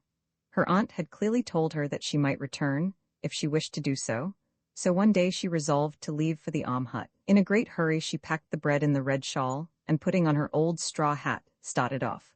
The poor child did not get very far. At the door she encountered Miss Rottenmeier, who stared at Heidi in mute surprise. "What are you up to?" she exploded. "Haven't I forbidden you to run away? You look like a vagabond." "I was only going home," whispered the frightened child. "What, you want to run away from this house? What would Mr. Sesamon say? What is it that does not suit you here? Don't you get better treatment than you deserve? Have you ever before had such food service in such a room? Answer?" "No," was the reply. "Don't I know that?" The furious lady proceeded. "What a thankless child you are, just idle and good for nothing." But Heidi could not bear it any longer. She loudly wailed, "Oh, I want to go home. What will poor Snowhopper do without me? Grandmother is waiting for me every day. Poor Thistlefinch gets blows if Peter gets no cheese, and I must see the sun again when he says good night to the mountains. How the eagle would screech if he saw all the people here in Frankfurt. For mercy's sake, the child is crazy?" exclaimed Miss Rottenmeier, running up the stairs. In her hurry she had bumped into Sebastian, who was just then coming down. "Bring the unlucky child up," she called to him, rubbing her head. "All right, many thanks," answered the butler, rubbing his head too, for he had encountered something far harder than she had. When the butler came down, he saw Heidi standing near the door with flaming eyes, trembling all over. Cheerfully he asked, "What has happened, little one? Do not take it to heart, and cheer up. She nearly made a hole in my head just now, but we must not get discouraged." "Oh no, come, up with you," she said so. Heidi walked upstairs very slowly. Seeing her so changed, Sebastian said, "Don't give in. Don't be so sad. You have been so courageous till now, I have never heard you cry yet. Come up now, and when the lady's away we'll go and look at the kittens. They are running round like wild." Nodding cheerlessly, the child disappeared in her room. That night at supper Miss Rottenmeier watched Heidi constantly, but nothing happened. The child sat as quiet as a mouse, hardly touching her food except the little roll. Talking with the tutor next morning, Miss Rottenmeier told him her fears about Heidi's mind, but the teacher had more serious troubles still, for Heidi had not even learned her ABC in all this time. Heidi was sorely in need of some clothes, so Clara had given her some. Miss Rottenmeier was just busy arranging the child's wardrobe when she suddenly returned. "Adelheid," she said contemptuously, "what do I find? A big pile of bread in your wardrobe? I never heard the like." "Yes, Clara, it is true." Then, calling Tinette, she ordered her to take away the bread and the old straw hat she had found. "No, don't, I must keep my hat. The bread is for grandmother," cried Heidi in despair. "You stay here while we take the rubbish away," said the lady sternly. Heidi threw herself down now on Clara's chair and sobbed as if her heart would break. "Now I can't bring grandmother any rolls? Oh, they were for grandmother," she lamented. "Heidi, don't cry any more," Clara begged. "Listen, when you go home some day, I am going to give you as many rolls as you had and more. They will be much softer and better than those stale ones you have kept. Those were not fit to eat, Heidi. Stop now, please, and don't cry any more." Only after a long, long time did Heidi become quiet. When she had heard Clara's promise, she cried, "Are you really going to give me as many as I had?" At supper, Heidi's eyes were swollen, and it was still hard for her to keep from crying. Sebastian made strange signs to her that she did not understand. What did he mean? Later, though, when she climbed into her high bed, she found her old beloved straw hat hidden under her cover. So Sebastian had saved it for her and had tried to tell her. She crushed it for joy, and wrapping it in a handkerchief, she hid it in the furthest corner of her wardrobe. Roman 9, the master of the house, hears of strange doings a few days afterwards. There was great excitement in the Sesamon residence. for the master of the house had just arrived. The servants were taking upstairs one load after another, for Mr. Sesamon always brought many lovely things home with him. When he entered his daughter's room, Heidi shyly retreated into a corner.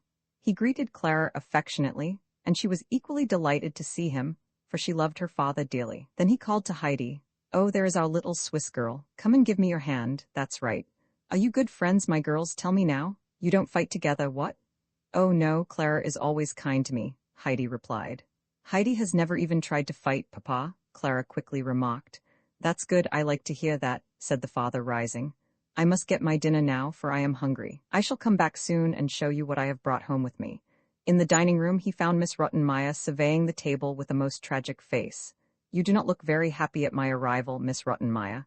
What is the matter?" "Clara seems well enough," he said to her. "Oh, Mr. Sesamon, we have been terribly disappointed," said the lady.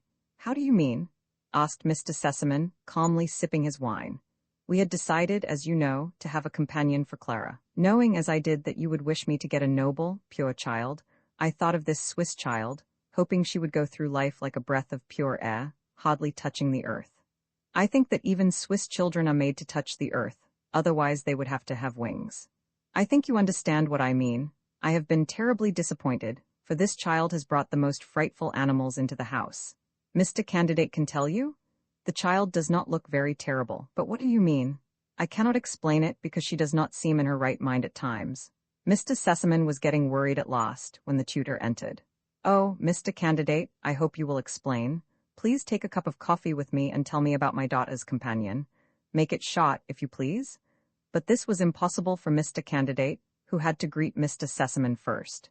Then he began to reassure his host about the child, pointing out to him that her education had been neglected till then, and so on. But poor Mr. Sesamon, unfortunately, did not get his answer, and had to listen to very long-winded explanations of the child's character. At last, Mr. Sesamon got up, saying, "Excuse me, Mr. Candidate, but I must go over to Clara now." He found the children in the study. Turning to Heidi, who had risen at his approach, he said, "Come, little one, get me a glass of water." "Fresh water?" "Of course, fresh water," he replied. When Heidi had gone, he sat down near Clara, holding her hand. "Tell me, little Clara," he asked, "please tell me clearly what animals Heidi has brought into the house. Is she really not right in her mind?" Clara now began to relate to her father all the incidents with the kittens and the turtle, and explained Heidi's speeches that had so frightened the lady. Mr. Sesamon laughed haughtily and asked Clara if she wished Heidi to remain. "Of course, Papa, since she is here, something amusing happens every day. It used to be so dull, but now Heidi keeps me company."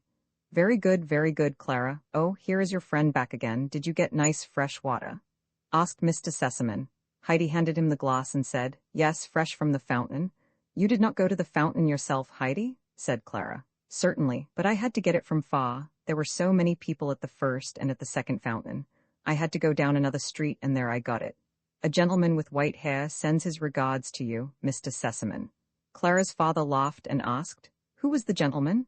When he passed by the fountain and saw me there with a glass, he stood still and said, "Please give me to drink, for you have a glass. To whom are you bringing the water?" Then I said, "I am bringing it to Mr. Sesamon."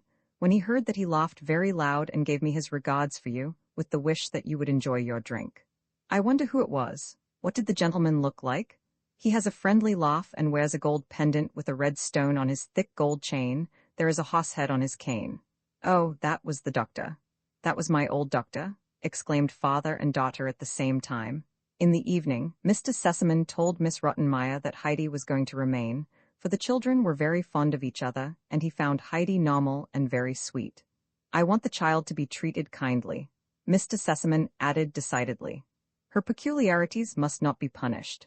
My mother is coming very soon to stay here, and she will help you to manage the child, for there is nobody in this world that my mother could not get along with, as you know, Miss Rottenmeier."